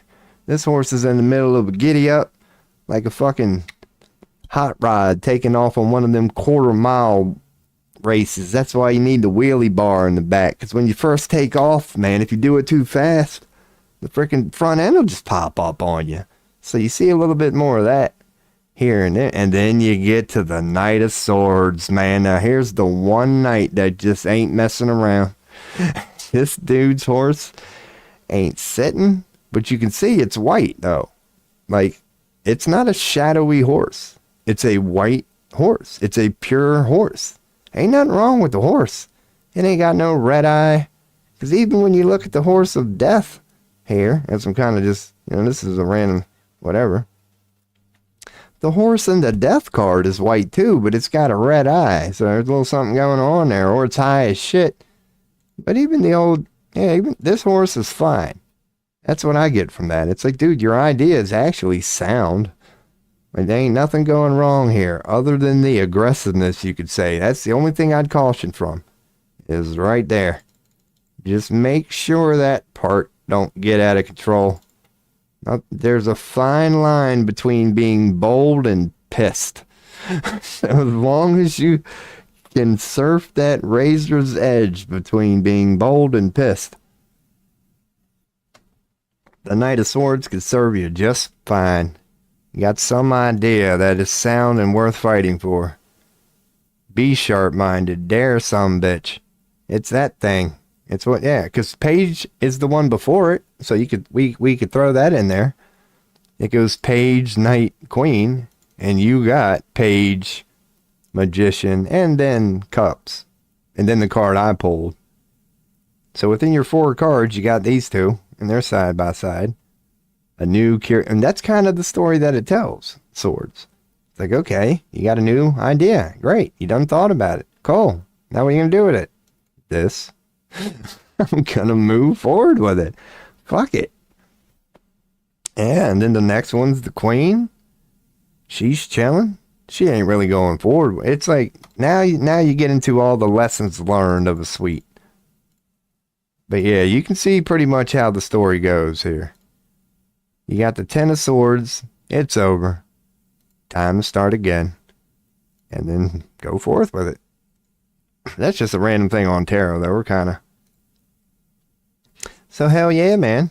So, alrighty. I hope it meant a lot to you. So, you have another question regardless of, regarding something else. We could do that all over again. But that's what I got from tarot. Regarding, where you stand right now. Hopefully it resonates with you. That's why I go over all the meanings. I tell everybody, you know your answer.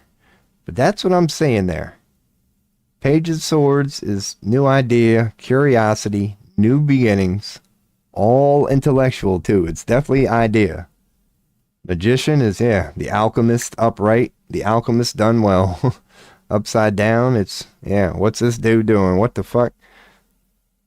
But then you got, the happily ever after card in the future, man. And if tarot don't lie, cheers. Because regardless, you ain't got nothing to worry about. Of course, you can't just throw your hands up, and expect the universe to do it for you. And then to end off, how to, your good question. I'm glad you threw that in there. Because I said I was going to do a dang in-hand poll. Regardless, so I just went on and used it as a chance to address what you said. How would one change an upside down magician? According to tarot, that's how you do it. And when I relate that to your reading, I'm going to say let's go back to that Page of Swords. Whatever that first card in the past was, that idea that you were curious about, that you were thinking about, it was a new idea. And you pondered it for a little bit. It's literally the card right before it. That was you in the past. And how to change that upside down magician? Do this with it. Do this with it. And hopefully tarot's right. But you can pull whatever you want to from it, because that's what the Knight of Swords can mean too. And the other explanation, for example, is it could be, regardless, it's just another way to put it. It's a call to rock the boat, to challenge the status quo. That's the only other way I would interpret that. It could be a call to just rock the boat, challenge the status quo, whether it's what you believe or just challenge some old idea about what everybody, perhaps even including yourself, thinks you know, and just go for it. It's either challenge the status quo or go forth with, what you've already decided, which might have challenging the status quo in there. But I'm thinking, I'm thinking it's related to whatever you got from that Page of Swords, that new idea. I'm thinking that's tarot saying, go forth with that, man. Just Knight of Swords it. Go forth like you're right. Believe, as long as it feels good. Because you're going to know if you're lying to yourself. But if you really do feel like you're right and it's a solid idea and that you're ready to maybe move forward with it, move forward with it. And take no damn prisoners, right? Like you've already done all your thinking. You're solid. Now go. And wield it like a sword and a sharp mind. Because it is suggesting, getting two swords, that you do have a sharp mind. I assume you are known as being a rather intelligent individual who's very analytical. And, that you're known to break out the old pencil and paper from time to time. You're not, you like a good figure it out. And it's saying that you have figured it out. Regarding that Knight of Swords. And the upright, but don't worry about the emotional fulfillment. Fucking right, man. That upright Ten of Cups. Can't pull a better one for the future. I mean, you arguably could, but it's the happily ever after card. Like, you'd have to be like Empress or Star or Sun or something like that to pull a better card than that.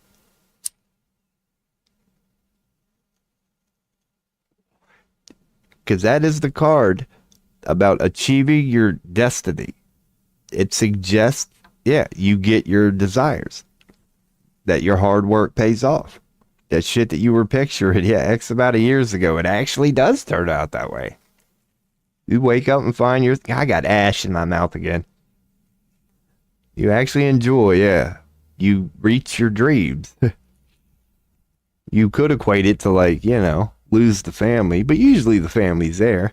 It's like those moments we all see when like a big sports figure finally wins the championship and they just start bawling because they can't believe it actually turned out the way that they pictured it would. When they just immediately go back to, holy shit, I didn't know if I'd ever be here. I actually won the Super Bowl, and it just hits them in the moment. They're like, my dreams have come true. It's crazy. It's everything that person has ever worked for, and it's that moment of realization. Holy fuck, here it is. Like, wow, miracles do happen. I got everything I wanted. Yeah, well, there wasn't a lot of fear in there, but maybe that would explain the upside down magician. Yeah, but at least you're aware of that. And so, yeah, I didn't see a lot of suggestions, towards fear, but like I said, we could get in depth. It was a small reading, or it was a, 4-card reading. But yeah, so I'm afraid of being like that. My mind would convince me that the status quo is perfect. What's it called? It came out during COVID. Mass hysteria, hypnosis, or something like that. And the general theme from that was that the more intelligent, well, not the general theme, but one thing that came out of that was the more intelligent the person is, provable by data, the more likely they are to go with the status quo. You can see it in real life. That many times, almost always, it's young people, it's blue-collar people who are doing the protests, who are, rebelling against the system. It's rarely professors, doctors, lawyers, like very intelligent, quote-unquote, successful people are the least likely to rock the boat. They relate it to a bunch of stuff because they are also the people who are likely to have more to lose.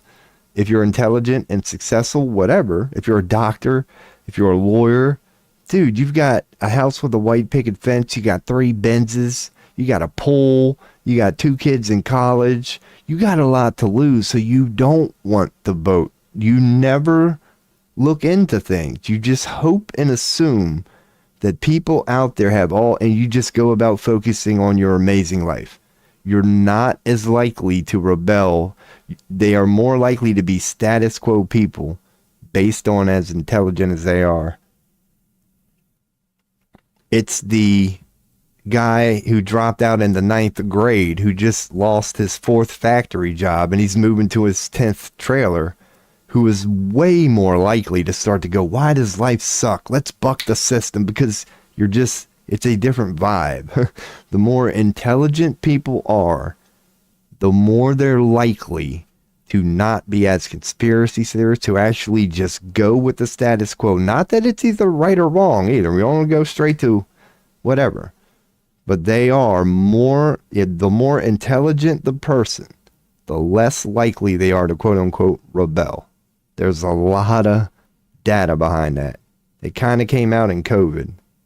When finally a lot of smart doctors started wondering why other smart doctors weren't, or like it just turned into a thing. And that's what came out of that. And mass, yeah, I forget the term for it. But part of the things that came out in that, yeah, kind of going hand in hand with what you're saying. That smart people, because I got a feeling you are, that if you took an IQ test, it'd be way the fuck up there. But you recognize that, yeah, like you're kind of trapped in the status quo. Like that system that you thought you understood, you almost don't want to rock that boat because, yeah, it might start to change things. But I would say, yeah, you're aware of that, though. Like, the first step to any recovery is admitting you got a problem or whatever. So, like, the fact that, like, you can speak about it the way you do, like I do about my troubles. Like, at least you know where you're tripping yourself up or whatever. You know you're afraid of being led astray, and you know somewhere within it's only a fear. That it's based on some definition, something you're telling yourself that's true ain't. And it's likely born from status quo. It might even be born from parents or whatever. Just something that you adopted, you accepted as true, that in the moment, for the intent, it worked in the moment, but it ain't true no more, is it? But like, you're still telling yourself it is. Like, that's common for a lot of people, but at least you see it. Like, things like that. So Gandalf got a 145. I don't even want to take one. I'd probably embarrass myself because I can't take one off the bat. Like, I know how to do fractions, but I do need to cheat a little bit or whatever. Like, if I got asked right now, what's 5, 6 plus, 14th, 15th, I'd be like, oh, fuck, I know how to do this. Yeah. IQ is impressive. It does work. The guy who has the 200 IQ score, that Langston guy, I forget his name. But when you hear him talk, oh, you got coffee on tap. I should, man. I'm in one of these situations, man. I think I'm stuck with the bottom of the pot today. Fucking hell. But good on you, man. Good on me, too, because I've drank 3 pots in the last 3 days. So this is the first day I've actually still got a pot left over from yesterday. But I'm jealous. What's up, Waka Flocka? Why did I think that was fucking Gandalf? Dude, this shit's fucking with me. Look, I'm high, but look. You can see what I see now. Here you are, Waka Flocka, up here in OBS. You're coming across as green, and I bet your color really is green. But why the hell is you coming across orange here, man? What's going on? So it's Waka Flocka that's got coffee on tap. All right, so cheers to you, Waka Flocka. How you doing, man? You're in Niagara Falls. Oh my God, that's cool as fuck. Niagara Falls I've never been there, but it's one of the most impressive waterfalls on the entire planet. And America don't have a lot of cool. Well, we ain't got water. Yeah, that's awesome. Well, good, man. Wonder what the weather's like, because it ain't bad here in Pennsylvania right now.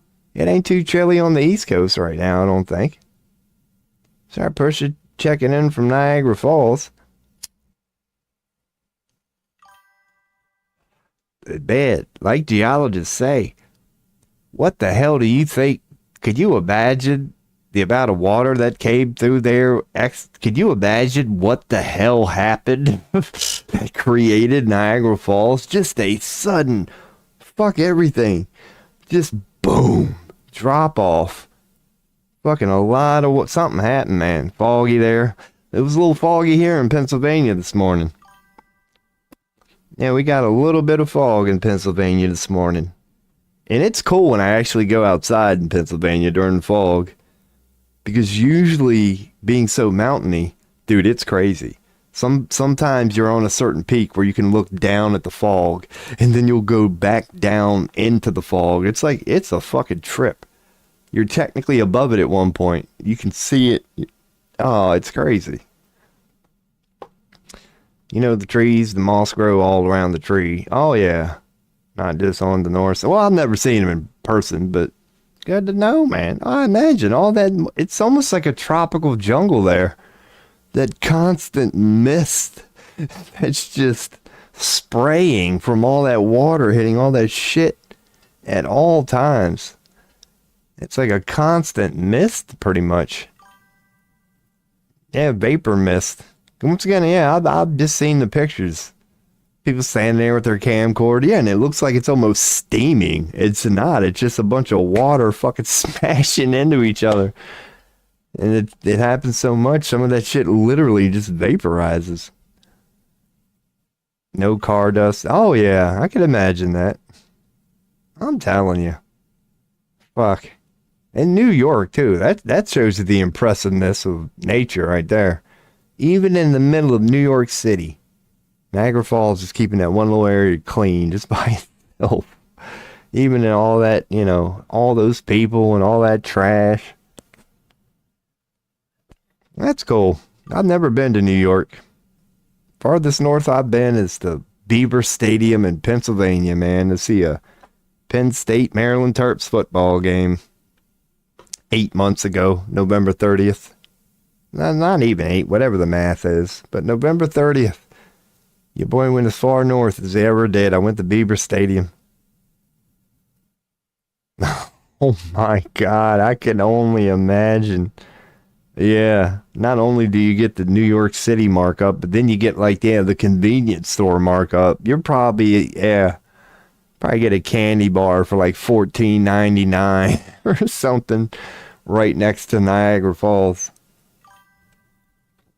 Because, dude, speaking of like sporting events, here in America, when you go to a sporting event these days and get like a regular just, plastic cup beer, or like just a can of beer, like a big can of beer, a proper beer, it's like 20 fucking bucks. It's insane. And you're going to pay it because you're at the game and they know it. Dude, it's fucking crazy. Because they know you're going to pay it. And I do. It's like, yo, let me get a beer and a hot dog. And they'll be like 30 bucks. You'll be like, what the fuck? And you just swipe your card, man, because you're there to do it. You don't even get political at that point. You're just like, who gets this fucking money, man? You just charged me $7.99 for a literal fucking 30-cent hot dog. It's fucking insane. Now, granted, the bun probably cost them, 30 cents for the bun when you factor in what they pay per bun when they order it in bulk. It literally costs them like $1 at the most. And they make fucking $7 off it. Man. Oh, and just wait till Doge and Elon starts doing their thing. Go to a fucking game in about 6 months, man. It'll be up to 25. I smoked a joint in the smoker area at the hotel. That's risky. If you smoke a joint. But I don't know. It's New York, though. I think it's recreational there. Because that's how it is in Maryland.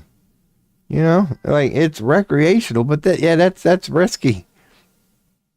Oh, okay. So it's legal in Canada. All right. Up around that. Yeah, that's how Maryland kind of is here. It's still weird for me being in Pennsylvania, especially being 44. It's like you're outside, and I want to tell my friend, I'm like, yo, let's go inside and smoke a bowl. No, they just start fucking loading one up outside. And I'm just like, oh, that's right, we're in Maryland. Boom. Just ripper. Oh, man, Pennsylvania, we'll be stuck in we're still stuck in the 1800s. I'm surprised I've even got internet right now. I mix my cig with weed. Oh, you know me. That's why people smoke blunts, technically. It's a good burn or whatever, but also you get that little bit, especially if you're not a cigarette smoker. Yeah, you get that little bit of nicotine in you. It goes well with weed. Even if you're not a cigarette smoker and you like blunts, you can agree. It's that blunt paper. They get you that little bit of something that you don't normally get. And your boy likes that sort of mixture here. Oh, I smoke way too much tobacco, drink way too much coffee. And I'll top it off with a little weed from time to time, man. Like, I've done pretty good today. I've only took 2 hits. And I'm on 4.5 hours. And by little hits, I mean little hits. I probably smoke 0.2. Like, I take... currently not doing too good, a little on the poor side sort of hits. And you're hungover, that sucks. Vitamin C and water. That's what always worked for me. Maybe it's placebo. But vitamin C and water is what your boy always... Not that I've been hungover that much. Honestly, there's only been about 2 or 3 days in my life where I woke up feeling like shit because of partying. But I vitamin C and watered them every time.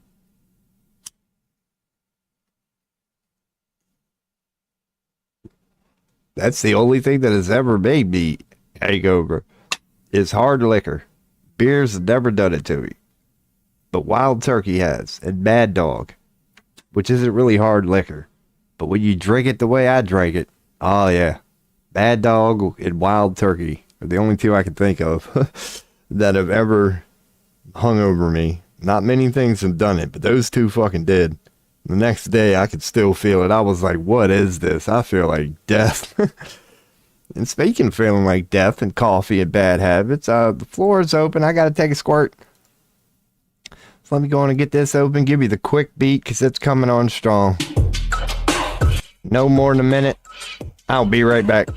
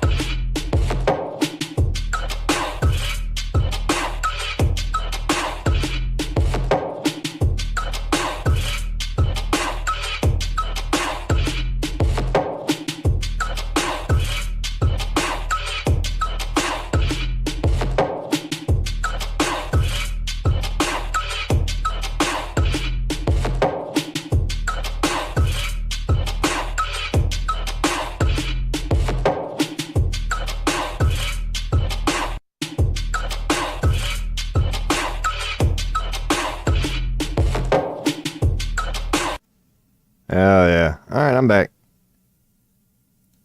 Man, I barely made it. What's up, Robin? What the hell? Why didn't Robin? Yeah, Robin did show up. Dude, I'm just now seeing. Because it messed me up. All right, what's up? So Robin's here too, dude. I gotta admit, I just noticed that.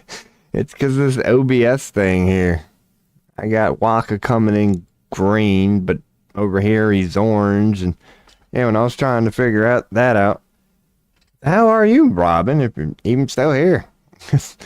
Good day, man. Your boy is just chilling. I've done a couple tarot readings. 2 from YouTube, I believe. Yeah. My 2 questions today have both come from YouTube. And got into a little astrology. I think I had a chatter earlier. Got a couple first-time chatters yesterday. And drinking out of pop bottles. But I like white people are allowed to drink in the lobby. Yeah. Depending on what time it is. 9 p.m. might be a little early, or 9 a.m. might be a little early. So, alrighty. It might be a good time to go there. I don't know how long you're there. But I guarantee you there's going to be maybe some 420 shit going on in about 8 days. I bet Niagara Falls has something. I wonder if they still do. I don't know. There used to be a smoking thing in Washington, D.C. that I went to one year. Even when it was illegal across the board in the United States. During the 4th of July, there was always that fenced-in area where people could go and openly smoke weed, and I went to that one year. 20 years ago at this point, where weed was still illegal across the board, but that day we just sat on that lawn with the other people and we fucking made our point. We're like, we're here and we're high. I was actually tripping that day too, but that's another story. I haven't done a lot of acid in my life, and it wasn't a lot. It was just one of them ones where you take one tab. I actually took acid and hop on the fucking train and then went to DC. And the only effect I got, pretty much me and all my friends, were like you're sitting on the lawn and you're looking out at the grass and it kind of had like a wavy, oceany look. Got a little bit of that. Other than that, we were just there to get high, hung out all day. And oh man, I'll tell you this. Man, like 4th of July, right? Hotter than fuck. One thing we did not consider. Well, this is the first time in my life I learned this. Yeah, when you get on the train after an event like that, of people just standing outside sweating all day long, oh, that train was funkier than hell on the way home. Just some bitches out there sweating all day long. And then you all get back on the train to go back home. And you're higher than fuck. We just remember there was an odor. Or I remember. Fuck, dude. It just smelled like gym socks and armpit in that son of a bitch. Man, the ride there was fine. The ride back, we were all like, that's right. It was 102 today. Holy shit. Done all our Old Spice done fucking worn off by now. Oh, that was a good day, man. That was a good day. Our day is 420. I smoked at fucking 12:20 the other day, and I was like, it's 420 somewhere. But hell yeah, man, the good old days. I remember smoking with actual Jamaicans there. Here, my friends had the same story. Fucking, so we got our white people weed, right? Looks pretty good and all this shit. Dude, this weed that these Jamaicans had didn't look that good. It was like, kind of had a yellowish tint. But when, hey man, Rastafari, like, you just do it. You smoke a little bit of theirs, they smoke a little bit of yours, we got high together, chilled for a half hour, it was cool. Dude, we got so high off whatever the hell them Jamaicans had, man. It didn't, and after they walked away, we all agreed. We all said the same thing. We're like, that weed should not have looked the way that it looked and smoked, like, we couldn't explain how high we were. Them Jamaicans, that shit might have been laced. We got so fucking high. They were the only Jamaicans that came up to us that day. Like, cause you know, I had people just bounce around. We did it a couple times. Fucking just Jamaican as fuck too. Like, that's what I mean. I mean, like, Jamaicans, probably Haitian Jamaicans. Just, I mean, just, my God. Whatever that yellow ass shit they had, our white butts couldn't handle it, man. And granted, we had a little hit of acid in us, man. Your boy was higher than fuck when the Jamaicans walked away. And my friends agreed. I was like, am I the only ones as high as a kite from that yellow shit?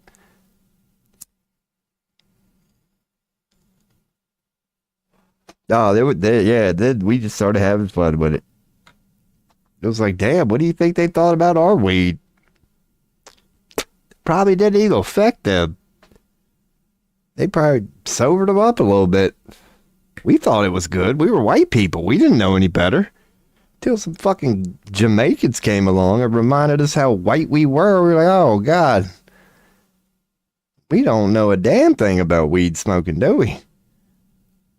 That was a cold day, man. It really was. The only people we saw get in trouble were the dumbasses.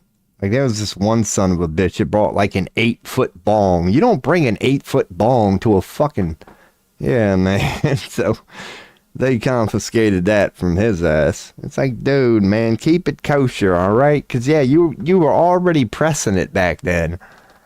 So as long as you weren't acting a fool, and some people did, you got left alone. Some people got caught dealing. Oh, yeah, you'd see some stupid shit. Two dudes walk up, hey, like nobody knows what the fuck's going on. Come on, man. As soon as they walked away, cops were like, you're coming with me, son.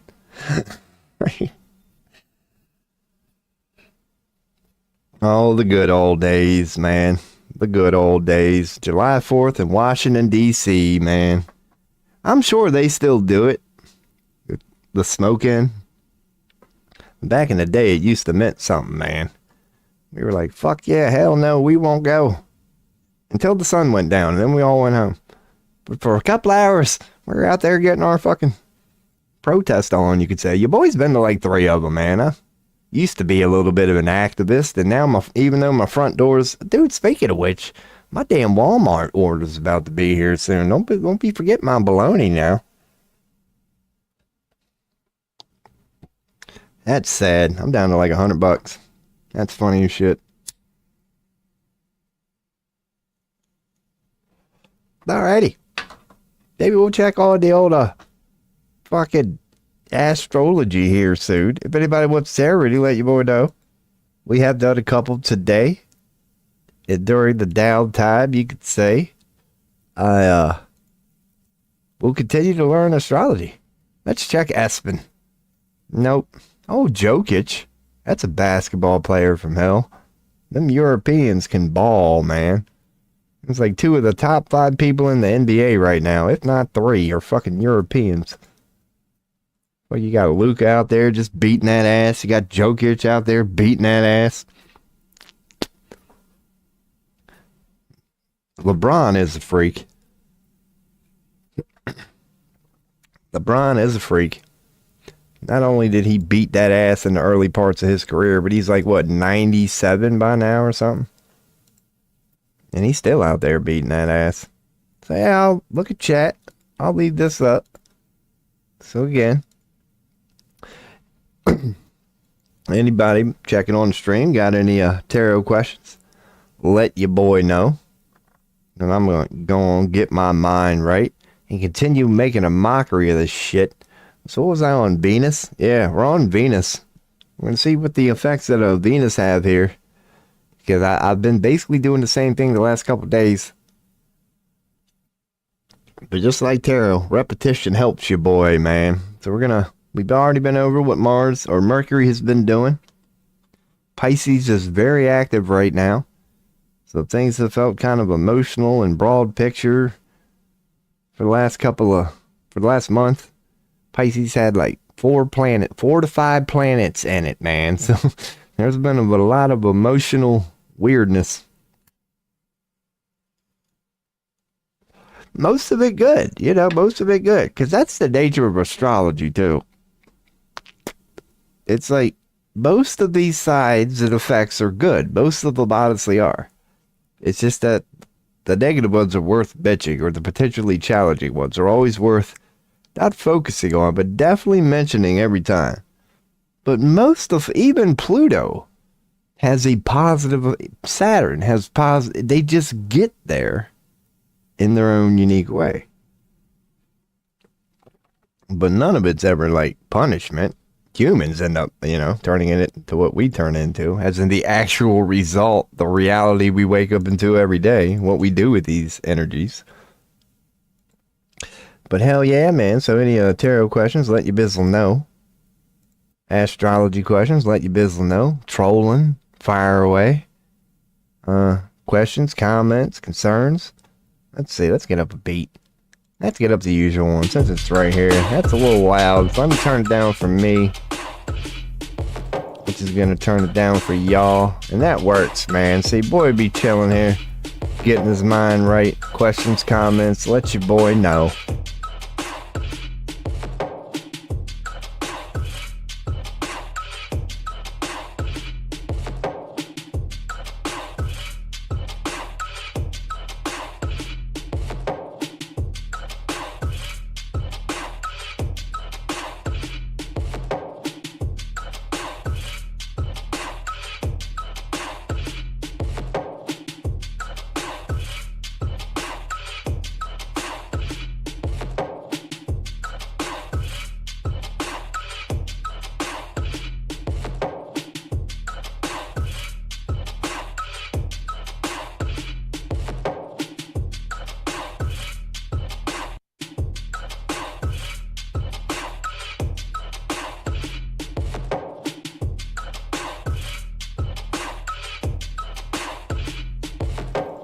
I'm always adjusting my sleeves on this damn shirt.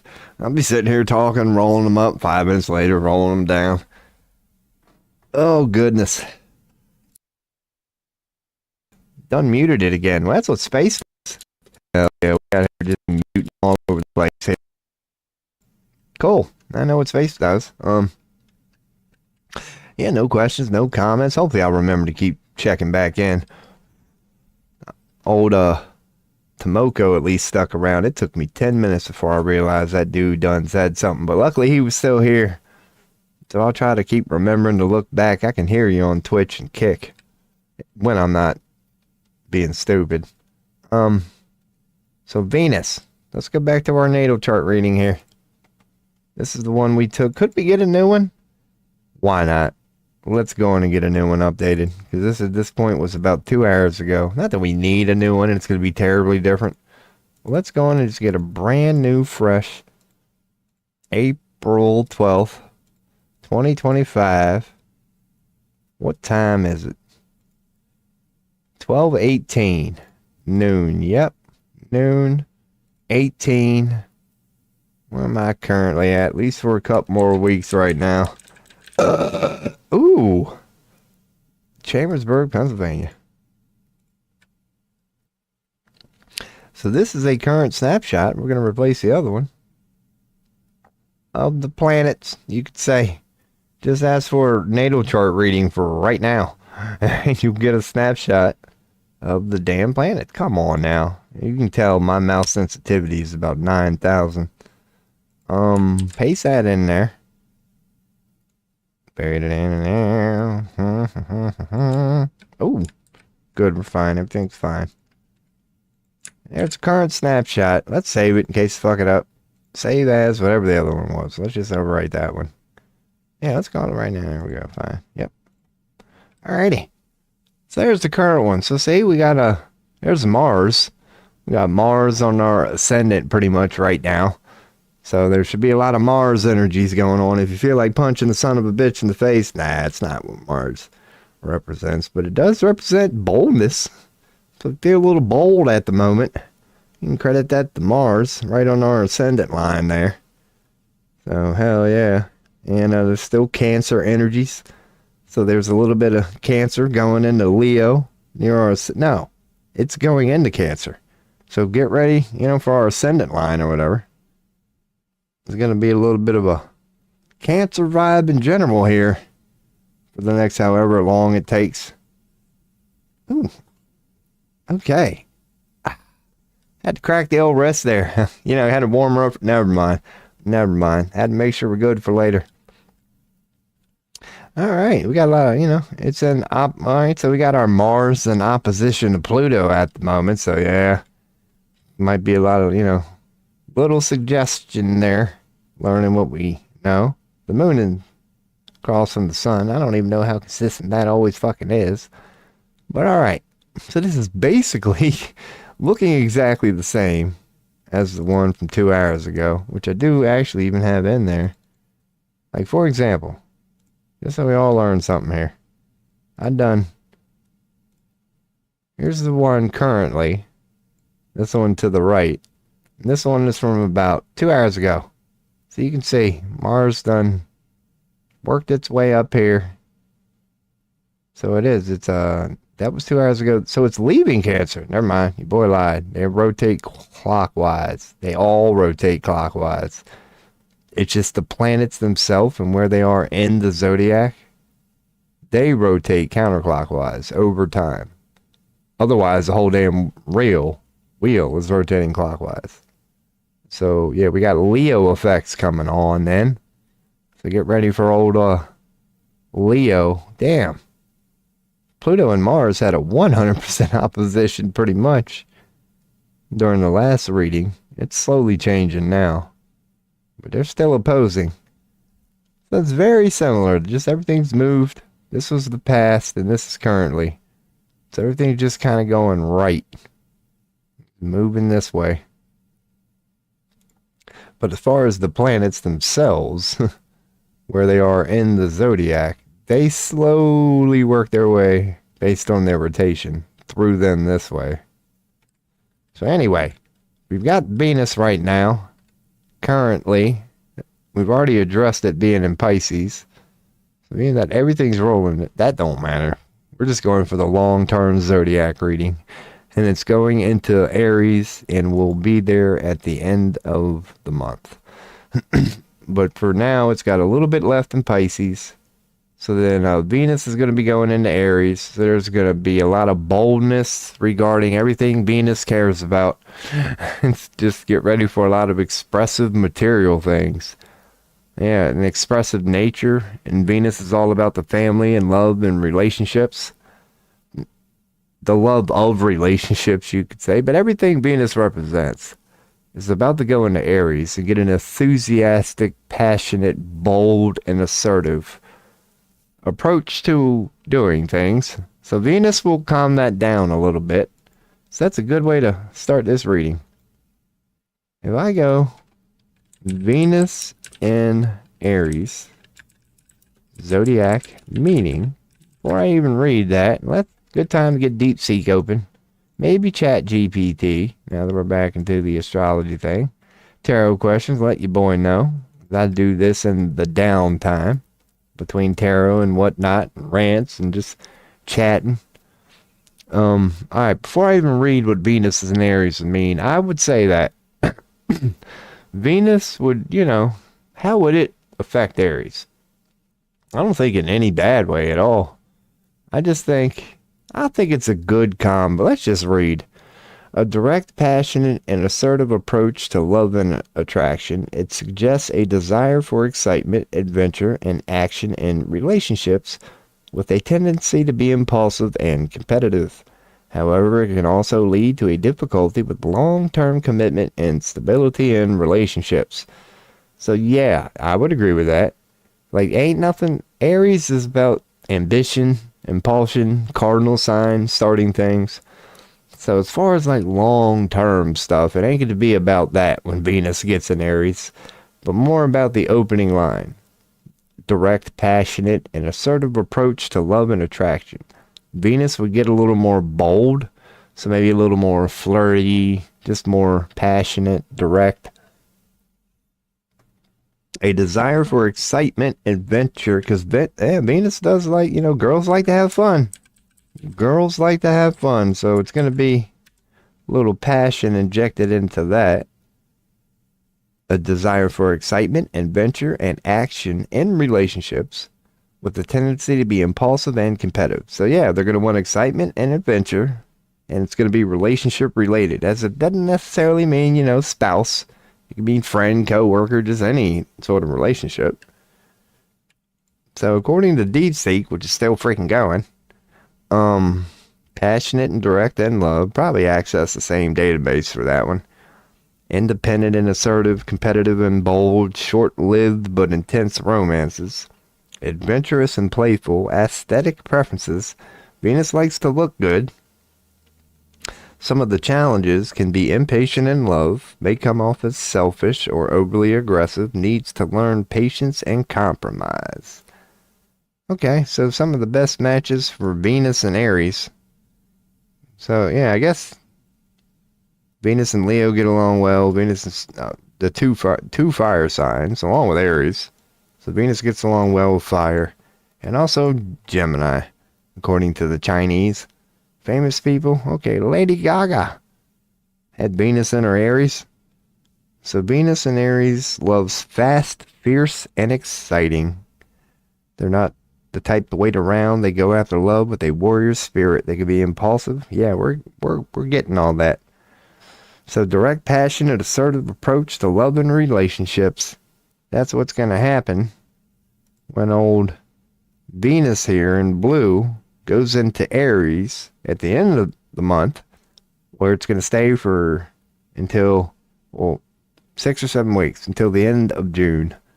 So, hell yeah. But it's leaving Pisces, where it's been doing good things to Pisces. Dude, it's been so emotional recently. We can just leave it at that. And all this is about to go into Aries too. So Aries is about to get a lot of activity too. And it's going to be a lot of shit just ramping up.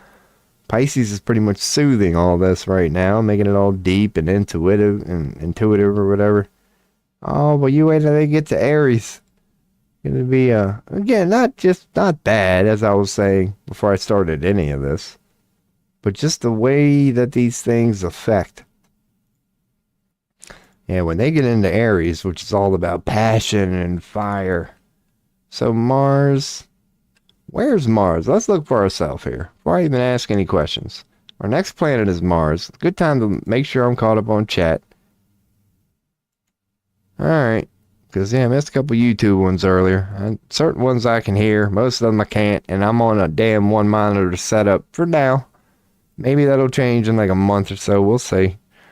So Mars, at the moment, like everything else pretty much, it's probably in Pisces. So Mars is going to be the pink one. Nope, that's right. We got Mars over here. So this better say it's in Cancer. What does my text file say? Yep, it's in Cancer. But as you can see, it's indeed on its way out. It'll be out in the next few days. April 17th. Give or take. Then we go through the retrograde shit. It might bounce for a night or two, whatever. But But then we're going to be headed into Leo. And I don't know how, well, if it's a 6 to 7 week cycle, then yeah, it'll be in Leo for 6 or 7 weeks. So it's been in Cancer, old Mars. And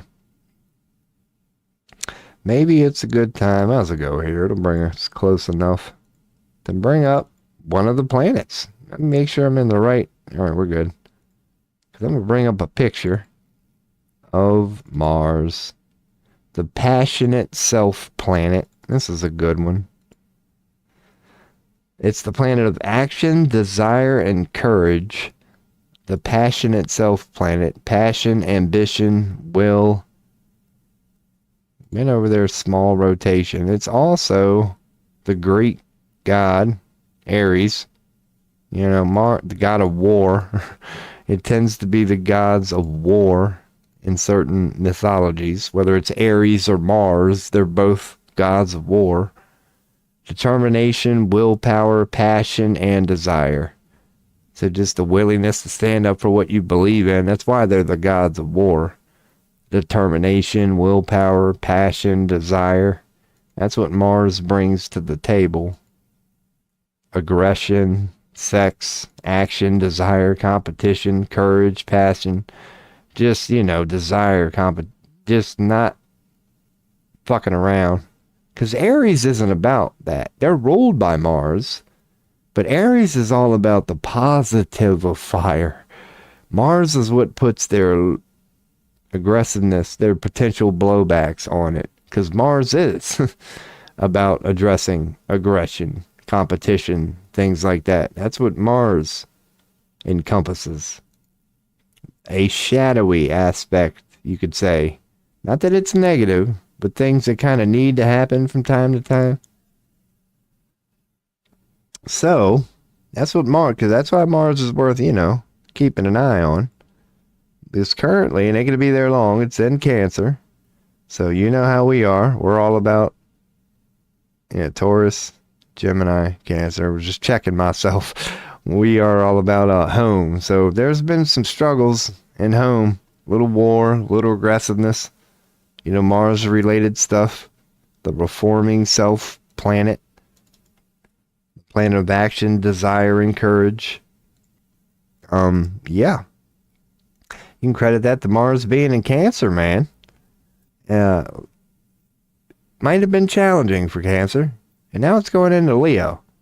Now I'm thinking it's really not, it might get along well with Leo.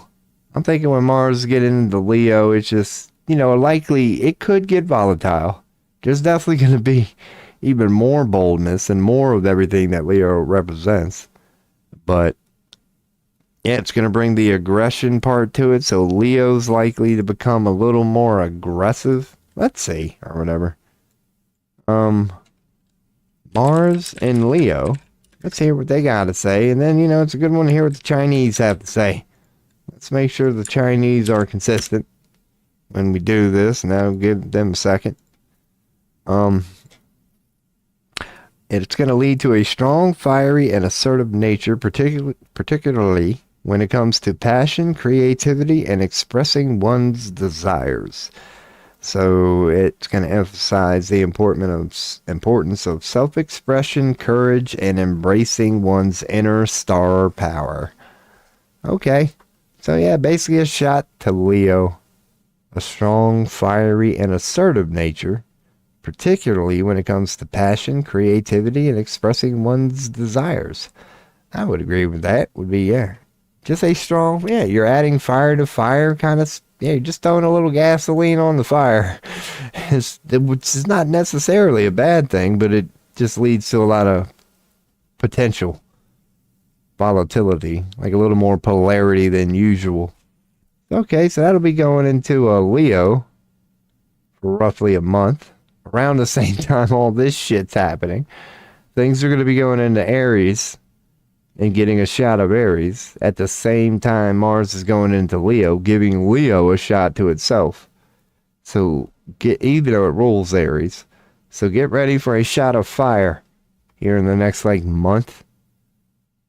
Leo itself is going to get a little steroid boost thanks to Mars And then thanks to all these planets going from Pisces to Aries, which represents what Aries does, yeah, they're all going to get a shot of Aries, you could say. Or, they're all going to combine and maybe soothe Aries a little bit. Neptune's going to make it mystic. Mercury's going to bring intellect and communication. Venus is going to do what Venus does, the old divine feminine. And Saturn will be there to keep everything in order. Make sure everything's fine. But old Leo's in for a visit from Mars. So that's cool. So what do they got to say about it? According to the Chinese, dramatic and charismatic energy. Well, these are the key. Yeah, okay. They're just saying Leos are going to be even a little more dramatic, but more charismatic, confident and courageous. And now they're just saying, yeah, a shot to the good parts of Leo. Playful and passionate. Yeah, man, Leos will be coming in hot. Be more willing to take charge with their whole leadership thing. So you don't want to try to micromanage a Leo coming up here soon. It probably ain't going to go well. Creative and expressive, loyal but proud. So they're just saying a lot of good things here. That's why I like hearing other opinions. They're pretty much saying Mars so far is going to be a good thing in Leo. Now they address the challenges. One can be ego-driven, over-dramatized, or a little bossy. Especially if they feel like their authority is challenged. So the best matches for Mars, and it's kind of the same thing, Aries and Sagittarius, again, the other two fire signs. But now they threw in Libra instead of Gemini. So, okay. Hell yeah, man. Old Madonna was one, and J-Lo. So Mars and Leo will basically be a bold, theatrical, and full of passion thing. Act with confidence, love being admired, and put their whole heart into everything they do. So good. So the Chinese are suggesting, a lot of good things. The glance upon chat. One more again. Make sure I ain't missing nothing again today. We're good. And hell yeah. Cool. But either way, Mars is going into Leo. And we've got old Jupiter here, which is a yearly long cycle. And that is going to be right here. So this is pretty much not changing for a while. Until June, it's going to be in Gemini, doing what it does, which is good. Gemini has intellect and communication. Jupiter's the planet of expansion, wisdom, things like that. So it's doing good things in Gemini, and it will continue to do that until June, when it will transition to Cancer and do even more good things. So the home, and it'll be there for a year. Because we're starting to see the Cancer energy slowly start to play with Jupiter. It just passed the purely Gemini point. So Cancer will start to slowly play with Jupiter as Mars goes away from it. So yeah, the Mars effect on Cancer is what it is. But get ready for a Jupiter effect on the whole family thing. So if your family feels like it's been through a little bit of Mars and aggression and boldness and assertiveness, not bad things, but just assertiveness, boldness, people not being afraid to speak up and defend what they believe in. Get ready, because Jupiter's going to come across and does what Jupiter does, which is ground it and offer an expansive big brother wisdom, old man, sort of grounded, calm the fuck down, let's look at the bigger picture here, everything's all right, sort of thing that Jupiter does, along with a little bit of luck. I hope I didn't ash myself. So yeah. So when Jupiter gets into family, Cancer, around summer, it's going to peak around winter, because it's a little over 6 month cycle, which puts it right at the end of Christmas. So that's a good lineup to have. That right around Christmas time here in the West, Jupiter's going to be pretty much 50% pure Cancer. And that's going to mean it should be the energies are going to be there for a good Christmas. Not material-wise, not like Taurus. It ain't going to be about the value and appreciating the finer things in life. Just the feel of Christmas itself should be pretty strong this year. The planetary energies At least Jupiter, one of the planets. But big brother Jupiter is going to be chilling 50% right in Cancer. So that'll be cool, man. Hell yeah. Making sure and checking chat again. So Jupiter was easy to cover, as are a lot of these now that we're getting out like further and further. Now we're on to Saturn, which is here in Pisces. And even though it's on the cusp, about to go into Aries, it's got a long cycle, 2 to 3 years. So it won't get till Aries fully. It'll do the little dippity dip thing. And because it's got such big orbit, it's going to be a rather big dippity dip. It's going to take a couple months. But once it settles in Aries, it'll be there for 2 or 3 years. So it's currently having an effect on Pisces, you know, keeping everything in order during all this emotional shit. And it's about to do that with Aries. Mercury's going to move way faster. So is Venus. Not so much Neptune, but the blue and the green, Venus and Mercury, are going to move way faster into Aries and leave and continue on. But Saturn and Neptune do not have... Neptune's got a damn decade cycle minimum. So even though it's right, it'll be in Aries for a long... It's going to do the weeble wobble thing. But you could say, yeah, it's basically... And that's where Neptune is. But it's going to be in Aries for a while. And Uranus will be there in a while too. So, but they won't get there because it's retrograding and making peaks. Not quite yet, but at the end of the year, it'll start to weeble wobble back and forth. And that won't be until November. Let's check Venus and Mercury. And they're going to be long out of there by then. All right. So yeah, based on how fast Venus and Mercury move, Neptune and Saturn are basically going to stay here. But Mercury and Venus, pretty much at the same time, Mercury's a little quicker, are going to be in Aries. Okay, good to know, good to know. See, I learn something new every day, every time I do this shit. That's why I keep doing it. And I'm rolling through her now. I'm almost done. I don't even need to check a lot of these references anymore. I'm getting a little better every day. And then, yeah, the only other ones really are Uranus, 7-year cycle. And that son of a bitch is right there, chilling in Aries. But even that little bit it's got to go, being that it's a 7-year cycle. It'll be a while. And then it's going to go into Pisces at the beginning of the year. But right now, Neptune is in Taurus. Yeah, Taurus. No, what the fuck? Why do I have that in Aries? It's in Aries. Where is Neptune at the moment? Let me ask that, because that's Taurus as fuck. I think I probably got that wrong yesterday. Where is Neptune currently in the zodiac? Got a feeling they're going to say Taurus. No, it's in Pisces. So am I fucking reading this wrong?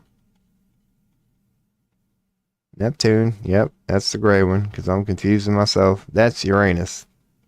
Yep. Okay. All right. We're good. We're fine. Uranus is in Taurus. Exactly. I was just fucking myself up. Cool. So, yep. That's Uranus in Taurus. Oh, making an ass of myself talking about Uranus. The irony is real. And that will be in Taurus until the summer of this year. Okay. So it'll be there for a little bit, doing some transformative things to the grounded sign of Taurus. Because Uranus is a, God, it's not that it's not in all astrology. Some don't even acknowledge Uranus at all because it's so similar to like Pluto. It's about change and originality, being unique, innovation. It rules over Aquarius. It represents individuality and dramatic change, liberation, the reforming self, uniqueness, unpredictable changes, rebellion, reformation. It's unpredictable. It's rebellious. It's about changing, innovation. Technology is in there a lot, but so's the individuality. But again, breakthroughs, revolutionary, innovation, changes, just change, innovation, rebellion, more change. That's what Uranus is about.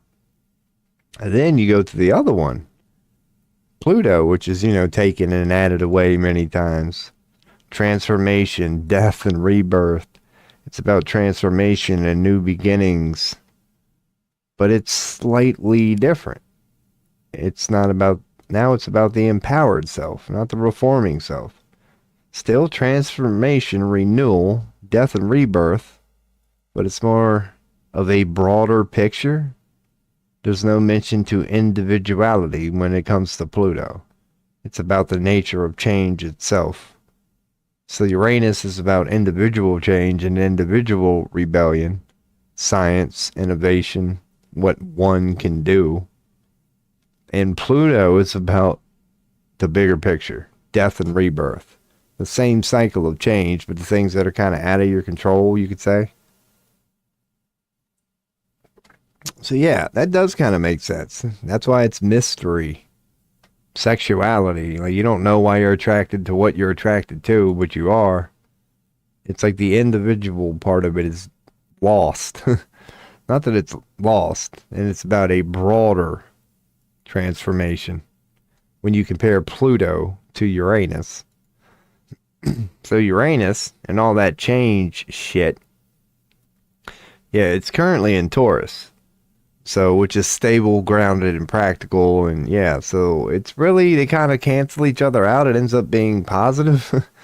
So it's like Taurus, if anything, needs to be changed from time to time. They can be a little too stable, a little too practical, known to be stuck in their ways, a little hard-headed, a little stubborn. Not even a little stubborn. They're known to be stubborn. And yeah, so Uranus could change that because it's not Pluto. It's not grand scale change and reformation. It's more individual, but it's still change nonetheless.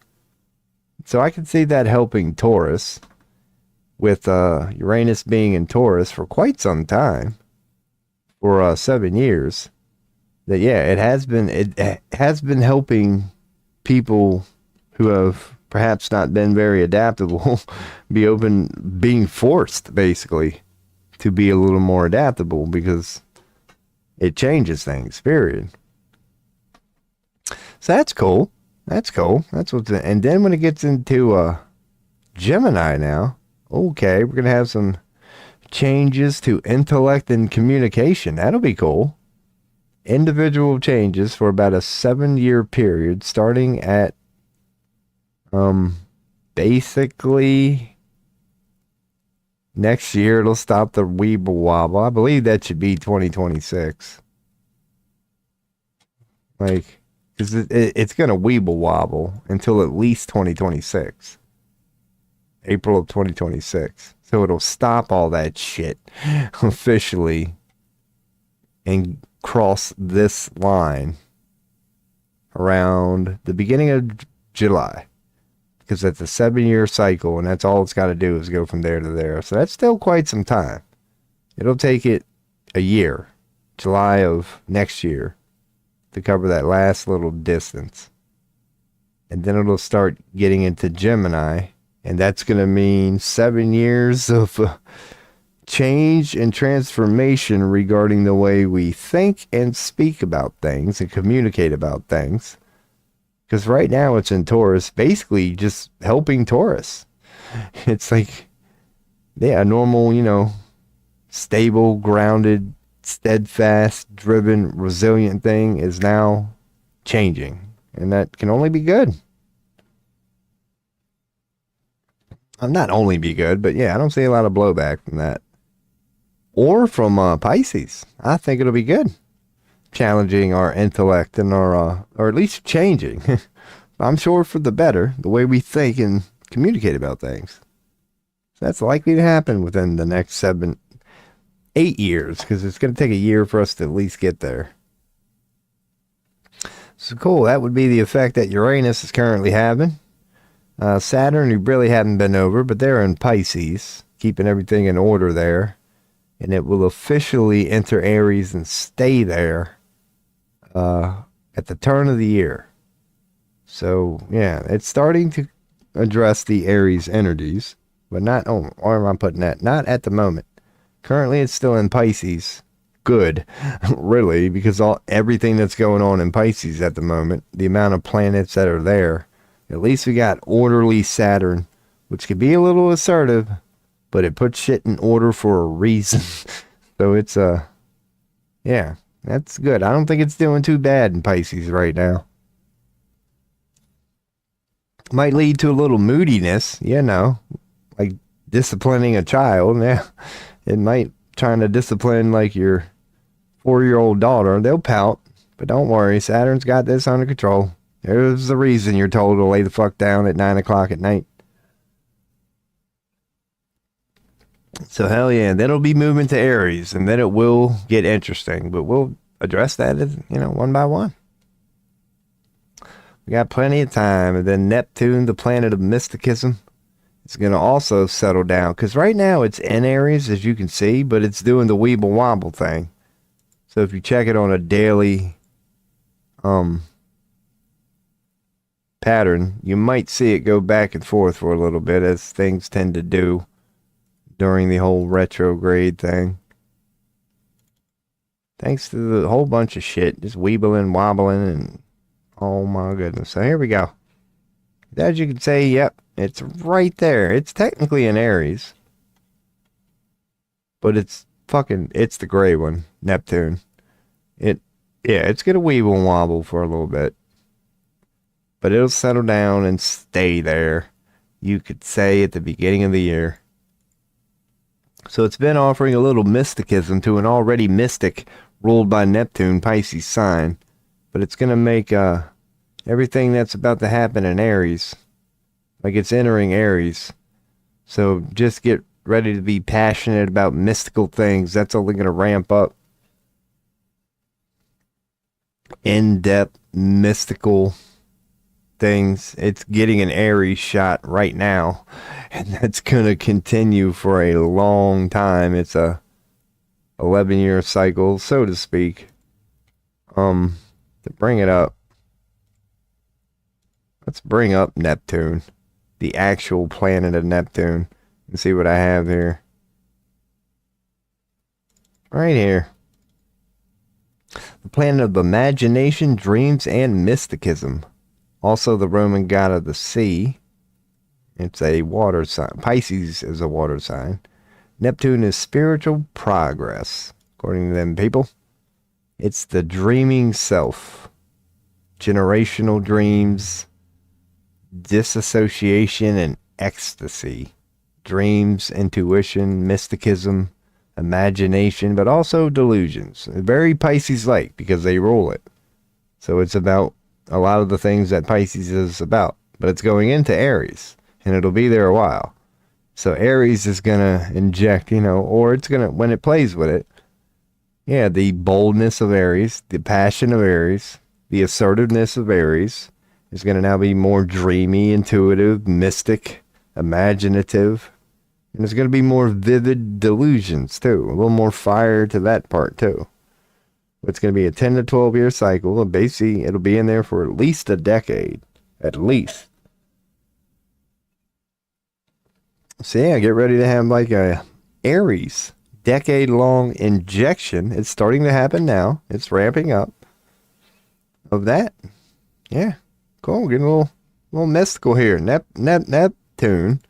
It's going to be in Aries. You're going to be chilling there a while, man. So fucking yeah, we're getting there pretty much. It's just Pluto at this point, which has a long cycle. It's in Aquarius. But, yeah, and it'll be there until 2024. So Pluto and Aquarius, it's all about that. That's where the rebellion thing comes from. Because Pluto's effect on Aquarius, the social justice, humanitarian warriors, and everything that Aquarius represents.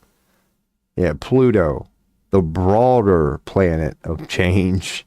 Not really about individual. Like, it's going to be social. It's not going to be about individual change when Pluto is in Aquarius. It's going to be about collective change. the Pluto effect on Aquarius. It's already here, but it's going to peak, who in 10 years, maybe like 10 years, it'll be in the middle, 8, who knows.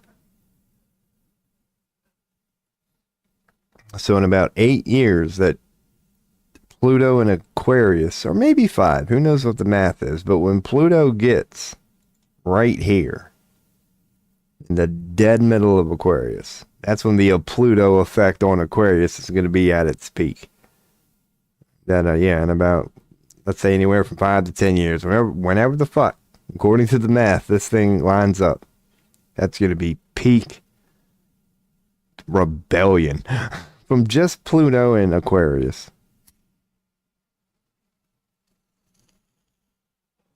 You're going to have a natural, this rebellious whatever, for the greater good too, for the greater good, not just to piss people off, that it's going to be hit with another thing of rebellion, because it's already rolled by Uranus, which the other planet of change. So that's where they get that from. But Uranus makes it about self, so it gives them a reason. And Saturn, keeps it all in check, whatever. Ruled by 2 planets. But they've already got the other planet of change as their ruling planet, Aquarians. That's why they have a rebellious nature. They're unique, spontaneous, original, forward-thinking, and innovative. They get all that from Uranus. Scientifically minded and logical. Saturn keeps it in check. Confident. They can appear to be emotionally detached. They can, because they care too much. But they're all about social contact and social justice. A free-spirited heart. Intelligent, inventive, humanistic, friendly, reformative. Mantra is I can pursue. Friendly, intellectual. I wonder where they get the intellect from, but definitely innovative, probably. I mean, not saying Aquarius is dumb, but probably the air thing is where they get the intellect from. Rebellious, objective, progressive, spiritual, artistic. A lot of good things in Aquarius. They're very, out there. They like dreaming big. The old Aquarius people, but not from a Pisces way. There is more intellect in there. The humanitarian rebel. They seem detached, but are often friendly communicators. Anytime you have intellect in there, communication helps. They play nicely off each other. I can close that one image. So yeah, man, that's where that whole rebellion shit's coming from. Pluto's going to be in Aquarius a long time, and it's going to peak in a few years. So around 2030, you could say, if not a little after. No earlier than 2030. Or maybe around 2030. Probably, who knows? I bet right around World Economic Forum time. Rebellion will be at its highest. Oh, that's great for them. Let's see how good you get away with that own nothing and be happy bullshit by then. So yeah, man, that's our skim over for today again. Your boy does it frequently, because as you can tell, I still trip up from time to time. That's why you boys got to keep giving her a shot, man. Every day going over that same reading in the same way. And eventually your boy will keep her in mind, man. Because the one that changes the most is Mercury. And that's a month. So once you know where the shit is at, you know where the shit is at. So hell yeah, it's a good time to throw out the old tarot reading. That was a good, the daily horoscope sort of shit that you boys slowly starting the quote unquote offer here.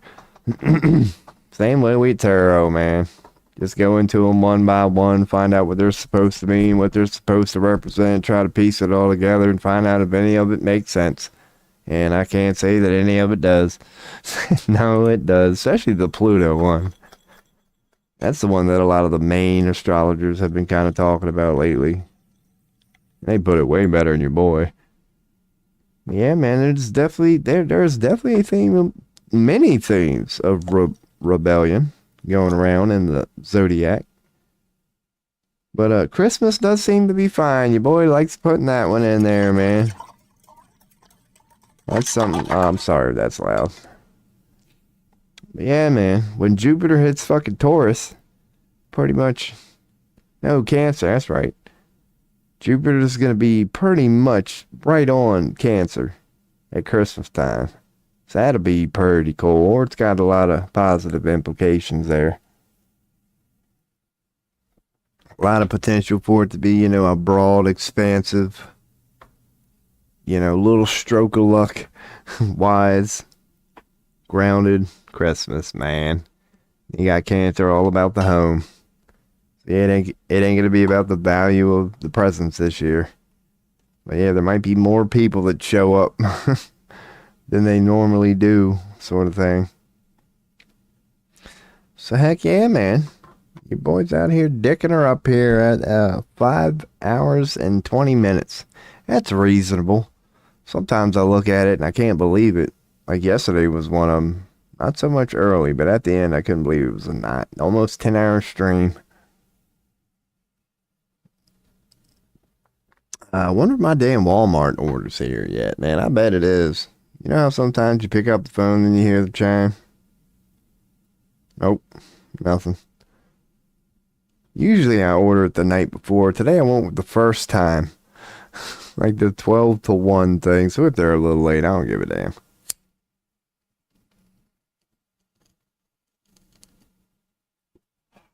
As your boy takes it to back of head here.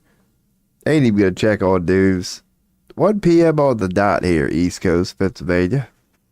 Tarot readings, let your boy know. If not, I might come up with one for me here today that I have yet to do. Because we touched up on astrology a little bit. The only other thing would be reading my natal chart.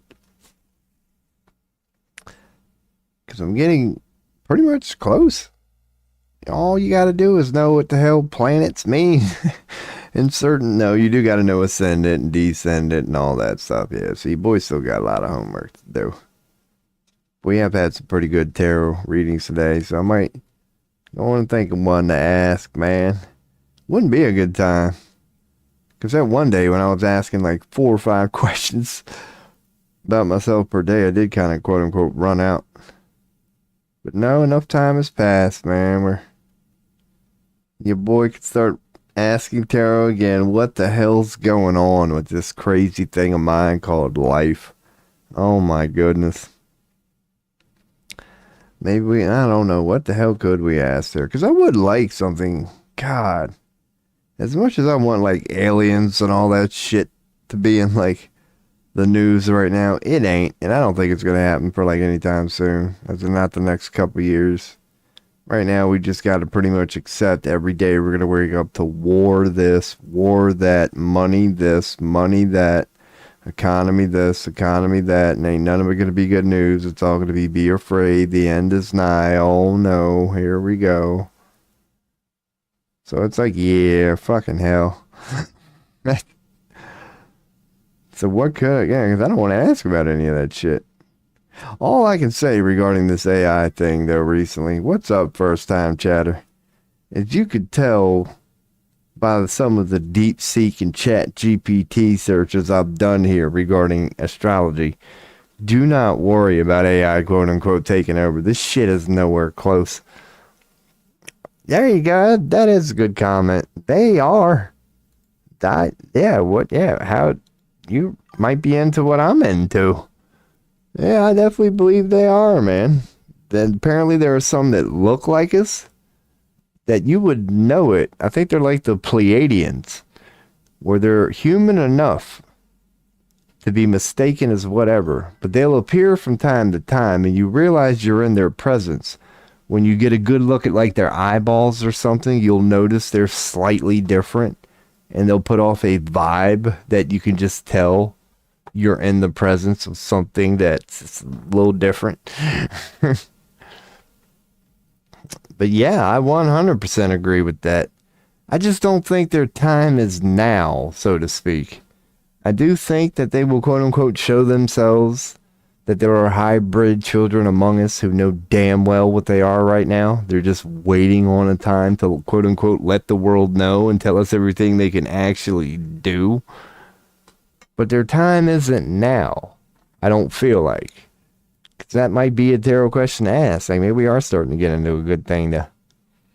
Because I don't know what you may be into, old... I want to say Jim, but it's JJM 2711. Yeah, from what I believe I know, the first alien thing is going to be man-made. As in, like, don't believe the first one. The first one is going to be a test, so to speak. It's going to be something that needs to happen, but it's not going to be real aliens. But then everyone after that will be. Sleeper cells waiting for the world. I believe that things are written in. They're going to know when their cue is. They know far more than we do. I don't deny they're waiting for their cue. They're waiting for either an alignment of the stars, that they know this destiny is written in the stars or whatever. And according to scripture, if you want to get, because it's interpretation, but then again, you got to acknowledge it. Yeah, even a lot of scriptures say that certain things are going to be revealed. They're rather crazy. If you believe in the book of Enoch and the Watchers that apparently are being kept away for now, God has imprisoned them, but they are still within this earth. And they have forsaken rather sacred things. And being confined to this earth is their punishment. And it's like, but they will be released, sort of thing. Not to take over the world or whatever, but there's things that are supposed to, quote unquote, reveal themselves when they're supposed to. You can find that in many prophecies, both good and bad. I think there's good one in there. I'm pretty sure Christian religion throws in like the righteous might start to shine or something like that. The only thing that I know, or my opinion, whatever, speculating, philosophizing, is it does appear to be a pattern of, within all that end times, dark night of the soul, even alien stuff, that they do say, the good guys win in the end or whatever. That's just a temporary something. But in the end, the warriors of light, or however you want to put it, quote unquote, win. It's just a matter of how we get there.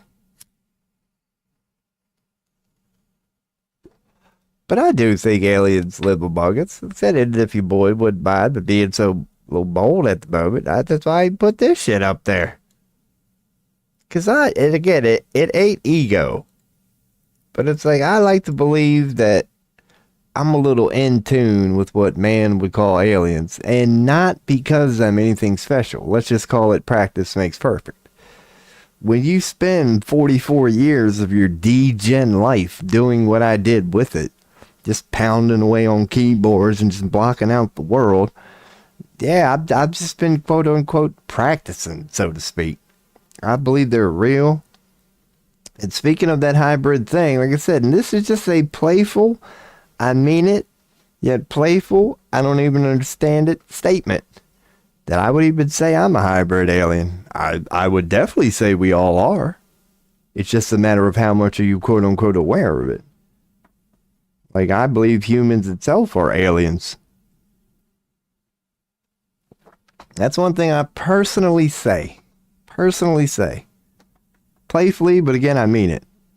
When people ask me, it's like, not that I've been asked a lot, but I've been asked, what do you think is the most advanced alien race out there? Or whatever. My answer is the same every time. Pick up a mirror. That's my answer. It's actually humans. We're just in our goo goo gaga baby stage, but we were actually designed with the intention of hopefully we'll be better than even these beings who designed us. That they made a hybrid for a reason. Because the Pleiadians looked at the Arcturians, and the Arcturians looked at the beings from Sirius, and they all looked together and said, let's all come together and make something of all of us that hopefully will be a combination of us.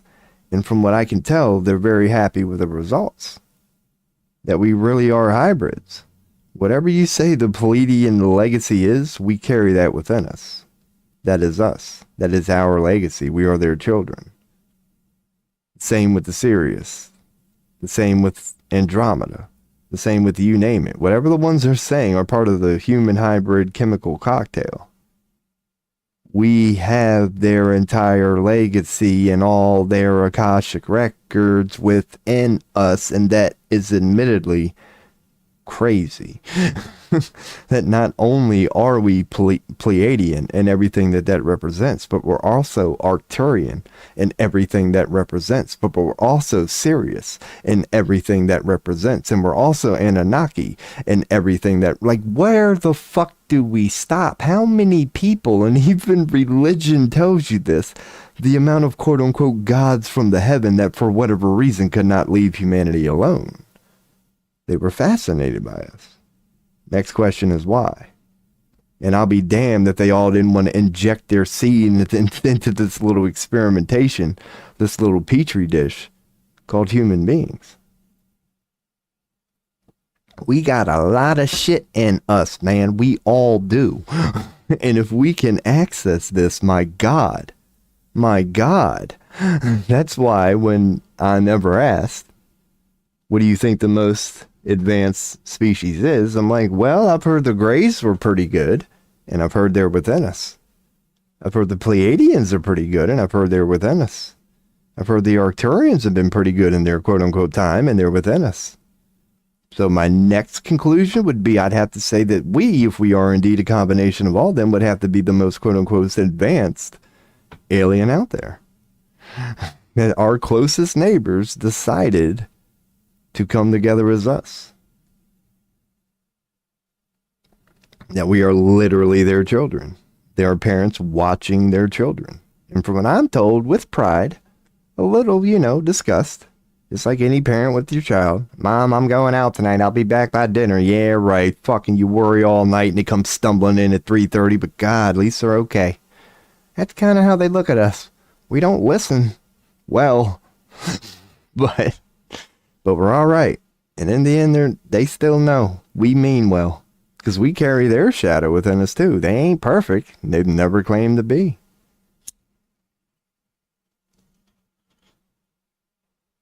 But that's my long-winded answer on this old alien thing. Because you are right. They are here.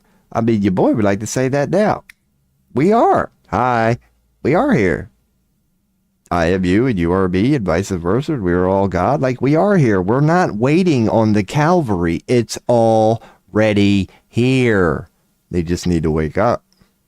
And they will. They will. Right on time, right on schedule. Written in the stars. Ain't no need to rush it. Shit, man. But I do believe that. End times. Call it whatever. Call it destiny, but you can't ignore free will.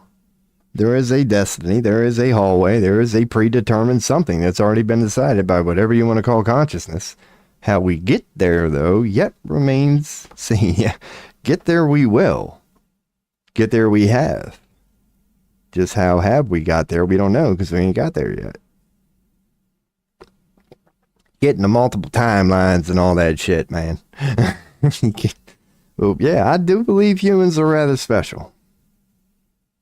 And I can't wait for this alien thing. That's kind of where I started it off or whatever. It's like, yeah, unfortunately for the next couple of X amount of years, we got to wake up to Trump said this, and Netanyahu said that, and Putin said this, and the Chinese guy said that, and the EU said this, and the world... It's just going to be a bunch of man-made, boring-ass shit that couldn't burn fucking fast enough. And we got to put up with that for a little bit. But then shit's going to get interesting, man. Then these planets are going to start going where they're going. There's going to be a little rebellion. People are sick of this shit. Remember that scene from The Matrix when Neo was like asking Morpheus what the fuck was the Matrix, and it was kind of difficult to describe, and he just basically broke it down to, well, you know that feeling you get when you pay your taxes? You know that feeling you get when you don't want to go to work today? That's the Matrix. Built by man, enslaved by our own creation. Our own creation. We built it. It's that feeling you get when you pay your taxes. It's that feeling you get when you go to the gas pump. It's that feeling you get when you look up and see a cop in your rear view. That's what the Matrix is. It's not how the universe works. It's the result of what was created by man. And that's what the Matrix is. And we all are sick of it, just like Neo was in the movie. It's like, I'm sick of this shit. Tell me how it really works. And at first, the truth hurts. It does, just like Neo. He didn't take it well at first. But once you get used to it and you quote unquote figure it out, he had a little trial and error. But when he figured it out, and even then it wasn't perfect. But truth is stranger than fiction. So, yeah, definitely kiss the Matrix goodbye. You know, these false idols sitting upon false throne that man created, just like the book said we would. They are our creation. They are our demons. You can't blame a demon for a demon when you built the environment for a demon to exist. And they just said, well, if you're putting it out there, we'll fucking take it then. If you're willing to give us all this stuff, then why not? So, yeah, man, that's a deep way that your boy looks at all this shite. The alien thing is worth addressing, man. It kind of goes with hand in hand with what we touch upon sometimes. We've already been there in this stream. If humans could understand their true godlike nature, because you don't even have to go straight to God. You could just cut it off right there at alien. A branch on the tree of this thing called God. If humans could just unlock their alien within them, my God, like what the fuck would that mean? I would highly suggest a lot less fighting. I don't think we'd fight as much. I think we would realize love feels good. We kind of forgot that. It's that feeling of like looking at a car wreck, man. We love our drama. We love our drama. That's a trait of humanity. I don't know where it came from. Like, but when they did that little petri dish called humans, part of the end result was, my God, do we love our drama? We really do. Humans love drama. There's two things that humans have a reputation for on a cosmic level. Well, there are many of them. But one is the love of drama. We love it. And number two, we are some of the most judgmental son of a bitches consciousness has ever created. Nobody can judge a son of a bitch like a human can. And currently we're exploring the shadow of that. But it's going to lead to a very open-minded, like that's why we wanted to figure out how to broaden consciousness as a whole. And we did that by giving ourselves an ability to just pick each other the fuck apart regarding every little imperfection or insecure. That's why it feels the way it feels.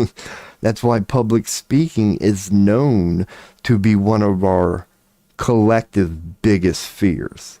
It's not because the individual, the human, is a punk.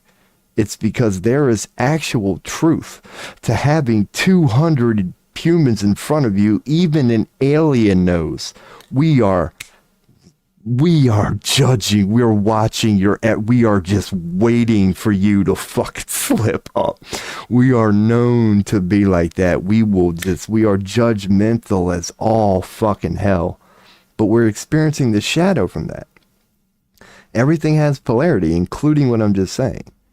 That's going to give birth to a open-mindedness that consciousness is looking forward to. It's going to, a lot of it is birthed from just the cause and effect of creating a planet of some of the most judgmental son of a bitches even consciousness itself has ever seen, and you put them in the same petri dish. What comes out of that is a perspective, a lesson that you can't read from a book. You have to actually, on a soul level, go through that to get any information in formation out of it at all. It has to be inward. It has to be real. And we are cosmically some judgmental son of a bitches, man. You look at our holy scriptures, all of our holy books, from the Quran to the Bible to fucking Buddhism, it's all filled with just, would y'all fucking humans stop judging? All this shit is under control, but you won't, will you? Nope, we won't. It's built in our fucking DNA, man. We cannot help. And Buddha's sitting there going, let go, free your mind. Christ is going, be like me. Muhammad is saying, forgive me, I don't know, but it's saying, holy shit. I know Muhammad is clearly going, Allah is in control. Would you fucking stop?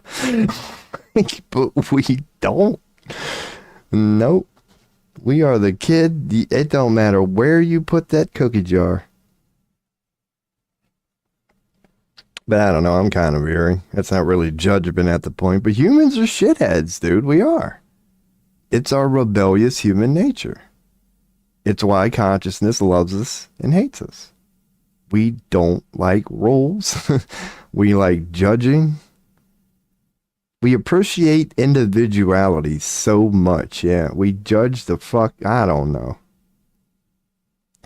But we're destined to be, to wrap all this up, from what I'm told, we're destined to be some of the best, call them guides, call them spirit guides. They have many names that consciousness has ever seen.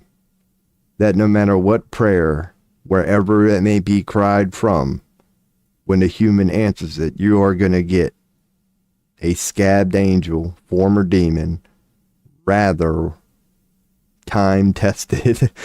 Well, humans are gonna fucking know what to tell beings who are going through a little trouble based on what we're going through specifically now.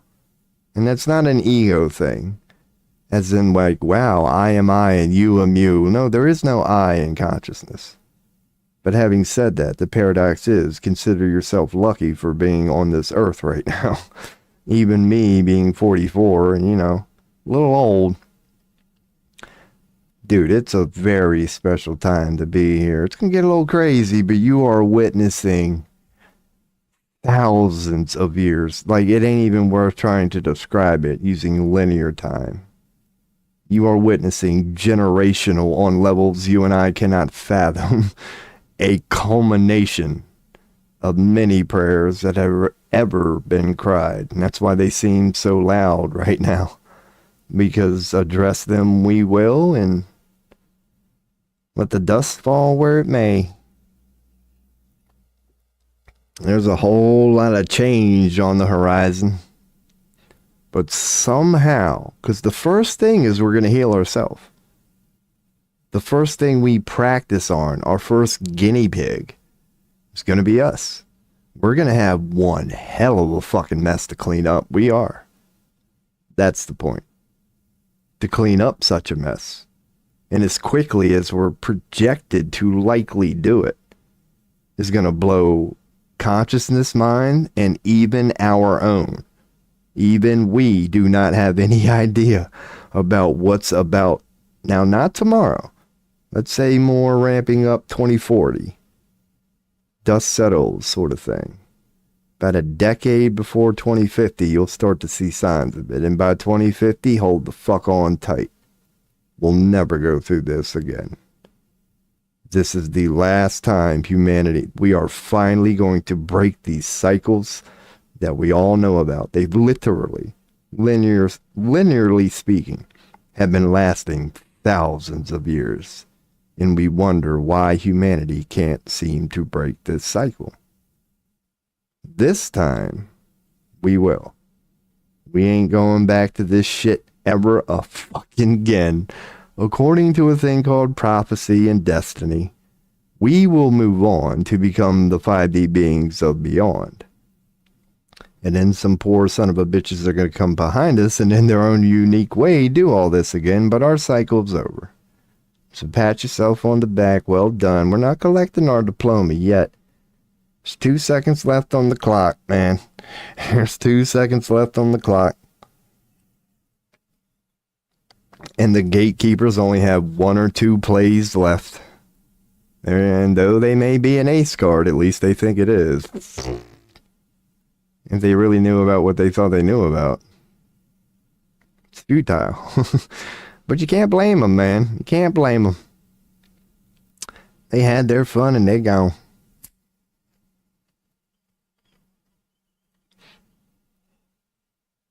But it does say, quote unquote, demons, I don't know. Who knows how it's going to turn out?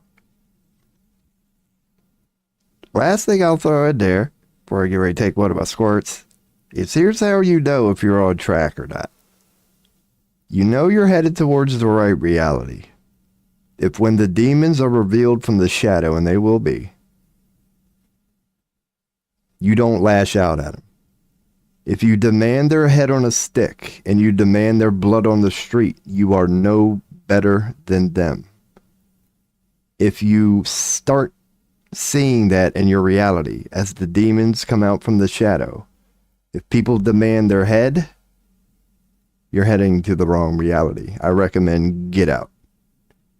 If when the demons start to be revealed by the light, people instead go with the strength card of tarot or approach, forgive them. No matter how evil they may seem to be, it's not your job to judge them, human. Love them. As difficult as a challenge that may seem to be, what would Jesus do? What would Buddha do? Don't do what the typical human is likely to do. You're going to have to find a way to love them. If not, who are you to complain when the reflection shows you something that's not willing to love unconditionally? If you're not willing to do that yourself, why would the mirror reflect to you anything back? You said that, not it. So it's that sort of perspective. No matter how evil the demon may be, if you wake up to a reality where people are calling for its head, get away from that reality. That is the trick of Lucifer. That's its way of tricking you into becoming it. Because it doesn't want to go away. It will go away if those humans go to Buddha and Christ and that unconditional loving. It's not your job, human. Your only job is to love. How you do that is up to you. But if you wake up to the demons coming out of the shadow, and they will, and there's now a forgive them, they know not what they do mentality, that's a reality you might want to hold on to. That's a reality that might be worth going into. Of people who believe in a higher power. And they know they are not perfect themselves. Those in glass houses do not throw stones. That's that line from that Jesus story. When that whore showed up out of nowhere, and the king thought he was testing Jesus, the king said, "Okay, Jesus, what should we do about this whore?" Jesus' answer was, "If there's any of you who have not sinned, then go on and cast the first stone." And nobody threw a stone. The lesson was, she fucked up, yes, but unless you never have, who the fuck are you to judge? That was the lesson. And humans have a hard time of that.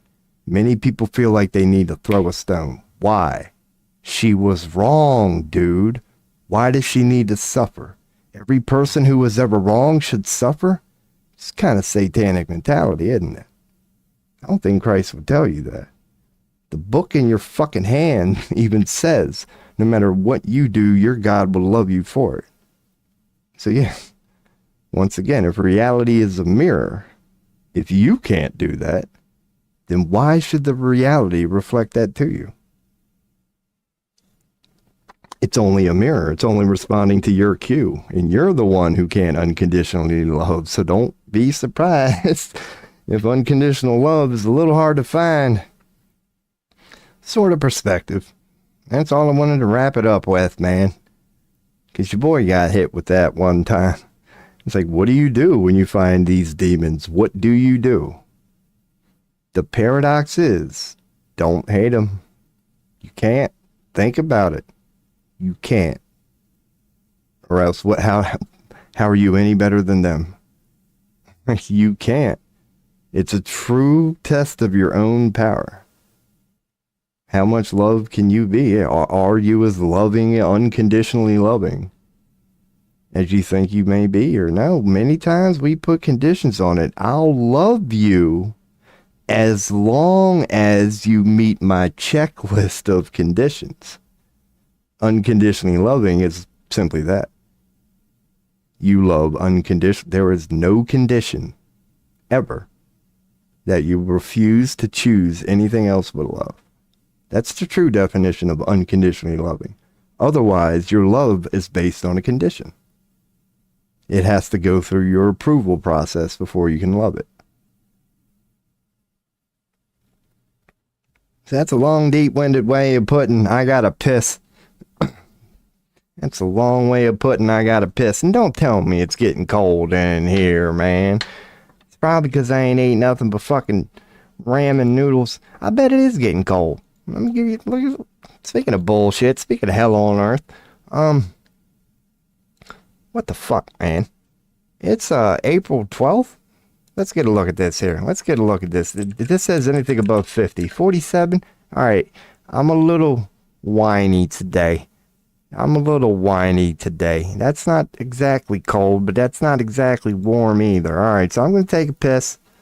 Leave the tarot reading up. That was a random rant from your boy. Anybody wants a tarot reading, let your bizzle know.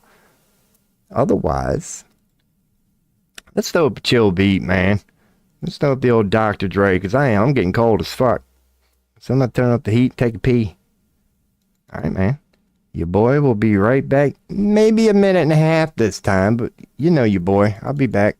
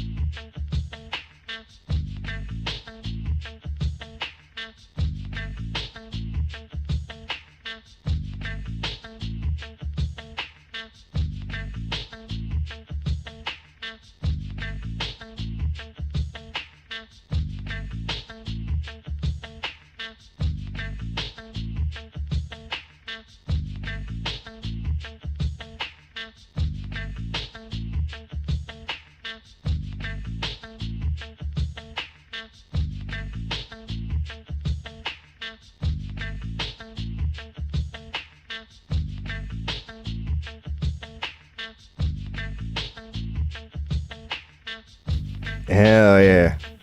Alright. Oh, God. It is cold.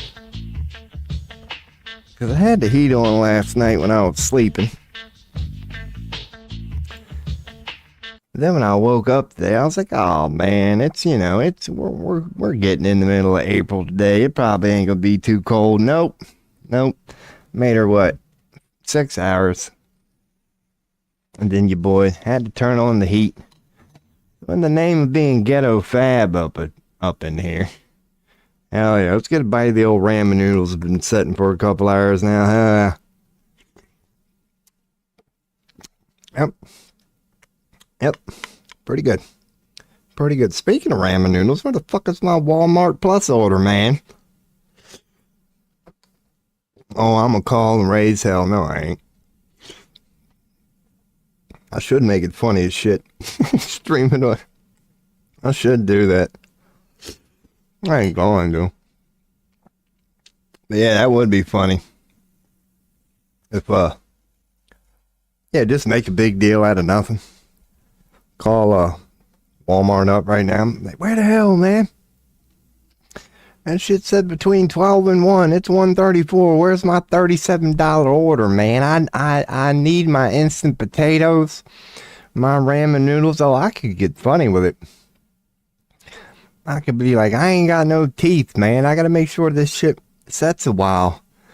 Gets all nice and mushy, man. Thanks to y'all. Oh, yeah. $37 order with no tip. That's probably why it's late. Fucking driver saw no tip, probably sitting at Sheets right now. Watching the stream, I guarantee you. I guarantee you, man. They saw the name. They were like, oh, I bet that's my boy Robo. I'll probably knock on the door, man. That'd be funny as shit. Man, are you Robology 13? I could tell by the order. I know you're broke ass. The moment I saw a $37 order, I was like, I bet it's that tooth or something, bitch. I'd be streaming tarot all the time. Always talk about you ain't got no money. Yeah, you got me. You got me. I should order a toothbrush. That'd be funny as shit. That's how I'll get trolled one day. Your boy would be like soda popping. He'll just have one of them P.O. boxes or something that his fans can send them shit to and and he'll just be doing, yeah, man. Your boy be getting Crest toothpaste and fuck, that'd be funny as hell. That'll be your first, yeah, that'll be the first giveaway here. I'll give away a toothbrush. I'm like, I don't need it. Clearly. I'm like, man.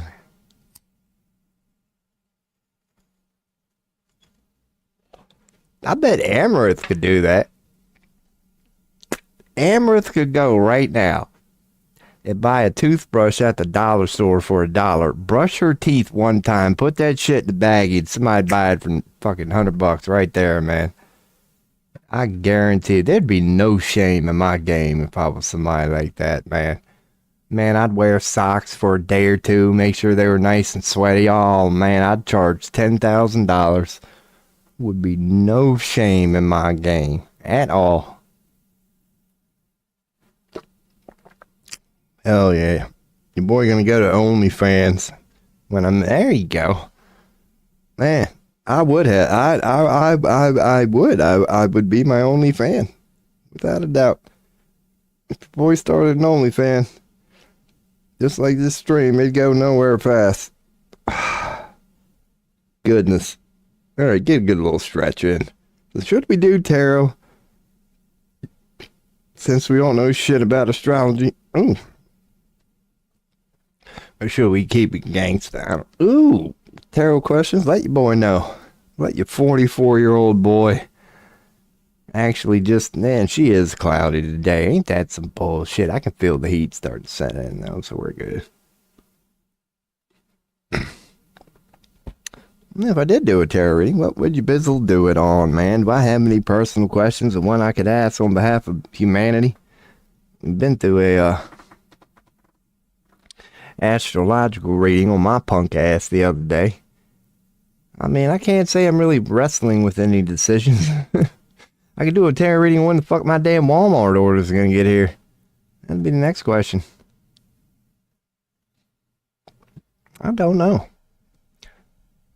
Because I was asking, no. I can't even say I'm curious about anything in the news, man. It's, let's see. Close all this shit. Might get back into astrology. What sort of readings do we have here? What could your boy bust out? Could do it first, like, no, I don't think I'm quite ready to mess around with Thoth yet. Secret of the High Priestess can sometimes be fun, because you never know if you can get a secret or not. Let me go back to Rider Waite. Great. In case I, decide.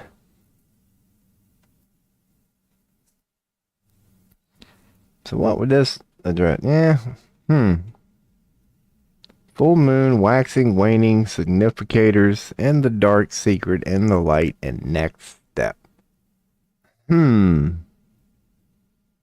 What sort of in-depth reading on some deep-ass shit could your boy have a little fun with?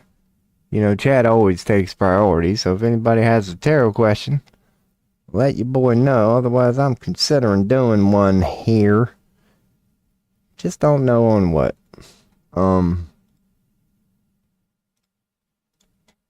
Anything I'm really pondering. I know my life's fucking hit for a change and a half. But no, something that humanity's going through. Because we cover end times generally. Covered the Middle East. What's kind of going on now? We could just specifically cover the future of America sort of thing. Because, you know, that would impact, you know, a lot of the world or whatever. But I might not want to do a big ass in-depth thing like this. So let's go on and, because that would be something for like an actual question that we need to get deep into. Horseshoe one is not. Let's go on and zoom out. Hidden influence, external, the present, past influence, and outcome.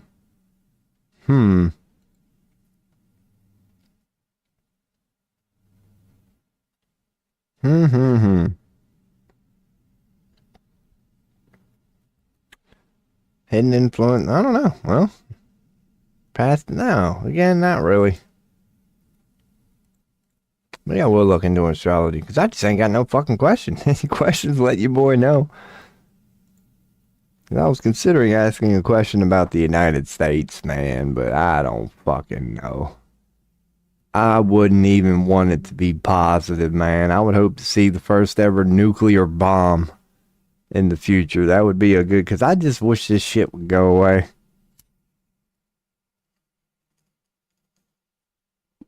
So maybe I will go back into astrology. Again, unless anybody else has tarot questions, that's the only thing holding me back at this point. I just ain't got, I ain't feeling nothing. I ain't got nothing personally right now to ask, even though I got tons of fucking shit wrong with my life. I already know. Your boy spent 2 weeks of getting his ass kicked by tarot, man. So, yeah, man, let's do this then. Here. What I'll do, I'm waiting for whatever may be a question or whatever, and something might come up. And then we'll do an actual, I'll bring up my actual natal chart now that I've had a couple days of getting better at the general reading sort of thing. Let's bring up my actual shit here. And you might not be able to see it, don't even know at this point. I'm pretty sure you can. Gaithersburg. Now we're talking about where I was actually born. Old Maryland. So June 28th, your boy, 4:28 a.m. Yeah, we're good. I'll know it when I see it. Well, I guess you gotta know the specifics. But that is your boy's birth chart here. So now that I know a little bit about it, yeah, I'll start like this. I'll kind of do what I was doing with the other one. Hopefully get rid of this ad. There we go. Let me get a screenshot of my shit here, man. Boom. Bam. And we're going to try to figure out what's wrong with you, boy. Yep, this will be a 20-hour stream. This will definitely be a 20-hour stream. If we try to figure out what's wrong with me, I'll just call this mine. Let's call this Mimi. Mimi. Alright, so as you can see, yeah, man, I got a Venus rising on my birth chart, so that's pretty damn cool. Got a Venus rising. So let's look into that here. Venus ascendant, pretty much. Zodiac meaning. Let's see what we get from that. First time I ever searched for some shit like this. Make sure, yeah, I'll stay in browsing for now. Till I start showing images.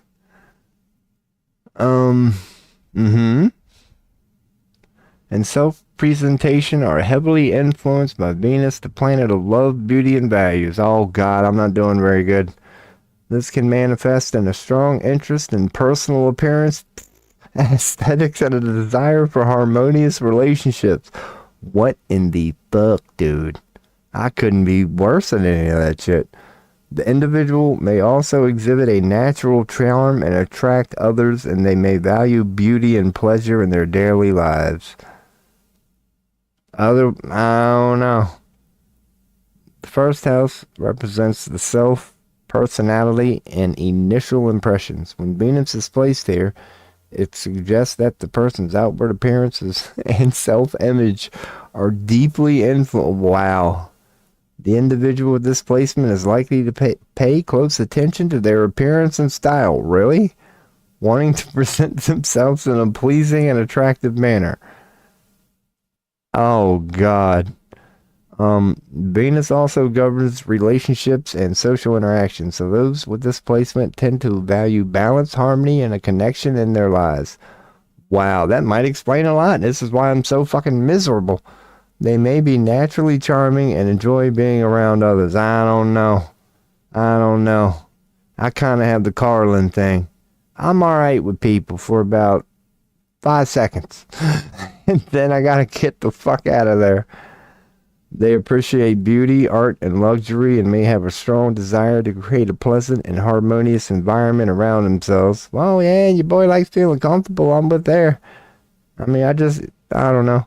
Venus is associated with pleasure and indulgence, so individuals with this placement may enjoy activities that bring them... What the fuck? That's such a general statement there. So individuals with this, hear this out, may enjoy activities that bring them joy. Thanks for the in-depth analysis there, AI. Who'd have thought somebody that enjoys in an activity would bring them joy? Holy fuck, talk about redundancy. So individuals with this placement may enjoy activities that bring them joy and satisfaction. Who'd have knew it? Man, if you got Venus in your ascendant, you might enjoy things that bring you joy. Holy fuck. Unlike them Aries and Taurus people, they don't like you. Come on now.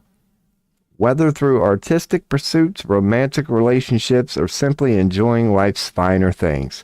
Like ramen noodles, man. This is a 100% accurate reading there, man. I mean, maybe there is a little truth to that, man, because your boy does appreciate the finer things in life. I do gotta admit that. I mean, it don't get no better than ramen noodles, man. Yeah, and the whole outward appearance thing. Yeah, man. Your toothless boy sitting here sucking down ramen noodles. That makes a lot of sense. That I'm all about outward appearance and the finer things of life. Toothless boy sitting here eating ramen noodles. Makes a lot of sense. Okay. Alright. I'm spot on with this one. Because, man, Mom, why did you lie to me? Ain't no damn way your boy was... This is some bullshit.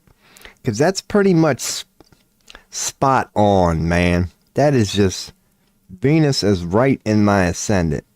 So how in the fuck could a some bitch be more opposite of everything Venus is supposed to represent? Like, shouldn't this be over here, man? What the fuck? But I do got it opposing my Neptune. I don't have a lot of opposing things here, but the one fucking thing that's supposed to be good news and is on my damn ascendant happens to have Neptune over here screwing things up.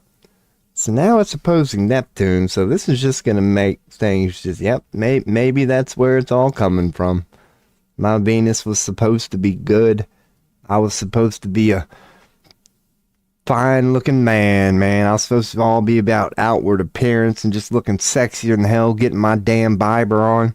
I mean, you know, first couple years of Biber. I ain't talking about recently, where even I in my moment look better than this son of a bitch looks right now. But I'm just saying, in general, your boy should have got his Timberlake on, according to this shit. But ain't none of that going on, man. Should have been all about family and relationships and shit. Your boy ain't hit a son of a bitch up in like 3 months. Don't nobody in my family like me. So this is, I gotta put that on Neptune. I gotta put that being in opposition to Neptune.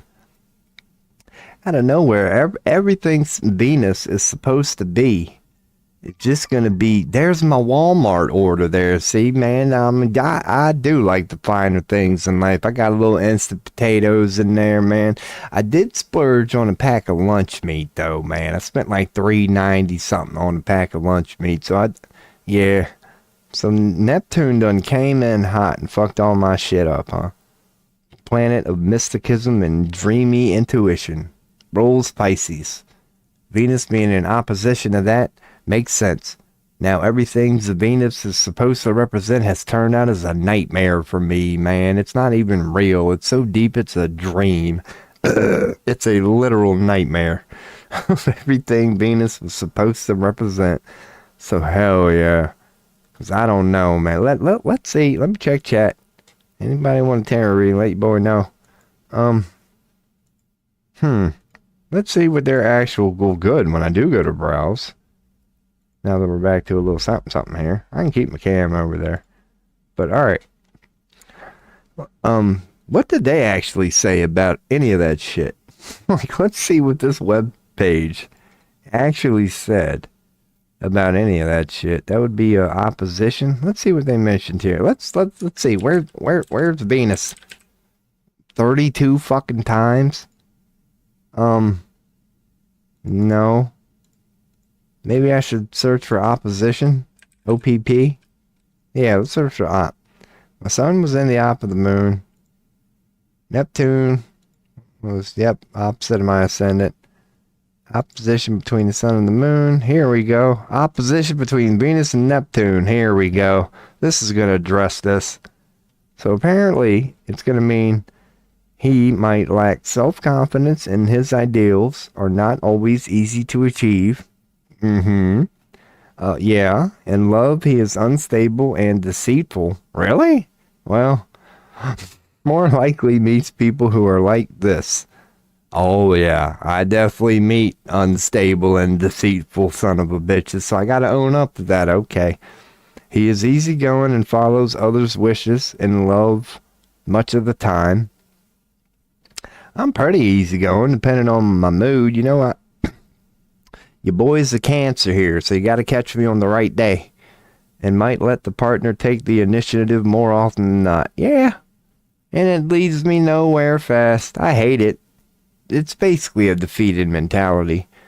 But this aspect indicates a suggestible romantic nature. I didn't ask for a love reading here. But anyway, being in love with love is a strong possibility.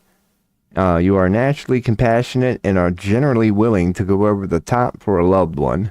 Depending. It's hard to say whether your expectations in personal relationships are too high or too low. On one hand, you tend to easily accept behaviors in your partners that others wouldn't accept. Okay, so as you are compassionate and even drawn to others who might consider trouble, yada yada yada. Your romantic dreams may be so powerful that you are easily disappointed with the reality. Yes, I'm easily disappointed with how, yes. Deception in love is possible, but self-deception is even more likely. Oh yeah, I'm my worst opponent. I agree with that. In love, I know that's all you're addressing in love, is love. You see what you want to see rather than what is.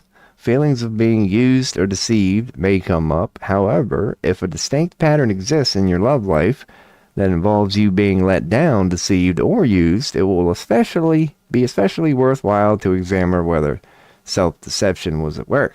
So what in the fuck, man? That's just, come on now. Okay, whatever. The possibility of, so this is basically a love fucking, God. You can tell, yeah, this is only, one natal chart reading, but Cafe Astrology.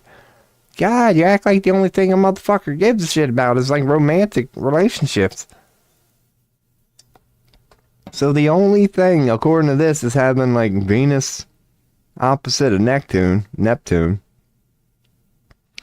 is, yeah, I mean, it's saying that's what this would mean now. Like, there's a lot of deceit, in my relationships.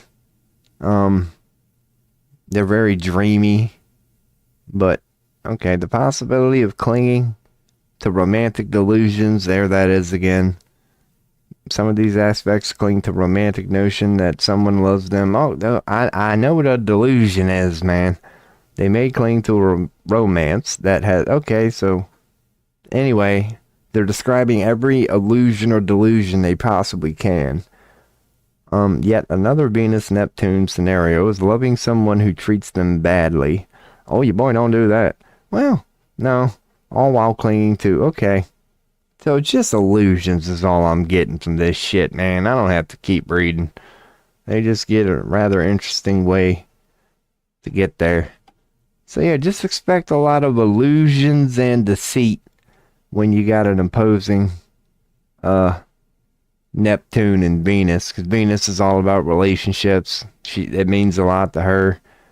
So yeah, regarding the outward appearance and shit and all that thing that they were suggesting when you got a Neptune opposition, even though it's on your ascendant, ain't that a bitch? Your ascendant's supposed to be a good thing. I got a fucking opposition. Not that it ain't a good thing, but yeah, that's got to be the Walmart order. So okay, man. So it just offered a lot of deceit and illusion to everything Venus represents. That's what your boy gets from, you know. I said I'd be here 2 weeks ago. I said I'd start breaking down this natal chart.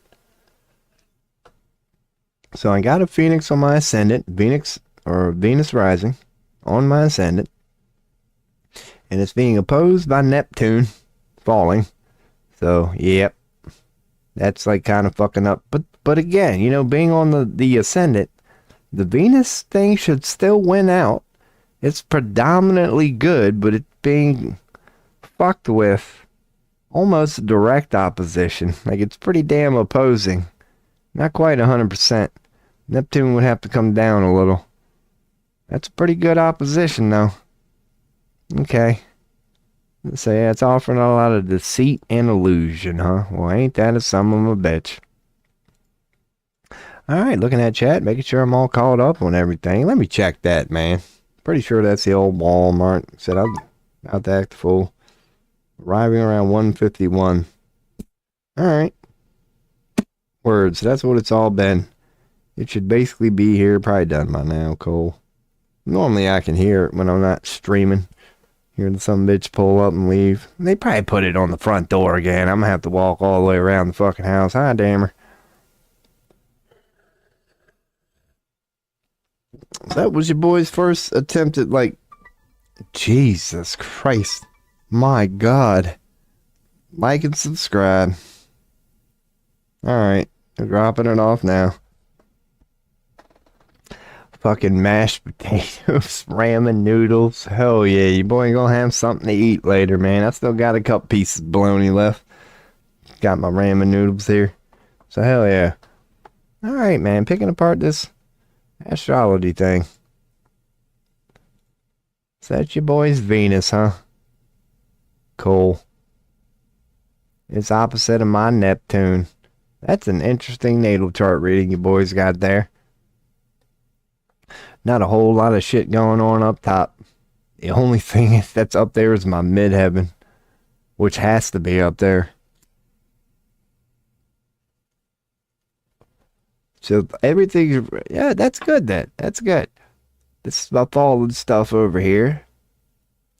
Oh man, look at that. You got Lilith, and then you got Pluto, and then you got Uranus, and then you got, yeah, I got like a collection of bad shit here. Then I got Mars and Saturn right here. But then we get to the good ones.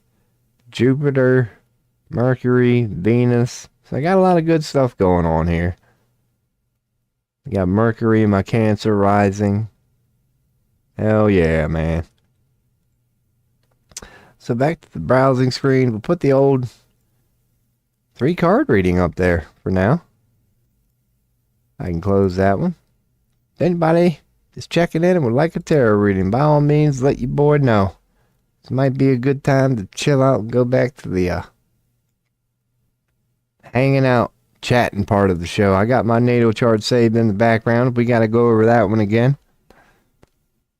any tarot questions, astrology questions, comments, feel free to chime in, man. Otherwise, yeah, this might be the wrapping her up portion of this stream today, man. It's only been 6, which is actually short for your boy. But with my Walmart order sitting outside, it's like, yeah, I'm due for a 2 to 3 minute AFK anyway. Well, I'm going to have to go get my Walmart order and all this crap now. And chat really hadn't been a lot active for a while. And your boy is just starting to go into his own natal chart reading at the moment. I don't have any personal astrology or tarot questions. And the only thing in astrology would be looking up my punk ass. And we can save all that for another time. Any tarot requests, let your boy know. As you can tell, we do them here. Yeah, I could leave that up. You all are going to continue to see that. But I'll check or X in a browser that nobody can see. Because, yeah, just Bill Maher. Somebody, yeah, boycott Starbucks is trending, so apparently people are bitching about Starbucks. Who gives a shit? Just a bunch of whatever. There's a chime. What's up, Robin, man? Say I didn't really appropriately say hi to you earlier, but how you doing? See you trying maybe a love reading. Okay, we could definitely do that. We could do a love reading. Smoke a little bowl here and then do a little love reading. I don't even have to pee or nothing. I'm saying my Walmart order can definitely set out there for another couple hours if need be. Not that it would take a couple hours, but most certainly, man. Appreciate you chiming in there at the end. Because there ain't nothing I'm missing on X right now. So yeah, man. Good shit. So you had a dream about your ex, or maybe a love reading. Cool, we can leave her at that. And you know the rules here. We'll do the online thing. If we get some sort of a glitch, we'll I'll pull a card, or if you feel like it at the end, we'll pull a sum up card. We did that on one stream, or one tarot question today. I pulled one at the very end, it ended up answering a question they had asked. But certainly. Let's get the old Rider-Waite. I considered Thoth, but I was like, no, not yet. I don't even want to go there yet. Not until I'm done with astrology. But I almost did Thoth, but I don't want to turn it into, yeah, that's going to be a beginning of the stream sort of thing. Because you know them first couple readings are going to be horrible. Me trying to pen everything Crowley put in there. So yeah, this will work. Well, what's the second one? Let me look at the second one, because I always go to the first one. Wow. So mutual goals. Others persona. Your persona. Connection in the present. The common base in the past. What you offer and what they offer. And mutual goals. Or the usual one is rational, emotional. I don't know. I'm thinking maybe the one that we did yesterday, but if you would like, because I'll leave that one open. Because you want a relationship spread, so I'll leave that up to you. But we can do the one that we did yesterday or again, or we can give this freaking weird one a shot that we've never done before, but give her a damn shot there. A few years ago and it's now. Oh, yeah, that probably ain't going to be very good then. Yeah, that's probably gone. But yeah, it's up to you. Maybe the first one then? I don't know. What you offer, what they offer. Said what you offer, what... I don't know. There's a slight difference between them. Their persona, your persona, what you offer, what they offer. Connection in the present, common base in the past, and if any, mutual goals. And this one just is you and them and emotional, rational, and material, pretty much. Okay. Yeah, alright. That one works. Because that is the useful one, as I always put in here. Just sometimes, yeah, past, present, and future. So if that's the one you mean, Hell yeah, we can do that one. We'll just go with the old past, present, and future if you want. That's not your poll, of course. But I'll go on and kill the cam now while I am, so we can get into her. Yeah, okay.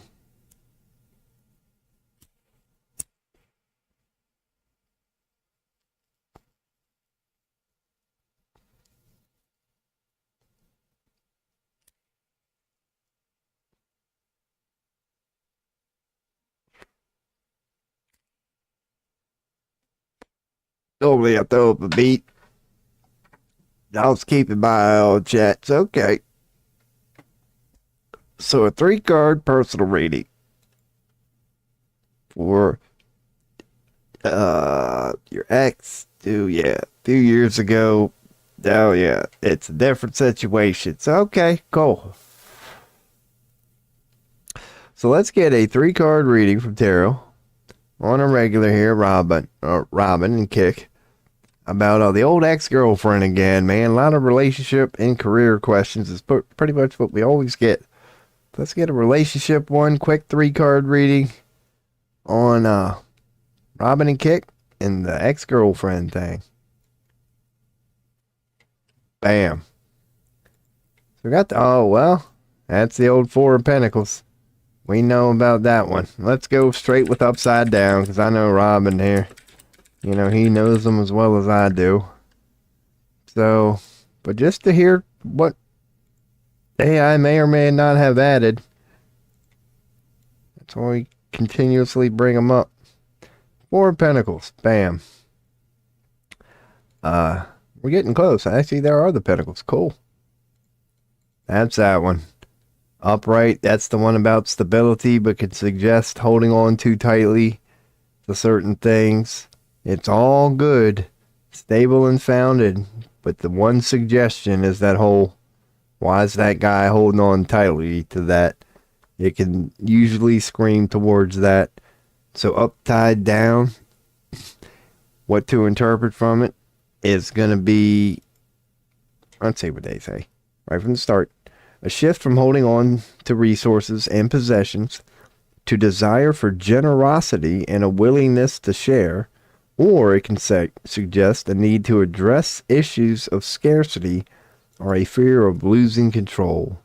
The possibility of scarcity, whatever, or attachment to possessions. I'm not feeling the attachment to possessions. I'm going to pull from that regarding the question, upside down, 3 of Pentacles.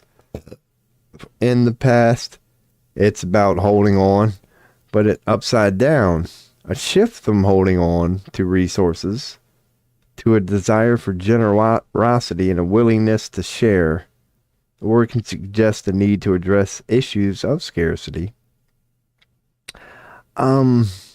Upside down, 3 of Pentacles. I'm thinking it definitely has to do with the holding thing in the middle. So I'm just, holding on to something, man. Or it is about scarcity. Feeling like there's not enough. Well, that would be the reason why. So I would say right off the bat, it's suggesting that she's been holding on to something. And the only other question would be why. And the reason would be likely, well, who knows? Because it really doesn't apply why. Whatever you want to call scarcity, the possibility of scarcity. But it could suggest that you're becoming more open-minded and willing to share your resources, whether it's financially, through volunteering, or simply being more generous in your daily life. Now, I'm going to go with the clinging shit. I don't think that's a suggestion to, be more generous.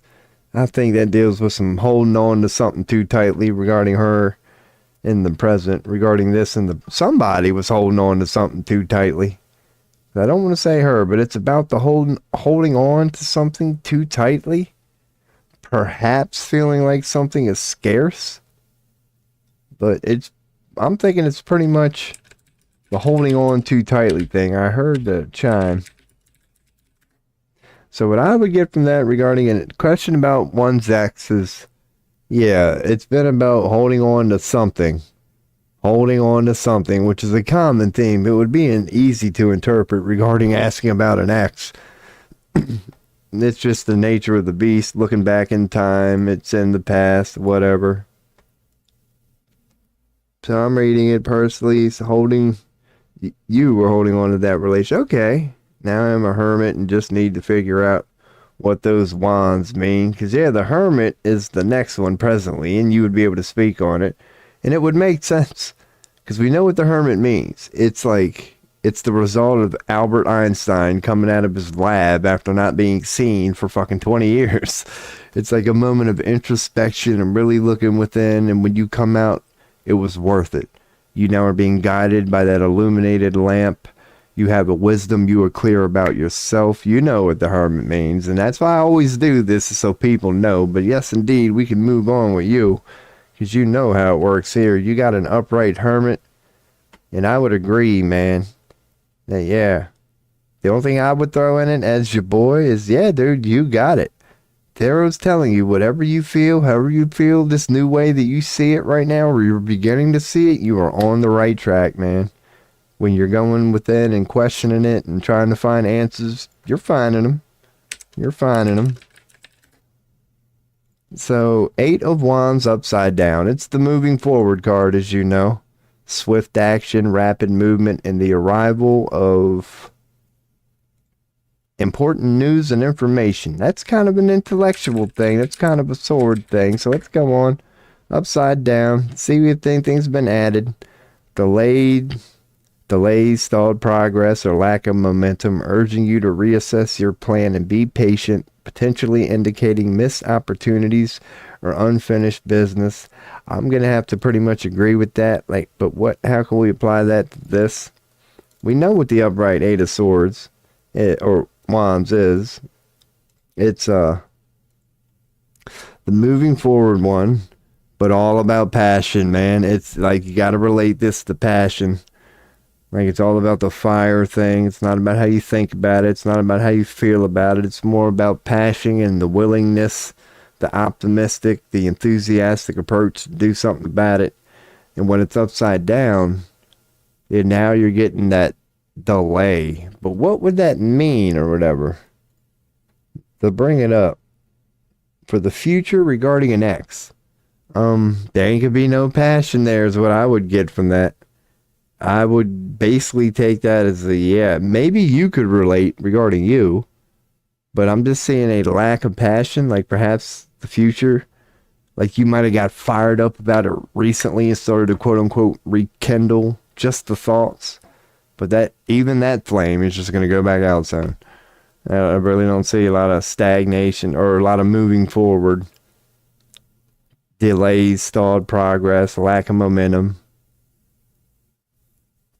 But then the other way to interpret it, if you go with the omen thing, it's a suggestion to be patient, potentially indicating missed opportunities or unfinished business. It could be an omen to slow down. Like, if you have been, and I don't think you have, if you've been, moving forward quickly on this whole X thing, it could be a suggestion to slow down, or that will. But either way, it's kind of the same result, if you know what I mean. Either way, there's some slow down and coming up with tarot there in the future. Could get, more in depth on it, whatever. They're telling me I'm going to have a big delay. Yeah, the passion part, that's what I would get from it. I guess it is worth bringing up, Maine. Like I said, we already know. It's like, yeah, but to continue to think about it, because it is a card about moving forward, but like we got a Knight of Swords earlier, there are many cards about moving forward that could just be that. So I'm thinking like it's the 8 of Wands for a reason. It has to do with the passion thing. So like a delay, like if it was a delay in Swords, it would be because of confusion. You're intellectually confused. Your data is contradicting itself. If it was emotions, it would mean that you're just too damn sad. That it's the fine line between emotion and fire. But when it's fire, it's literally passion, ambition, drive, enthusiasm. That driving force, that spark. Well, by the time we're on to the 8 of Wands, we're dealing with the flame itself. But Yeah, something to do with, yeah. But you could say delay, but why? Like, I think the key thing is lack of passion. Lack of passion. It's sort of a general thing. Pretty much damn anything upside down wand is going to hit towards your lack of passion. How I feel about the situation. Well, that's good. Because if it's, I see that with jobs, you're usually, or many times you're curious about something that you already know ain't going to have, or likely out, whatever. And Tara, you pointed out, you know me with jobs, man. Whenever I ask about jobs, I get a fucking 10 of swords. I get something reminding me, like, yeah, this ain't easy, and like it's over, dude. I'm like, okay. And it'd be nice if they told you when or whatever, but they don't. And we could, ask another one to get deeper than that, but yeah, regarding the, which I don't mind, but regarding, the result or whatever, it's saying that definitely a delay. Like, you're clear on it now, so that's the good part. Yeah, I would understand being concerned about that, but I would take pride in that. And then, yeah, and you've already acknowledged that part, which is easy to interpret. The holding on to something or whatever. It's like, dude, anytime you're asking about past stuff, it could more than likely. Yeah, the only other thing would be like the nostalgia cup one, the 6th one or whatever. That's about looking back, but in a positive way. See, I think we got a suggestion from holding on to something, currently being pretty damn clear about it, thanks to, some inward work, some intuition, some hermit-like stuff. But the future is suggesting, lack of, a delay, or just, at the least a delay, a lack of momentum, not in 8 of Wands upright, which would be about being passionate as all hell and willing to move forward and nothing's going to stop you and blah, blah, blah. So, yeah, man, that's the 3-card reading on that, a quick one from tarot. So it's like, in the moment, you're clear. The old hermit card we could bring up, since we didn't, if I'm even on main. Good. Yeah, that's the one that I would take pride in. It's that one. At least you're that on it at the moment. Ripping ass. So, yeah, man, I'd say, good luck with that. But then again, my recommendation, as your boy, and just, the nature of the beast in general, and how, regardless of the guy and the situation, many times, that's a 1 out of 10 thing that actually ends up happening. Man, we all do it. Dude, I've quote unquote let him go like 3 times. I think the worst that's ever happened was one girl one time. We quote unquote got back together 3 times. And every time it got quicker and quicker every time. First time it took, a year or 2 for us to get sick of each other. Second time we tried, it might have been 6 months. By the third time, it was basically a month. It was like, and then we just never did it again. So I'm thinking all in all, that's what it is pointing to. Just the whole, it was fun to entertain, because it's already a story of like somebody that's moved on. But other than an epiphany and a sudden change of heart, which is possible. But according to tarot, at the very least, that shit's going to be delayed. Like, maybe if you put a ton of effort into it and shit, you could maybe, change the outcome, so you say.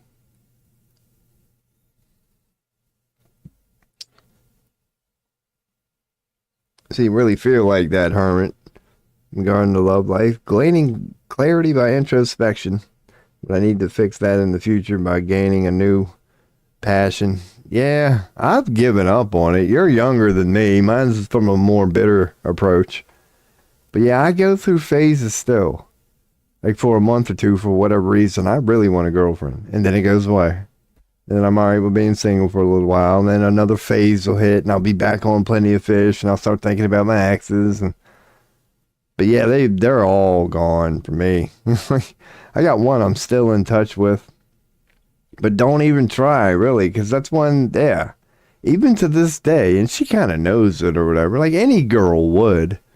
It's like a, of course I would thing. It's like that's pretty much default and unspoken guy and girl right out of the bat.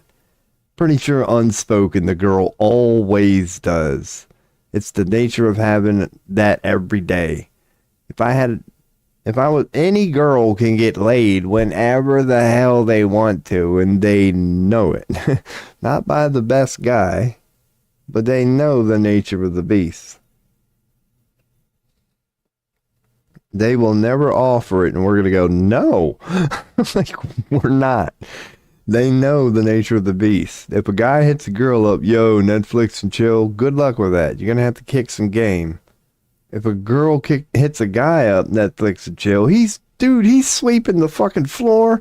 He's making his bed for the first time in a month. It's just the nature of the beast. So it's up to them always. Like, so to speak. That's what I mean. As a guy, you just got to know, fuck this shit, man. Time to walk away. Otherwise, I'm going to end up looking like a desperate, biting at the ankle dog. And she keeps going, no, shoo. And you just keep trying and trying.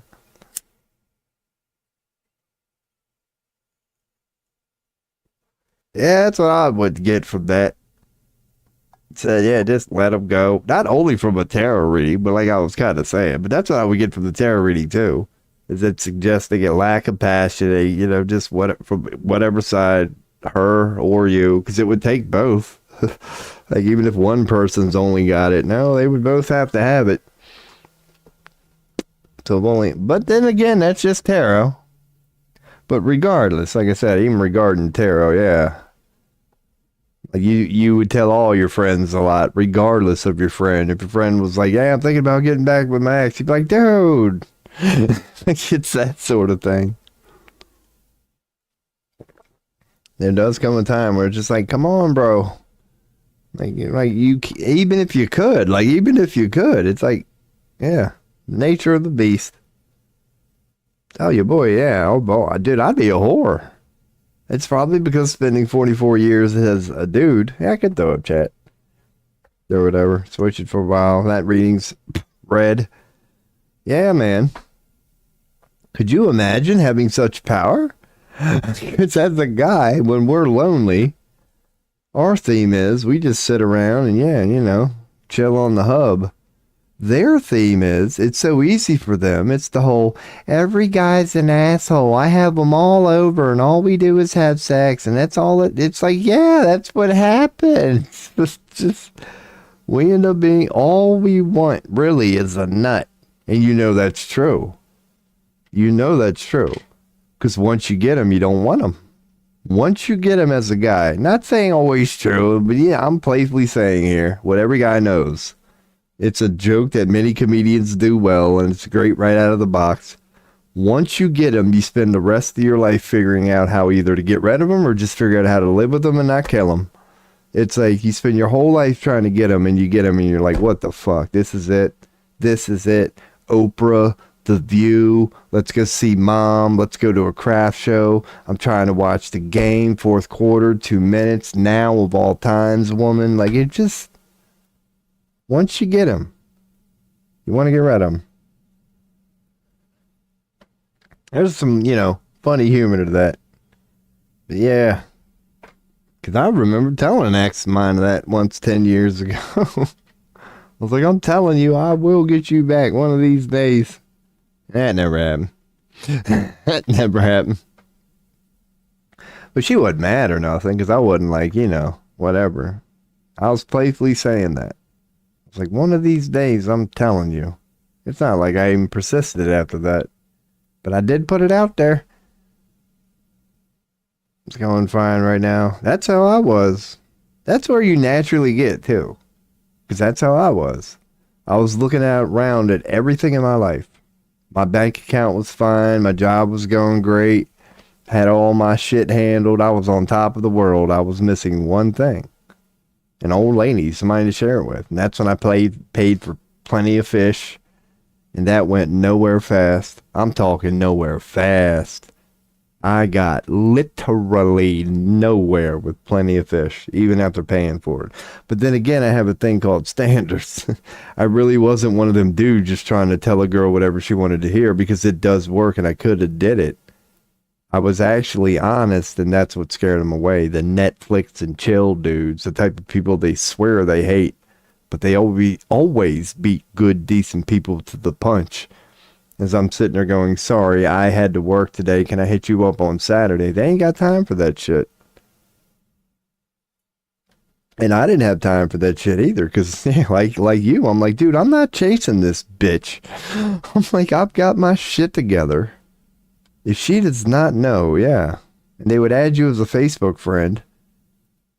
And I'll be damned if a week later, all these broads that every guy knows how it goes.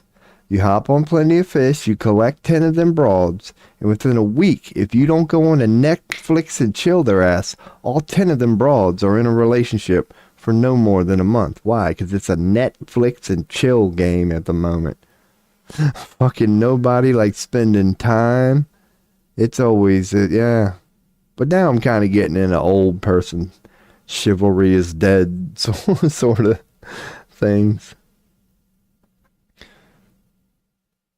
And she's not even super hot. I just know. Well, we all go through that. Yeah, we all got that one that's got away. As I always say, I have mine. I've got my one that got away story. She was a good girl. The only thing she wanted me to do was stop dealing drugs. And I said, nope. Looking back on it now, she was the cutest thing I've ever had. Best conversation I've ever had. Best shoulder to cry on I've ever had. And all she wanted me to do was stop dealing drugs. And your boy, being 20-something, said, fuck you, bitch. You know who I am? Now that I'm 44, I'm like, yeah, you were the dumbass in that situation. Yep, I got that same shit one day. She just goes, we need to talk, and immediately starts bawling. I'm going to my mom's, it's over. And at that point, you realize you fucked up. At that point, you're like, holy shit, you were serious, weren't you? Yep, it's too late by then, dude. What you get? I was fine, man. I just went back to selling weed. You know, I wasn't fine. He had to go through the emotions. Actually broke my heart, fucking destroyed me. But yeah, fucking hell yeah. Then I started selling weed to nothing but hot bitches. That was my way of getting back. I adjusted my clientele after that. I said, what the hell am I doing selling to 8 dudes and 2 chicks? Oh, I changed that up real quick. I started selling to predominantly females. If they'd be like, yeah, can my boy hit you up? I'd be like, nope. They'd be like, can my girl hit you up? I'd be like, you damn right. You can get my number right now. But I would say I don't want a dude clientele dealer. Oh, man, your boy went in there to change the game, man. Pimping ain't easy. Pimping ain't easy. I think all this girl wanted from me was to stop focusing on myself and my career. Fuck her. Yeah, it could be similar. Yeah, that could be it. And she was basically, my girl was basically telling me the same thing. I was like, I got weed to sell, man. And I couldn't have these people stopping by the house all day. I was out on the road, you know, making deliveries. And she was just like, no, don't do that. I was like, no, don't tell me not to do that. And yep, that was the end of that shit. Yep, fuck it. I said, yeah, it ain't easy. I was like, hey, just move on. Ain't got no choice. Like, she did. Because it's easy for them. And when in my situation, the one dude, not that we had been fighting about, but it had come up before. I'm like, dude, you're awfully friendly with this guy. And he was like younger than her. It was a coworker sort of thing. I'll be damned, 2 weeks after she fucking dumped my ass. It's like, oh yeah, bitch, okay, you moved on rather quickly, didn't you? And all that time I would, bring up something about that guy. You tell me I was a little crazy. I was perhaps being a little jealous or paranoid, but lo and behold, fucking a month. A month. It don't take them long. It don't take them long. I don't think I've ever broke up with a girl that wasn't with the son of a bitch a month later. Like, but that's why girls have the stories that they have. Oh, it's all guys, that all guys are pig. It's like, no, it takes two to tango, Missy. You ain't the only one with that story, Miss Missy. Once is a, freak accident, twice is a coincidence. Every broad in America having an awfully similar story. I'd call that a pattern. She went, oh, yeah, I can't do that. Nope, no way in hell. That's how you know she ain't for you. That's how you know she ain't for you. Girls aren't as innocent as they pretend to be. First time chatter, hell yeah. No, they're not. No, especially white girls too, man. Your boy likes throwing that in there. They know what they're doing. They do. They really do. I'm with you on that. When they're laying in bed at night, nobody around. Not the shit they post on social media. They know damn well what their hoe ass is doing. They knew damn well that dude that they talked to for 2 freaking days on Plenty of Fish. Like, why else would you think this dude's trying to come over after talking to you for 2 days? They know the power of that thing. They really do. And don't let them fool you. You ain't lying. Don't let them fool you. They know. That's why they hate each other. Because they know the power they all wield. They are constantly checking bitches at the door. Going, don't you dare do that thing. Because they know the power of the thing, man. They really do. Most of them still steal your phone and help you search for it. These days, I'm seeing it more and more. But then again, I'm kind of 44. I don't know how old you are. But oh yeah. Dude, broads are like slipping across the board. Because dudes are slipping too, don't get me wrong. But broads are now starting to exhibit traits you wouldn't think you'd see from a divine feminine being. They're out there thugging and shit. You're like, what the fuck, man? You're trying to be a fucking silverback gorilla. You're not built that way. Like, you're doing it wrong.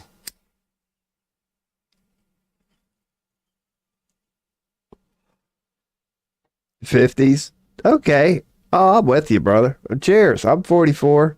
Robin's a little younger here. But no, you can relate. Yeah, it's a rather numb. Dude, you're so numb to it. You're so burnt. Yeah, you're just like, trust me, young, and fuck them. One of these days, you're not going to give a fuck. I can't explain it. Like, when I was young, exes used to tear me up, and now I'm just, like, chalking it up on the board. Now it's like, yep, there's another one. I'm just numb to the pain. And I admit, that's on me. It's like, I'm just numb. It's like, it's our way. It's our way as guys. As guys who have been through 20 failed relationships over the year, you just become this. And many guys say that. It's like, it's not that I'm shallow. I've just become shallow. I admit it. My first relationship, I really gave a shit. Learned, and just ever since that first couple, it's been giving a shit a little less each one. Just quicker to go to fine, fuck it. I do not go to, oh baby, don't let me go anymore. So I'm kind of done with it all now. Yeah, I mean, now, I would love to have one. That's what I was putting on my dating profiles. I'm in it to win it now. I want my next one to be, but at the same time, I'm done with it. As in, I don't want 5 more. I want 1 more, and I want that to be the one to take to the grave. Like, that's it. So you're from Dublin, Ireland. Well, cheers. I had a Scottish friend come in yesterday for the first time. And your boy likes to point out that he's a ginger here, man. I'm getting a little gray. But I'm part German and part either Irish or Scottish. That's where I get my red hair from. So I probably had a great grandma from around your part of the world, man. Because I brought some of that Scottish, Irish, Dublin, Ireland, red-headed fighting Irish mentality over here, man. Don't worry, your boy's holding her down. That Robin, the Robin's 29. Thank you for reminding me, because I know you're younger, and that is quite a bit, man. You got me beat by a decade and a half. I'm 44. I'll be 45 in June, the end of June, let's say July. So when you knew the girl when she was getting close to 30, so she was like, I'm not waiting around for this guy to build a family. Again, they know the power of that thing, man. They know they ain't got to wait around. That's why it's about the guy proving yourself. You see it in nature, too. They're quick as shit to be like, dude, if you don't fucking feed my kids, dude, I will take this thing, and I will go, son. Even nature demands certain things. Well, not all of them, but that's what many girls look for. Dragon skin, impervious to future burnings. It is a skill. I mean, it's not birthed from the most pureness, no doubt. It's forged from flame, but it's an armor indeed. Yeah, you become numb to it. You really do. Because I've saved some relationships thanks to that too. Because sometimes a girl will come to me and be like, hey, I'm about to dump you. And because I'm numb and been through it before, I'm like, really? Let's talk about this. And I've actually, thanks to my numbness, and you don't go to that 18-year-old, oh, baby. No, you go to, okay, I'm all right with this. I don't carry the weight, but let's talk about this. And I've actually prolonged the inevitable a couple of times. Thanks to my, like, a little numb to it, could now address it like a stable, grounded, cool, calm, and collected, no horse in the race. It's just pure logic in that moment. It's an actual conversation. So you're the same, German and Irish. That's me. Last name is Schwartzbach, which is just German all over it. So there's my lineage right there. And then you see the red hair in me. So yeah, I am German Irish myself. There might be a sprinkle of something, but I'm certainly German and Irish. You can see the Nordic nose here. So your boy had a little something. I don't know how common this is in Ireland, but your boy's got a big one over here. So again, cheers to Robin. That's Cosmic 42. Well, dude, I love the name here. First time chatter. Check her out, brother. Your boy's right on board with you there with the whole cosmic thing. That's your boy Robo from Pennsylvania, America. The red, white, and fascist up in here. Oh, you'll never find a more anti-American dude than this guy right here. See this stuff up here in the corner? That whole anarchy thing? Yeah, we can get into that. I don't deal well with a little thing called authority. So, yeah, let me go on and lean in. The Irish don't hate Americans who say they are Irish. We know you mean Irish heritage. Oh, I'm proud of my Irish heritage more than I am the American. You know, as an American, I can say I'm proud of about 1776 up until about no later than 1908, 1910. Right before that shit. And then 1913, it's all been downhill from there. Couldn't be more ashamed to be an American after that. But from 1776 to about 1900, I don't mind associating myself with that. But yeah, man. That's all America is anyway. And some people lose sight of that. We ain't nothing but a nation of immigrants. We came from Italy, we came from Europe, we came from Ireland, we came from Mexico, we came from North America. You name it, man. We came from Canada, eh? We're just a mixing pot, are we not? That's what we've always been known for. I mean this as a good thing. I know it's been given a bad, whatever, but we interbreed like no other country. Like, Asians come here, white people come here, African people come here, Latinos come here, and we all fuck. We all do. It's just a mixing pot of diversity, man. We are indeed a nation of immigrants. You can see it in our sports now. And again, this isn't racist. Well, like mixed people. Let's just say mixed. Yeah, there's a ton of mixed people dominating sports now. You can't say they're white. You can't say they're black. You can't say they're Asian. You just got to go, they're mixed. They're a combination of a couple things. They really are. That's becoming our majority over here. There is going to be no majority eventually. And I know some races are kind of afraid of that, but no, it's diversity at its finest. Is it not? You're only afraid of diversity if you're afraid of that. There will be no white majority. There will be no black majority. There will be no Latino majority. There's going to be a weird hybrid majority of just son of a bitches with a bunch. And you're kind of seeing it in other countries, but not like you are here in America. We have been the leading people of, interracial breeding. I might be finally saying it right. Yeah, and that's not really a bad thing. We're just diverse as hell over here. It's not a bad thing. It's still humans. And people across the globe are becoming more open to that. And it's not saying you don't want to acknowledge tradition either. It's like both have polarity. White people, black people, African Americans, Irish people, Asians, never forget about your heritage, ever. Never, ever, ever. Like, that part needs to be acknowledged too. So there was a bridge in your town built in 1773, so it's older than yeah, we're not that old, man. Not at all. People forget about that here. Like, yeah, what is that? Fucking, yeah, 250. Next, not this July 4th, but next July 4th is going to be our 250th anniversary.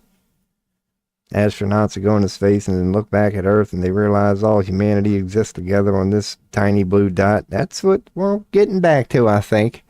I think all this, there couldn't be more division in the world right now, from left to right to, Democrat to Republican to conservative, radical, Islam, Christian, Muslim, Catholic, Zionist, Israeli, Middle East, Europe. We're just fighting Ukraine, Russia. We've got billions of reasons to fight right now.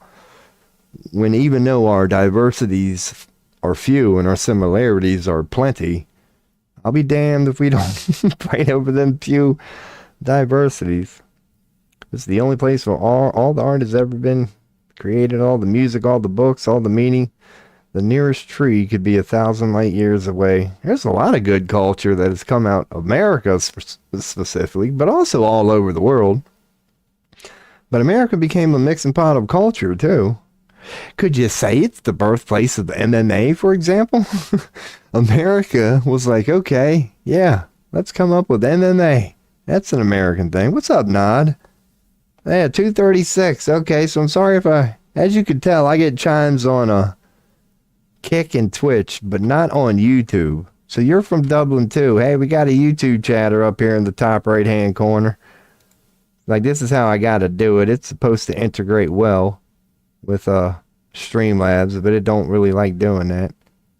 Well, what's up, Nada, I'll say. But you can certainly ask a question. You love Cretan, or you love Creter from Germany, and Thomas Shelby from Ireland.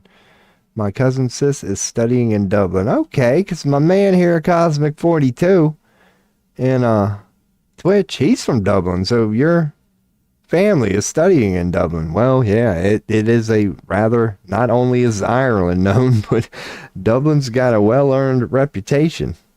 So you're from India. Okay. Gandalf is Middle Eastern. He's a regular here. So I'm well. How are you? I'm just sitting here chilling. Was considering, killing the stream about half hour ago. But then Robin asked for a tarot reading. Cosmic came in chat. Now you came in chat. Yeah, he's from Dublin, Ireland too, because I was mentioning my red hair, and yeah, your boy's got some Scottish, Irish in him. Let's catch up on chat on the other ones. Race and color, no, race and color don't matter. It's worth acknowledging, yeah. But yeah, don't put a lot of stock into it. We all have to exist here, indeed. We all share one planet. And I think we're going back to that. We love our division. Because we all know that. It's just, kind of fascinating how we all, from time to time, lose sight of that. We do. Because I'm guilty of it too. I'll group people up sometimes and just be like, man, these stupid son bitches. Is also hopelessly evil, warfaring country. We ain't got the best reputation. Yeah, the Irish, I don't think are really. Yeah, Irish are kind of like Israel in a little way, and some other smaller countries that, yeah, it's usually a bigger brother messing with Ireland. But I'll be damned if every bigger brother that's ever messed with Ireland, that's why they're known for their fight. It's technically it shouldn't have ever been close, but it was. It's the numbers weren't there, but that fighting spirit was there. That's why they're known as the Fighting Irish or whatever. People couldn't believe, based on numbers and, human history, how they say it went down. We even made a movie, Braveheart, regarding it, just based on like passion alone and a belief in yourself. Even though the numbers didn't make no fucking sense, they did a lot with what they had, even though they quote unquote lost in the end or whatever. It shouldn't have even been close, but it was. Like, they were not as easily as put in check.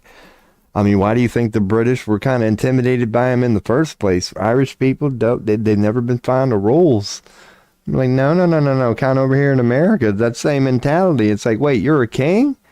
Okay. No, I don't know about that. Especially when you got a couple in you, man. There was a Jewish synagogue here in Cochin. That's cool. Because, one thing that's big for me on this stream is, like, I hate a Zionist. I cannot stand a Zionist. But, yeah, good Jewish people in Judaism, I like that. Like, when I look into Judaism, I'm impressed by it. When I look in usual, like, when you get into Talmud, it can get a little weird. Now we're kind of getting Zionist. But yeah, I mean, I cannot stand Zionists, and I cannot stand the way, like, Israel and Judaism and Jewish people as a whole are kind of being associated with, like, the Netanyahus of the world right now. It's like kind of like Trump or some of the leaders here in the West give Christianity a bad name. It's like Netanyahu's now doing that out there for fucking Judaism.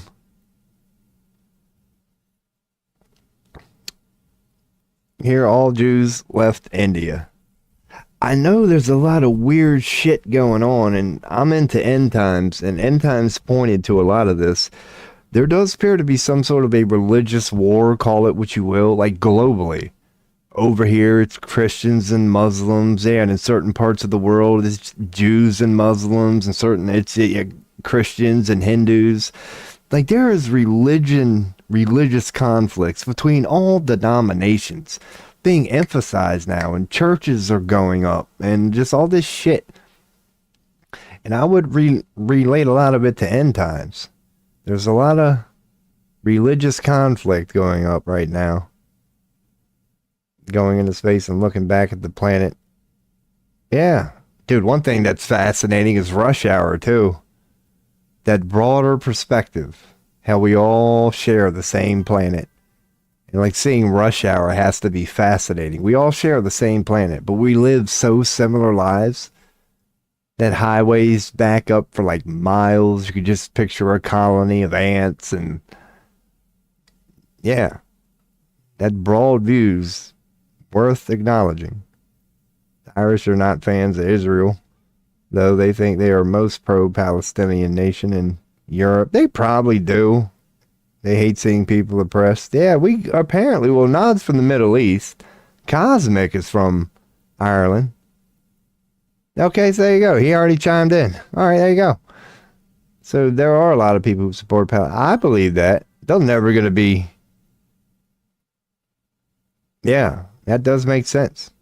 Yeah, because the Irish know about being suppressed. So good to know. That, yeah. Hell yeah, because I'm pro-Palestine. I know Robin is. It's like, that story is sad. How in the hell anybody, any country, that's what I'd say. I hate how it's related to Israel, because Israel, the good people of Israel, have nothing to do with this. It's a far, deep state, Zionist, Illuminati, whatever you want to call them. Yeah, those fuckers done committed what Adolf Hitler tried to do, but couldn't do. The world allowed them to do it? How? Did we not learn anything from Hitler? Like, how did we fucking allow this? We started World War II to stop a country from doing this. The whole world said, fuck it, we're going to war because we can't let this happen. But I'll be damned if in 2025 this Palestine thing is fucking crazy, man. Like, and I do believe, kind of like we're touching upon now, most people are pro-Palestine. Most people, including Israel, want Palestine back, and why aren't we getting it? Why are we getting Trump Gaza, whether we like it or not? Like, what the fuck's going on here? Our Nagaland is converted 98% into Christianity. Yeah, Naga equals serpent. 100%. I kind of know that from World of Warcraft, but it's also, yeah, in mythology and a lot of ancient religions. There's Freemasonry. Oh, that's beautiful. Yeah, I hope we go through another cathedral building phase. With the technology and information we have today, let's get our Freemasonry on again. Quit building these boring ass things. Make every single angle count.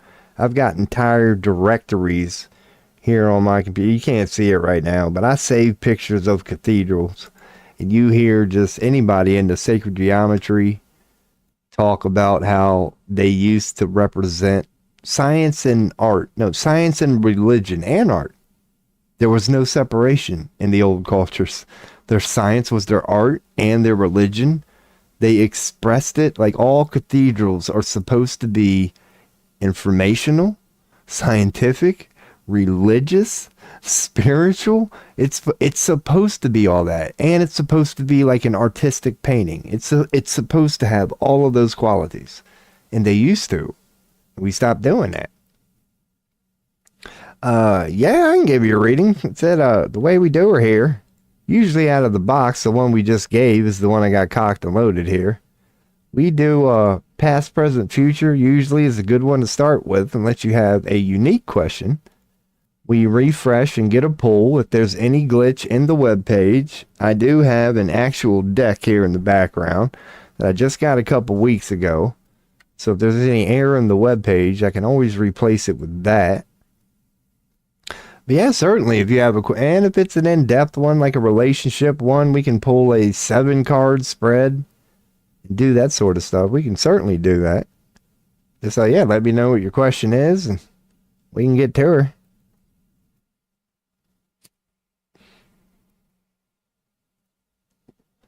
But I will take a squirt. Before I do it, I should perhaps get... Yeah.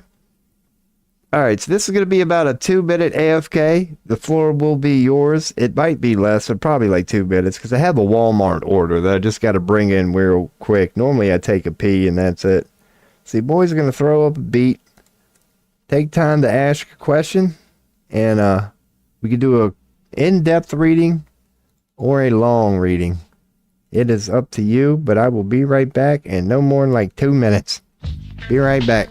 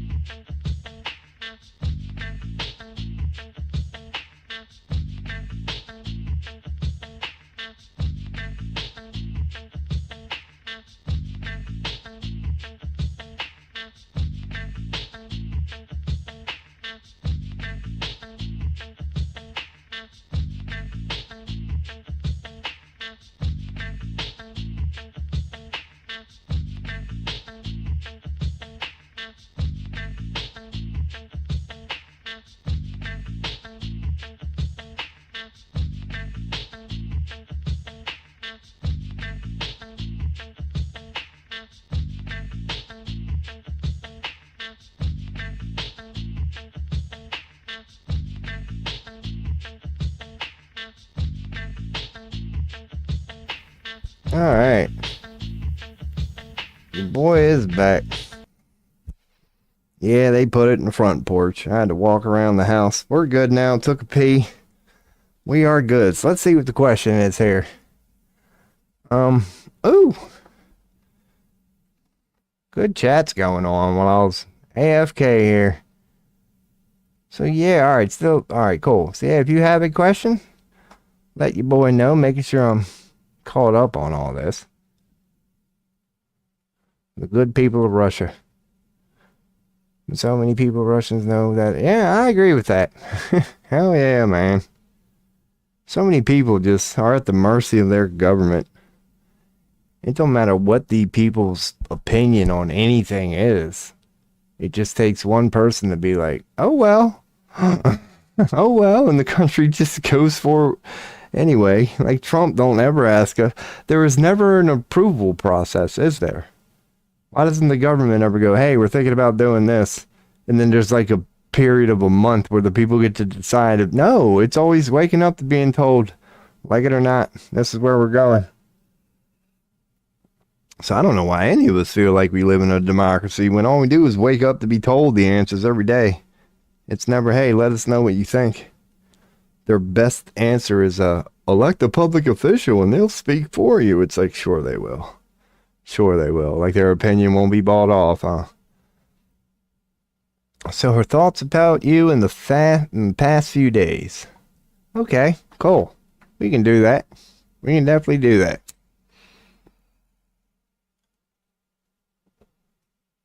So I'll go back and forth between, tarot and chat, because I guess that is a good thing that your boy does have to learn here. Normally, this is not like an active chat when I'm doing like readings.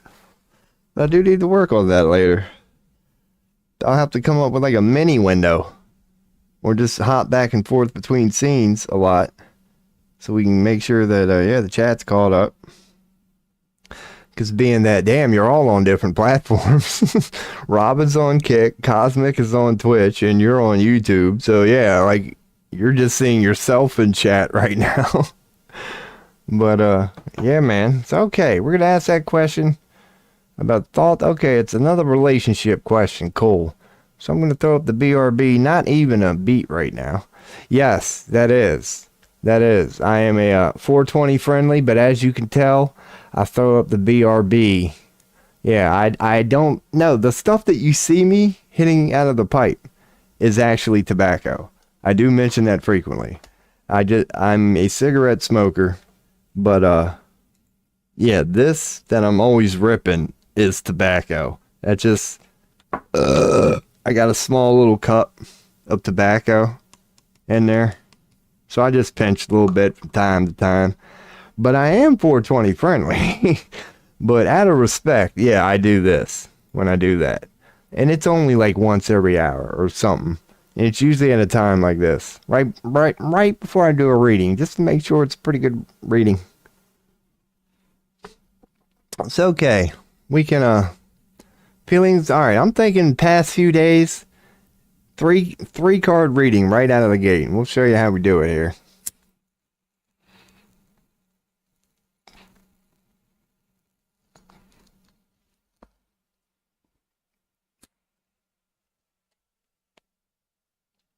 We'll do a 3-card reading.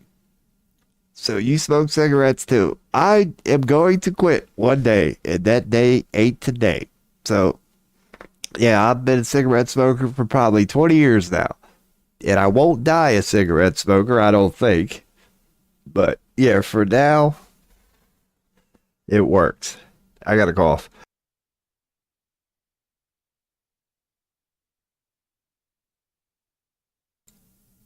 Hell yeah. We back. So I'll keep it on just chatting, but I'm going to get your poll ready, and I'm going to ask your question. Make sure I know that we're clear. We got Nod and YouTube. Wants to know her thoughts in the past few days. So what is her thoughts regarding my man Nod here? Fellow, Dublin Irish connections, living in India. How's this broad feel? And if there's any glitch, we'll replace it with a real card. Alright, this is going to be your poll right here.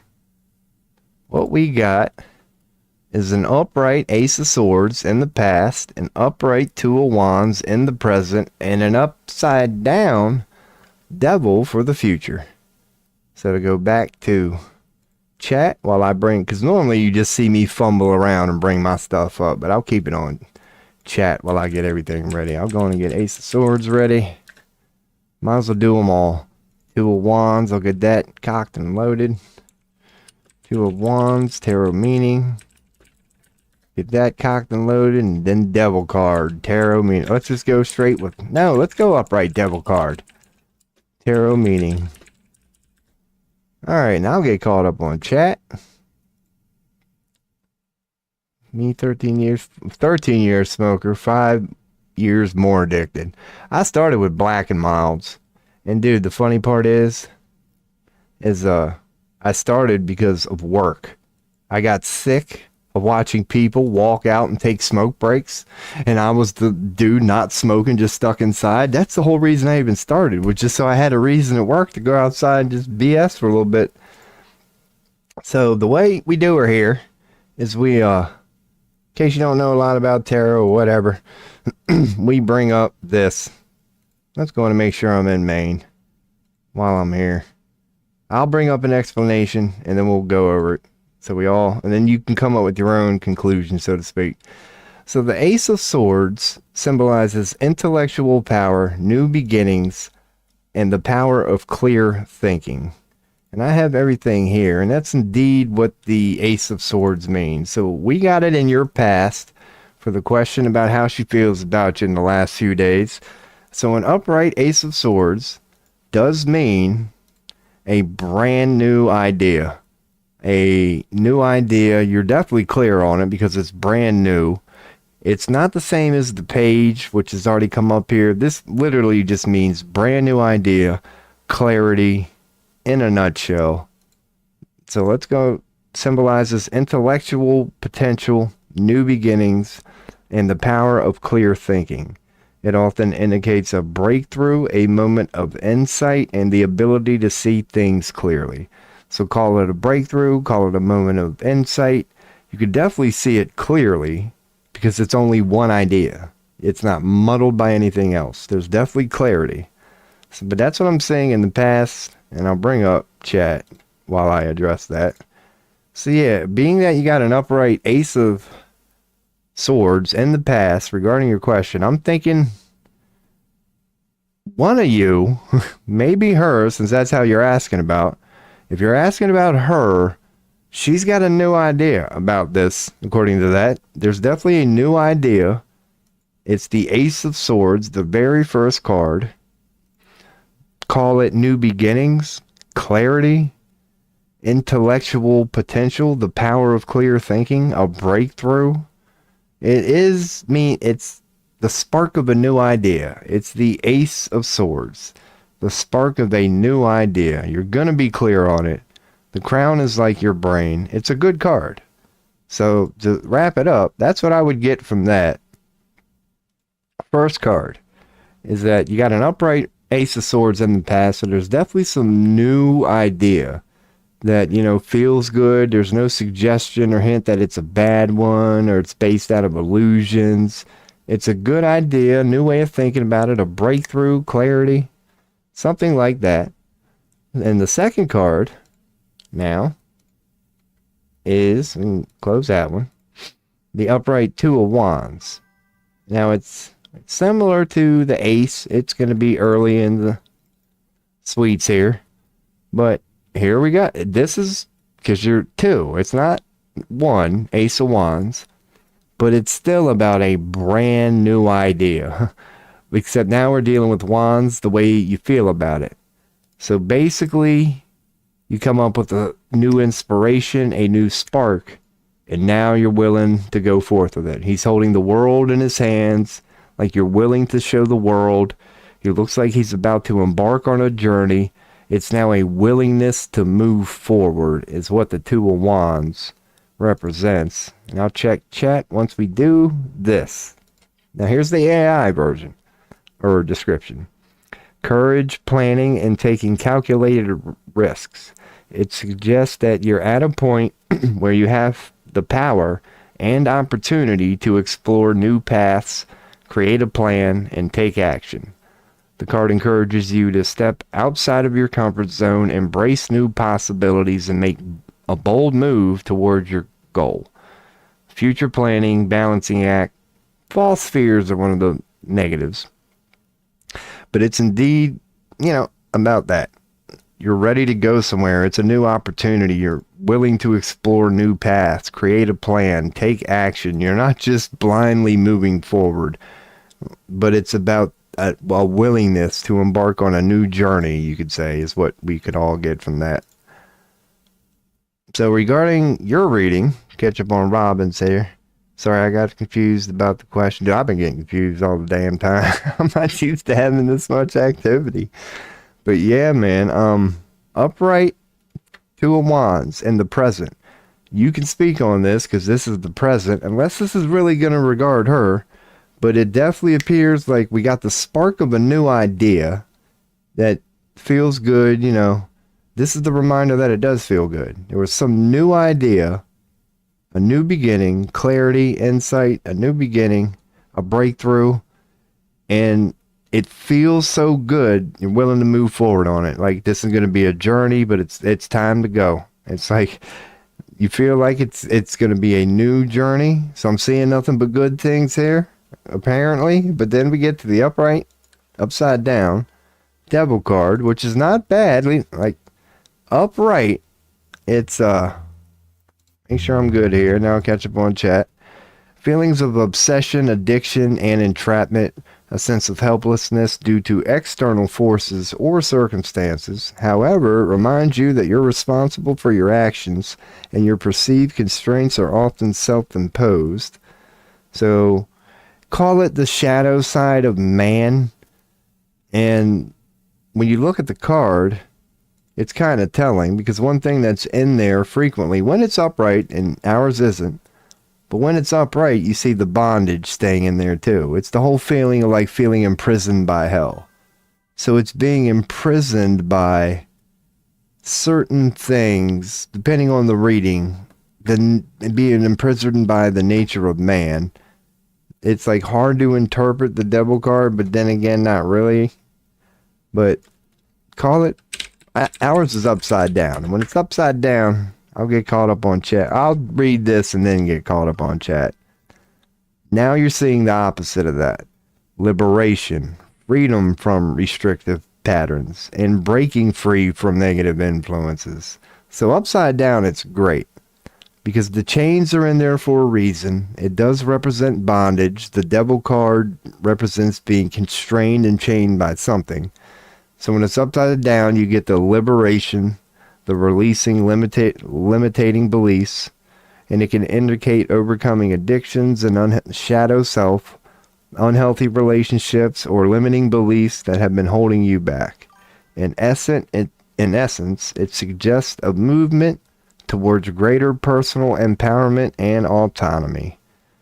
I would agree with all that. Liberation, breaking free from negative influences, freeing yourself from your shadow self. So that's what we got in the upright future section, is an upside down devil. So it's a spark of a new idea with the upright Ace of Swords. Upright Two of Wands. It apparently feels good, willing to go forth with it, eager to go forth with it, passionate to go forth with it. And the upside devil card for the future would suggest a release from bondage, a release from shadow self, running away from the pain, numbing the pain, the things. It's an upside down devil. It's an upside down personal hell. So yeah, I'm seeing a lot of liberation and freedom, which is what you get from an upside down devil a lot of the time. That yeah, I do think that in this reading, that means liberation and freedom from a personal hell. Personal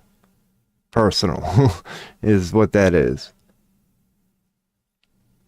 in my opinion. So I'd say this is a good reading all in all, because the short story would be, birth from a new idea, that feels good, willing to move forward with it, with the Two of Wands.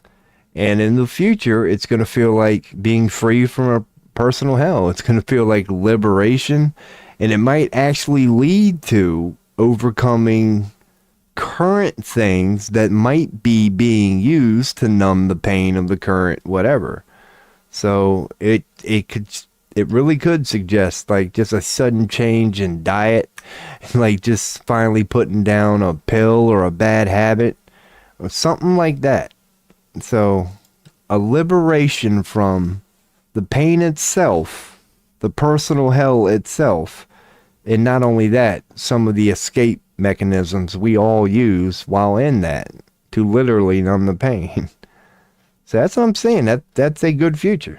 It's a release from something you could say for either party. And we asked about her, or you asked about her. It's going to be like a release of a personal hell. It's going to feel like liberating. So I'm saying nothing but good things here. So hopefully Tarot's telling the truth. That it feels good, it feels like it's worth moving forward to, and that if it does, it's going to feel like liberation. It's going to be a good result if it's acted upon. So what's up, Waka Flocka? Alright, now I'm catching up. Brother is Irish, needs a beach ASAP. I'm getting pale as fuck. I'm normally not too, man. I think I've shown you pictures from last year. But oh, dude, that's another reason I know I'm Irish. We are extra. We're not extra. Yeah, we are. We're kind of extra pale. Devil means love and marriage, destiny, or separation. It could suggest things like that. Human nature. The devil will offer something in exchange for your services. Usually, give and take. Give and take. Appreciate the feedback, indeed. Literally, brother, I'm a Burke, no, I mean sorry, and such. Hell yeah, man. No, appreciate the feedback. It's just that, yeah, I actually got a balance today. Look at this, man. We got a YouTube chatter up here in the fucking top right-hand corner. That's who asked the question, was Nod. So she needs liberation. Let me see. One bad dude did, ooh, that's fucked up. Did a little black magic on her, huh? She needs liberation. Okay. Because if that's true, yeah, if like there was really some black magic involved in that shit, that might explain the devil card too. It's time to break a fucking curse. Like that might be suggesting whatever the fuck he did actually quote unquote worked. Because you know it's just a trick. Black magic does not quote unquote work. But if you can convince the eye of the beholder it does, it's as good as it fucking working. So, yeah, he's chained her up. That's the nature. You cannot perform black magic without having some chains. It's the nature of the beast. You can't do it by force. It's literally seduction if you do it right. You do not want to come across as the demon advertising itself as a demon. If you're doing black magic right, you come across as an antichrist. You disguise yourself as everything that they believe is good and holy, and then you get them. That's one way to do it. So if he fucking did some black magic and it quote unquote worked, and he tricked her ass, because that's the only way it would work. Through trickery, illusions. Yeah, and could, yeah. Alright, I'm glad you threw that in there. It might be time to break them fucking chains, man. Because if you can see them, yeah, it doesn't care how powerful she believes they are. If you can see them, yeah, you can at least point her in the right direction.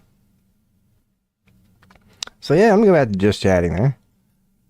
Resonating, yeah, one fuck face did it. What a fuck face. Yeah, because, yeah, I may have shadow worker in my title there on YouTube, but I'm a self-proclaimed shadow worker who's not afraid of a little, shadow and black magic. It's like, how dare he? There are rules to that shit, man. There really are. You do not make a victim out of anyone. But then again, he might not have. But you still can't justify that. You know he's telling himself, well, that's on her. It's like, yeah, because you tried to trick her, dude. Like, no, that's on him. But yeah, if he tried that and it quote unquote worked, it's only because he tricked her into believing something. He done sold a good enough story that she opened that fucking door. So ain't that some bullshit? But I thank you for throwing that in there. Because I was reading the liberation part. Because, of course, yeah, a lot of people don't throw, like, black magic and deep stuff in there. But it's like, hold up. Okay, now that you threw black magic in there, let's get a little deep on this devil card there. And that's why I like to, bring up the definitions. And I tell people all the time, like, you know what your dang reading is or whatever. Like, I try to offer ways to interpret it. But often, yeah, it's like that person knows, because the message is never meant for the reader. It's always meant for the person asking the question. So I'm just wiping up a little tobacco here, man. You boys got a collection going. I could probably end up smoking a bowl with all this shit I've got here right now. So hell yeah. Alrighty. So I hope that did resonate. Because otherwise, yeah, regardless, that devil card is screaming liberation from something. Yeah, there's definitely liberation from something regarding the question you asked. And I'm sure you're going to bring a lot of that to the table, maybe, perhaps. But yeah, okay, but she does. Many people jealous of her. It is. Well, good, man. You do need to liberate somebody like that. Because if she's being held down and not shining as bright as she could potentially shine, and most people already know how bright that is, then yeah, man, you need to go in and take a lid off that pot and shame that son of a bitch that put that lid on there, man. But you probably just want to go Jesus with that guy. Just forgive him, for he literally knows not what he do, or he wouldn't have done it. Thinks he's all on black magic. You know he's a fucking amateur, dude, or else he wouldn't have done that. He don't know a damn thing about... Who knows, man? He might have been a clever son of a bitch, too. That's always in there. You might want to give respect where it's due. But either way, man, cool. Cool. So at least you know about it, though. Like, that whole deal. I assume she kind of told you. Maybe she confessed in you. At least you're aware of it. Because a lot of people don't like speaking of such things when they do happen. Because it's kind of weird. You tell some guy, like, well, actually, when this dude came over, for some reason, he demanded, like, this thing had to be in this side of the room, and they lit a fucking candle. I don't know what the hell. Like, a lot of people don't even like speaking about it because it's fucking crazy. It sounds crazy. And you're like, yeah. Especially if they don't know what they're doing. It can lead to bad shit. But then again, you can't say he didn't know what he was doing. If it really worked or whatever. But good stuff, man. Than any other readings. Your boy would definitely not mind doing them. Because, yeah, that ended up turning. That was an interesting plot twist there in the end. That's when you caught my attention right there. I'm like, now we're talking. Now we're talking. She had some bad experiences, told me recently. Okay, we know in like 3 months. Oh, I'm done fucking up. Alright. So, yeah, so obviously she confides in you, so that'll be good. At least you got the icebreaker right there. Because you wouldn't want to open up to somebody like that. Like, hey, did you ever consider that you might be cursed? Like, if they're not already open to that idea, they might be a little offended. But yeah, now might be a time to acknowledge that. Maybe that's what the new idea thing has. Maybe it's already related to this. Because, yeah, to go back to the reading, there's some sort of new idea that asking about her is what, the way we put it. And she should have a new... She should be open to something right now. And yeah, maybe ask her how... Well, I'm sure you do. But yeah, just pay attention to, like, her answer when she says how she feels. And if it has, like, new idea in there, new beginning, breakthrough, clarity, along with it feeling good and feeling like she needs to move on with it, then yeah, that's when maybe you could do your part about the liberating thing. Yeah, it's a cry for liberation. Hopefully there's some liberation that's going to be the result of that. Like, yeah, are you feeling chained? Why do you feel chained? So you do Vedic. Okay. Yeah, because we touched upon Vedic many times here. I licked the keef off my finger. Yeah, I'm learning and starting with Western. But I'm seeing a lot of suggestions towards Vedic. I can see myself ending up there one day. But being that I'm new to like astrology as a whole, yeah, I'm starting with the Western, especially being in the United States. Like a lot of people are into the Western thing. But naturally, it's pretty much inevitable. The longer you stay in astrology, yeah, you end up learning more and more about Vedic. And I'm sure it's the same way. Like if you start with Vedic and you stay in the game for 5 years, you inevitably learn about Western astrology, whether you quote unquote want to or not. But I actually would like to learn about Vedic just at a later date, like really getting on to it. Because right now I'm learning a little bit just by what I run across. And this sugar, she's starting to clump up. Yeah, even just searching for Western astrology stuff, I've been getting a few Vedic results. And at first I couldn't even tell they were Vedic because I didn't know a damn thing about astrology. But now I'm starting to be able to see, I'm like, oh, this is a Vedic point of view. Okay. Because, I got my reading, but it was Western. It was the Western opinion from one webpage, astrograph.com. Because I couldn't say their first description was spot on, but then I factored in the Neptune, because I got a Neptune opposition right on my ascendant. The good news is I got Venus on my ascendant, but the bad news is I got fucking Neptune in opposition of it. And I just found that out today by looking at it. Now that I'm starting to learn what the hell I'm looking at. Yeah. There it is. There's my Venus right there, right on my ascendant. Just looking good, coming in hot, but then you're like, damn it. You got Neptune over here, basically in a almost straight line opposition. Not a lot. There's some, yeah. But that's where the deceit and illusion kind of comes in. But I do got Venus right there on my ascendant, so that's kind of good. It should be, at least. How I ended up toothless and just so damn lonely, I'll never know. Actually, yeah, I do.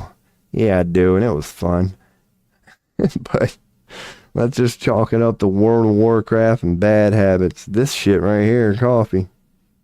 That's why I can just abuse her now, dude. I ain't got no teeth. Might as well go hard now. If there's ever time to go hard, it's the few years after you fucking rip them all out, man. I used to have to worry about cavities and going to bed with toothaches and shit no more. Not anymore, man. Now your boy just, man. Because there's no point in even wearing dentures at that point. You're still going to end up with yellow teeth. You just might as well just go on and gummer there. Just go out looking like a Hoover vacuum, man. Just every time you say the W, do I just look like a black hole. Yeah, that's the Western diagrams here. This is from astrograph.com. It's like when you're here in the United States and you do natal chart reading, it's one of the first 2 or 3 results. And they don't address everything. They got Lilith in there. But I know Chiron is like an asteroid that's mentioned in some readings here in the West. And another one too. Or something else is mentioned here in the West, and I'm forgetting. But this reading is basically simple. And they just got the basics. And that's why I kind of figured it's a good one to start with. But yeah, I mean, you probably really can't. Especially if you're on mobile, you're not going to be able to see it. But yeah, if I zoom in, this is it. June 28th, 1980. That's when your boy was born. We got Aquarius. I got nothing up here except my midheaven. I got my midheaven in Aquarius, and I got my moon over here in old Capricorn, and then Neptune hanging out in Sagittarius. Otherwise, Venus on my ascendant, everything else is down here. Sun was in Cancer, Mercury was in Cancer, South Node, IC, whatever, was in Leo. My Jupiter was in Virgo, Saturn's in Virgo, Mars is in Virgo. Virgo was popular when I was born. I had Jupiter, Saturn, and Mars. Pluto was in Libra with Lilith. Thank God it's in Libra. Because you got Pluto and Lilith coming in hot. Shadow, divine feminine.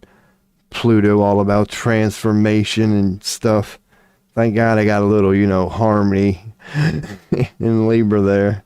Because that's, a 1-2 combo. At least they're, side by side. Kind of, pretty much getting along well, man. They're getting along well when they're right there. So that's good, I guess. But it's Pluto and Lilith, the dark side of the moon. And Uranus is there in the old, what the fuck is that? Yeah, that one. Scorpio, that's right. Give me if that was loud. Old Scorpio. I had Uranus and Scorpio. So that's about, I'm passionate a little bit about individual rebellion and everything that Uranus represents here in the West. So yeah, I got nothing up here though. Nothing. Nothing. So that's your boys, man. That is indeed mine. And I've just begun making sense of it. It took me 3 days even to begin making sense of what the hell all that means. First you got to really get to know the symbols and what the hell. So you lose a local newspaper website. Okay. Yeah, because there are plenty of them in surprising places. But the way your boy's gonna, I aim to offer one, so to speak. From not like the horoscope perspective, but kind of like I do tarot. I'll just go, okay, let's all look where Venus is. This is what Venus means. This is what this sign means. So get ready to expect this. Related to the planets, so to say. Don't just start my daily readings or once I start putting them on web pages or whatever. Yeah, that'll be me. That'll be the way that I do it. And not that I'm ever going to be a pro. It's still just going to be a dude with an opinion. But I'm going to always explain why I came to that conclusion. Get ready for family thing. Because one thing I noticed is Jupiter is going to be pretty much spot on dead center of Cancer around Christmas time here in the United States. So that should suggest Jupiter doing what it does, bringing wisdom and expansion and a broader perspective and a little bit of luck and fortune to Cancer at its best, being about nurturing home and family. That falls right at Christmas. Pretty much it'll be dead center of Cancer right around the winter equinox. So that should imply the energies are going to be right for a very family, not Taurus where it's about material value, but just going on Jupiter and Cancer, knowing what I know about them now. Okay, that'll be cool. That should be it. It should mean, when Jupiter's in Cancer, that if you believe in astrology and what all that stuff means, that should be the result of that. A expanded, more involved, grounded, practical, greater good of the all feeling to what Cancer is already about. Nurturing the home and making sure everybody feels good and everybody's having a good time. They feel comfortable and loved at home. That's going to happen right around Christmas. Also, occultist, I'm sleeping, brother. Good night. Now, I appreciate the question, Nine. I was catching up on you. Yeah, maybe I will look into Ireland astrologers. Because I'm, half Irish myself, man. Especially if they got a nice cold one next to them or something. They're just... So I appreciate you checking in, man. But then again, you're from India. And them Vedic astrologers, I know I'm headed for that. Or you're, living in India. Yeah, them Indian Vedic astrologers. The one Vedic astrologer video I watched, this dude was Indian. I'm pretty damn sure. So appreciate you checking in, man. Thank you for the question. Hope it resonated. And yeah, definitely keep me in touch, man. You see me streaming, hop back in. And if I'm full of crap, let your boy know. Be like, man, that tarot reading couldn't have been more off, man. She actually. Oh, yeah. So India, indeed. I just keep going back to that Dublin Iron reference. Yeah, so I don't know what time it is for you over there. So yeah, it probably is good night. Got Peel Raj. Alrighty. Okay, well hopefully it's all well there. I know, they ain't pissed off the United States yet. Like, that still seems to be one of the fragile relationship. Trump ain't screwed up yet. Let's hope it remains that way. So appreciate the question, man. Hope it helped. Hope it resonated. And that was cool. Appreciate you mentioning the black magic thing, too. Son of a bastard. But they are a little extra esoteric there in the East and India, especially compared to us here in the United States. We're just known as the obese diabetics who need a wheelchair to do grocery shopping at Walmart. Like, we'll tell you the score of the game. But yeah, we're not really known as occultists right now. And the ones that we are known for aren't really, we gave the... But then again, they're good in their own right. I'm smoking weed and then sleep. It's after midnight. Hell yeah. Well, 420. Happy 420. It'll be 420 here in about an hour. So enjoy your old ganja, maybe a little hashish over there. We ain't got bad stuff here in the United States. My stuff ain't the best right now. It ain't dog shit either. Don't get your boy wrong, but yeah, man, price is everything for your boy at the moment. So I know in India they got, oh man, I think the hashish, man, I'm just fucking that up. Just say hash. Yeah, good hash is known to come out of India. Just, man, you take a whole bunch of weed, you take an ounce of weed, and you do something to it, and it ends up being a ball about that big, which technically it's an ounce of weed. I've had some good hash from, I'm pretty sure it was India. It was somewhere in the Middle East, because my Middle Eastern friend gave it to me, and my God, that shit blew my mind. I gave it to all my white people friends, and they couldn't fucking believe it. Oh, your boy made some money, all that.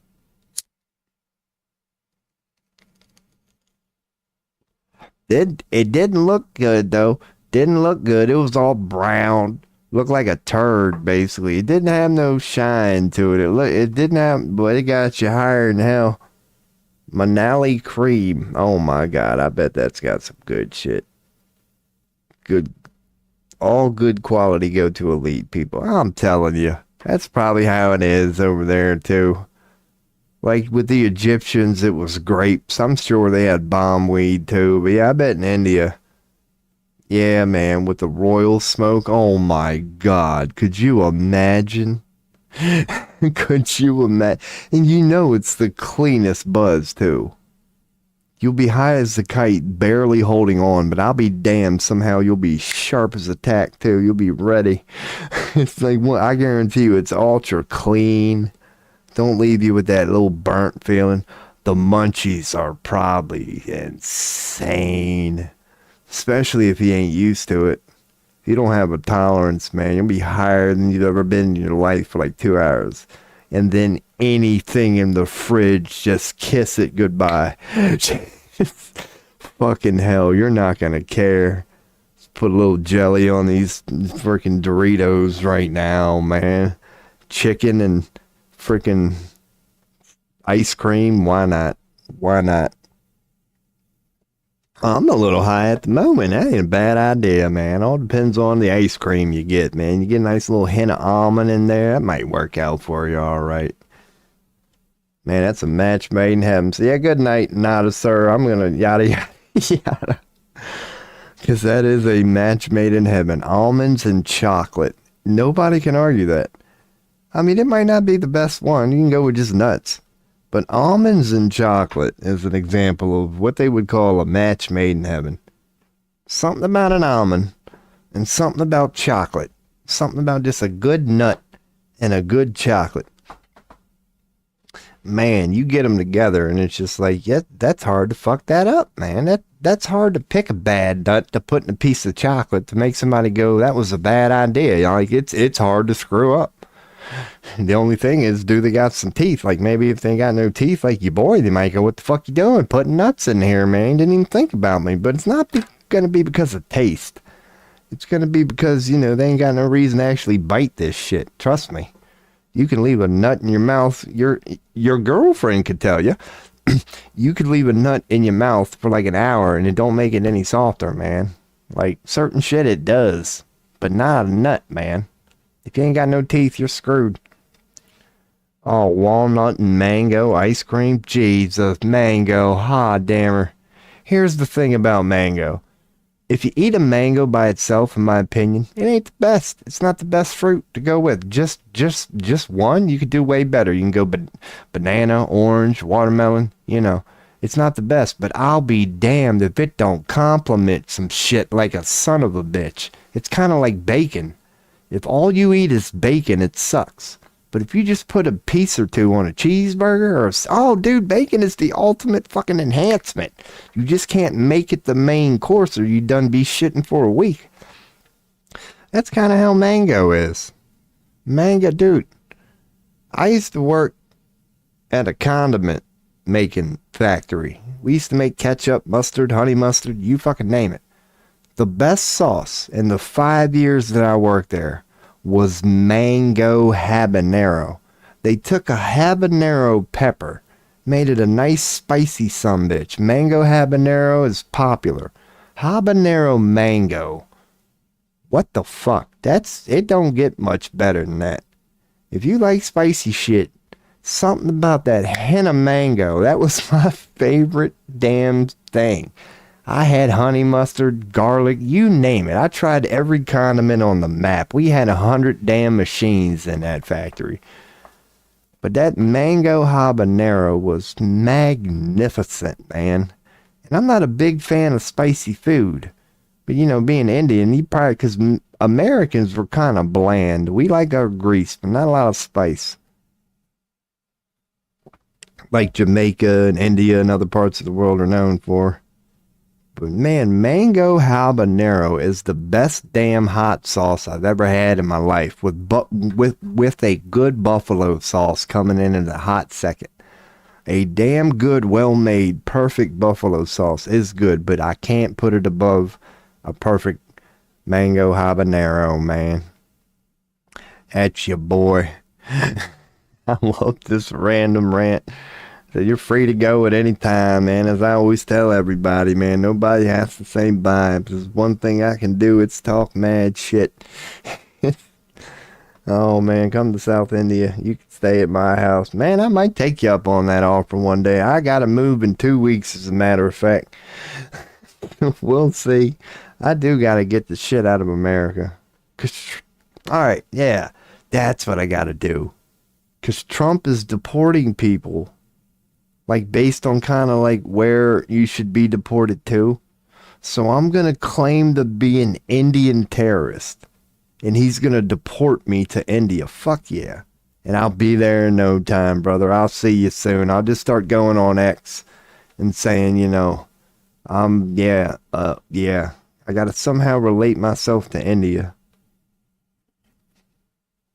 And he will deport me and send me there. Because that's what ICE is doing. Like, because the thing is, when they deport you, they send you back to where you were from or whatever, wherever they believe you're home. Oh, I might end up in Dublin. Hell yeah. So that might be a way to go see my friend Cosmic here. Or maybe I'll see your cousin in fucking Dublin. Either way, I'm going for it. Send me back to my homeland. Send me back to fucking Ireland, Scotland. Just as long as I'm in the fucking vicinity, I don't care. Anything's better than America. Well, I wouldn't say anything now. Don't get crazy. There is a thing called Korea out there. No sane person would want to be there right now. Then again, anyway. Hell yeah. I gotta work on this YouTube shit. It ain't my fault, man. It's only a checkbox in Streamlabs. I don't know why you're up here by your damn self in the top right-hand corner, but hey, the floor is yours out there. It's... Hell yeah. I don't even think it works when people follow on fucking YouTube and shit. There's no notification or none of that.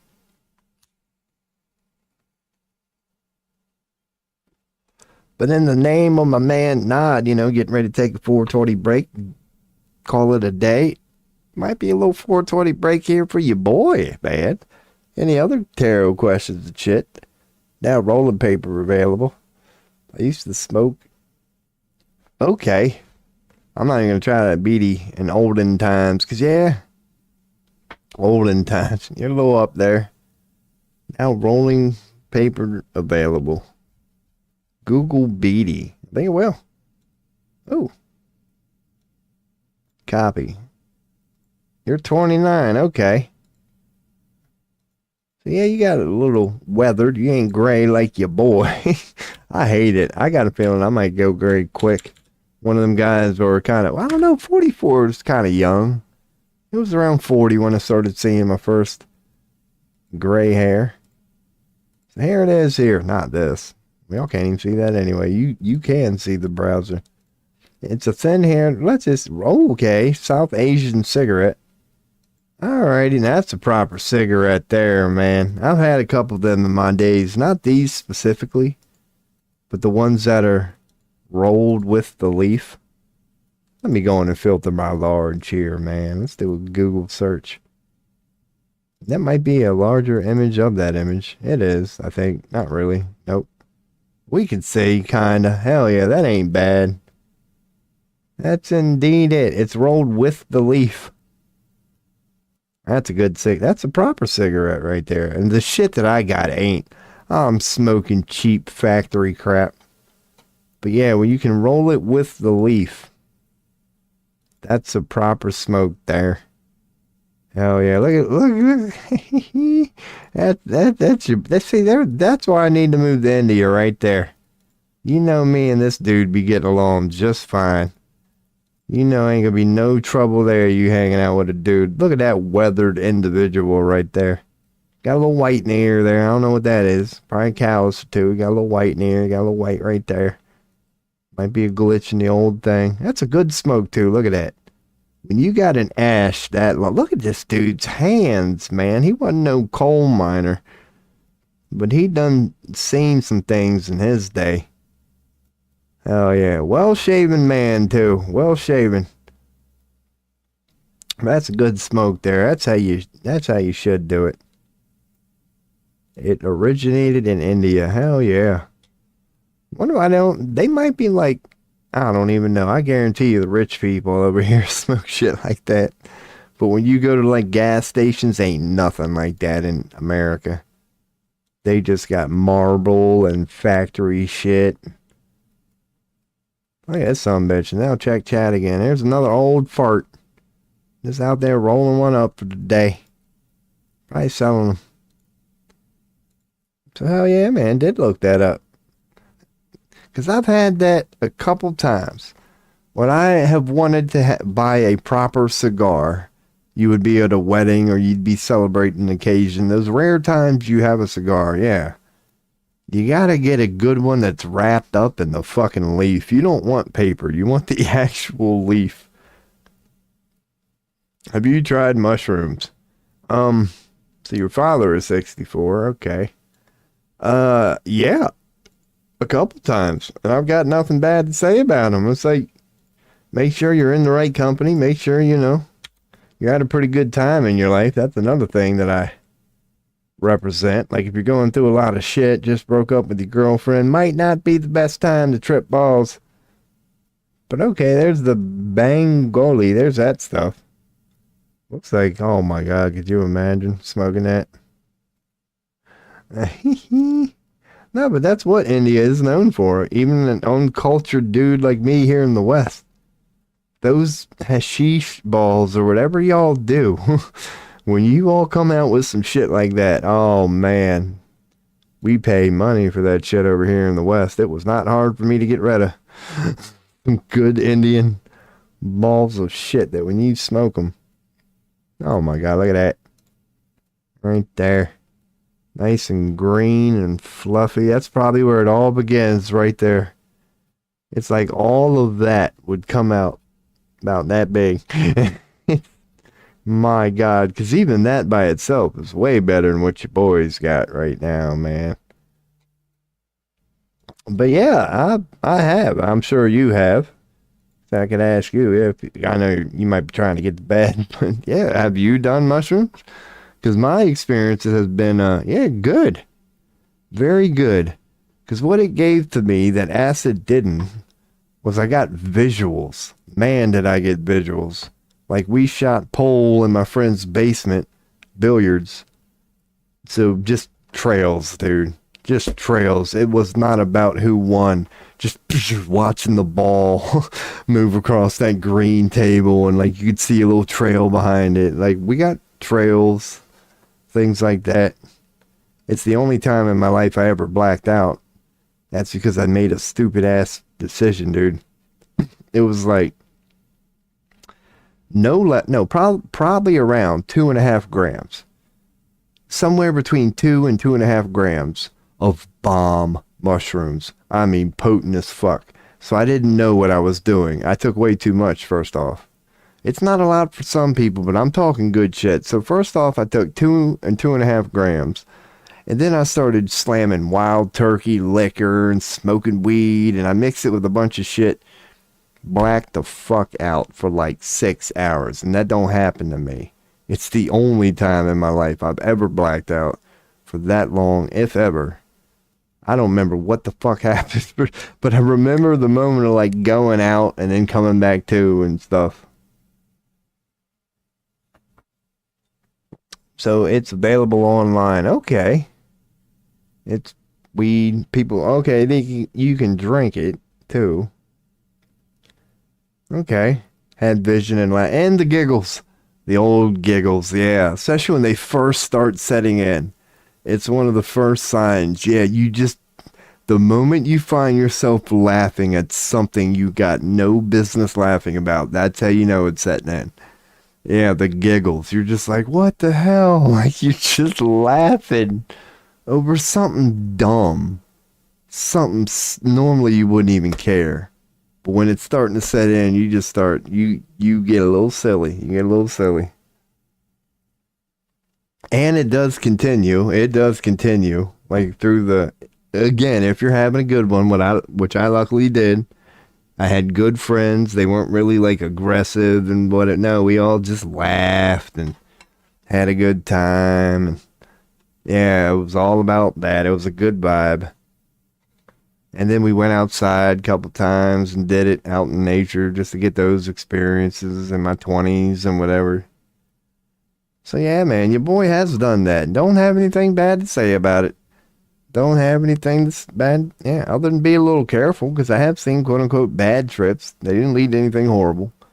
But I've seen enough to know it's a thing. You got to make sure you're in the right mental state and surround yourself by good people. As long as you put a little thought into it and you act like an adult about it, plan it out. Don't go to work the next day. Make sure you got some time off. I was effed up in 23 after doing MD. Okay, MDMA. There are some potent ones, and I've never had a chance to do anything stronger than that. Just mushrooms and LSD, but there are some powerful psychedelics out there. And no, I didn't know. Mine was always raw. Mine was always cap and stem. I would just do the peanut butter sandwich thing here in the United States. Basically, you just put it on bread and add a little peanut butter and just, and just downer. Ain't no tea or nothing. I tried to make tea one time with weed stems, but I screwed up, and my friends admitted it. We done saved up stems for like months because we were going to make this really bomb tea. And then the night we made the tea, like before we even did it, we got higher than a kite. We're down there smoking blunts. So we all start drinking this tea. And then we all started asking each other, hey, do you feel it? But then we all kind of came to the realization like we did this wrong. It's like, yeah, I feel high, but it's just because of the tea or the 15 blunts we just smoked. It's like, and so we should have saved it like for a day. We should have started the day with that to see how it felt. But the only time I've ever had like a weed tea or anything, especially homemade, we fucked it up. Because we all got together and chilled for a couple hours. We're already high. And then we started drinking the tea, and then we could all agree. It's like, dude, I can say I'm high right now, but I can't really credit it to the tea, but I'm high. So, hell yeah. It's all right, my man. Yeah, you might have to get to sleep. Weed is better. I love weed. It's the only thing I need. To each their own. But yeah, once I found weed, I didn't need a whole lot. You want to listen to this Karasha Punjab? All right. Yeah, enjoy your weed, brother. Because I'm going to here soon. myself, man. Take a little 420 break. Remind people that, yeah, we do tarot. If anybody got a question, let your boy know. We just did one for our boy Nod here in India. He has family studying in Dublin, where our Dublin cosmic friend showed up in. But enjoy your night, man. I could glance real quickly, as in not check news, but do what your boy does here. But sometimes yields interesting results. Just to make sure nothing is... See, there's some sort of riot trending. Nothing, I don't think. Baraga riots. Varga. Bags 10th job spitting anti. So, yep, no riots. I don't know why it's being associated to him. Just making sure. There's F-16 trending. A Ukrainian F-16 has been confirmed shot down. That tends to be what happens during war. So that's much ado about nothing. Tel Aviv. There's that fucking stupid shit. I already trolled his ass. The most surveilled and high-tech border in the world has mysteriously lost all footage. Alright. There we go. Speaking of 420, why is this Cheech that? Oh, okay, that's an ad. I was about to say. I'm like, dude, what does this have to do with Tel Aviv? Fucking X is listening in right now. They know we're talking about weed. The moment I scroll down, I get a recommendation. That's Tel Aviv. Oh, okay. So, yep, Tel Aviv is trending for a reason. I'll give that a like. See, that's what I'm talking about right here. These people are not Zionists. These people are Israelis begging their Zionist government to just stop. They're just good people out there getting their peaceful protest on. So good on you, Zionists, for not hitting them with water cannons and flashbangs just yet. But if you people keep this up, oh, you know how that goes. You'll be labeled terrorists in no time. So, okay, that's good to know. That's the only thing trending right now. Hell yeah, we out here. Caught up on chat, my man. So any tarot questions? Let me know, man. Because I'm definitely not going... Not definitely, but I shouldn't go back into astrology. That'd be like for starting another stream tomorrow.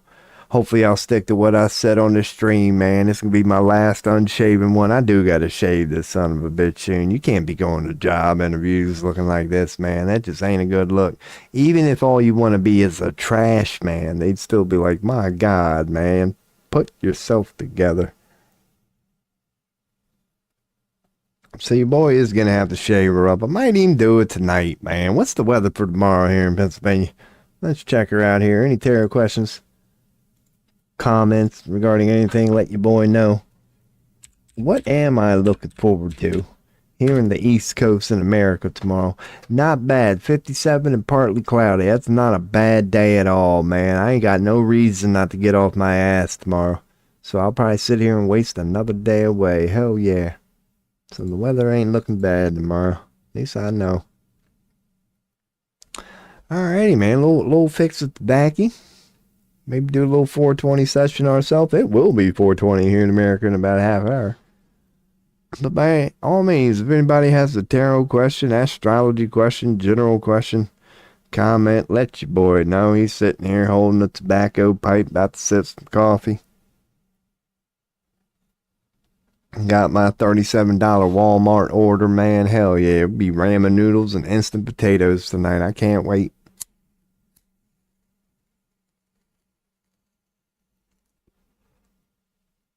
So that was cool, man. We had a little bit of a chat breakout earlier.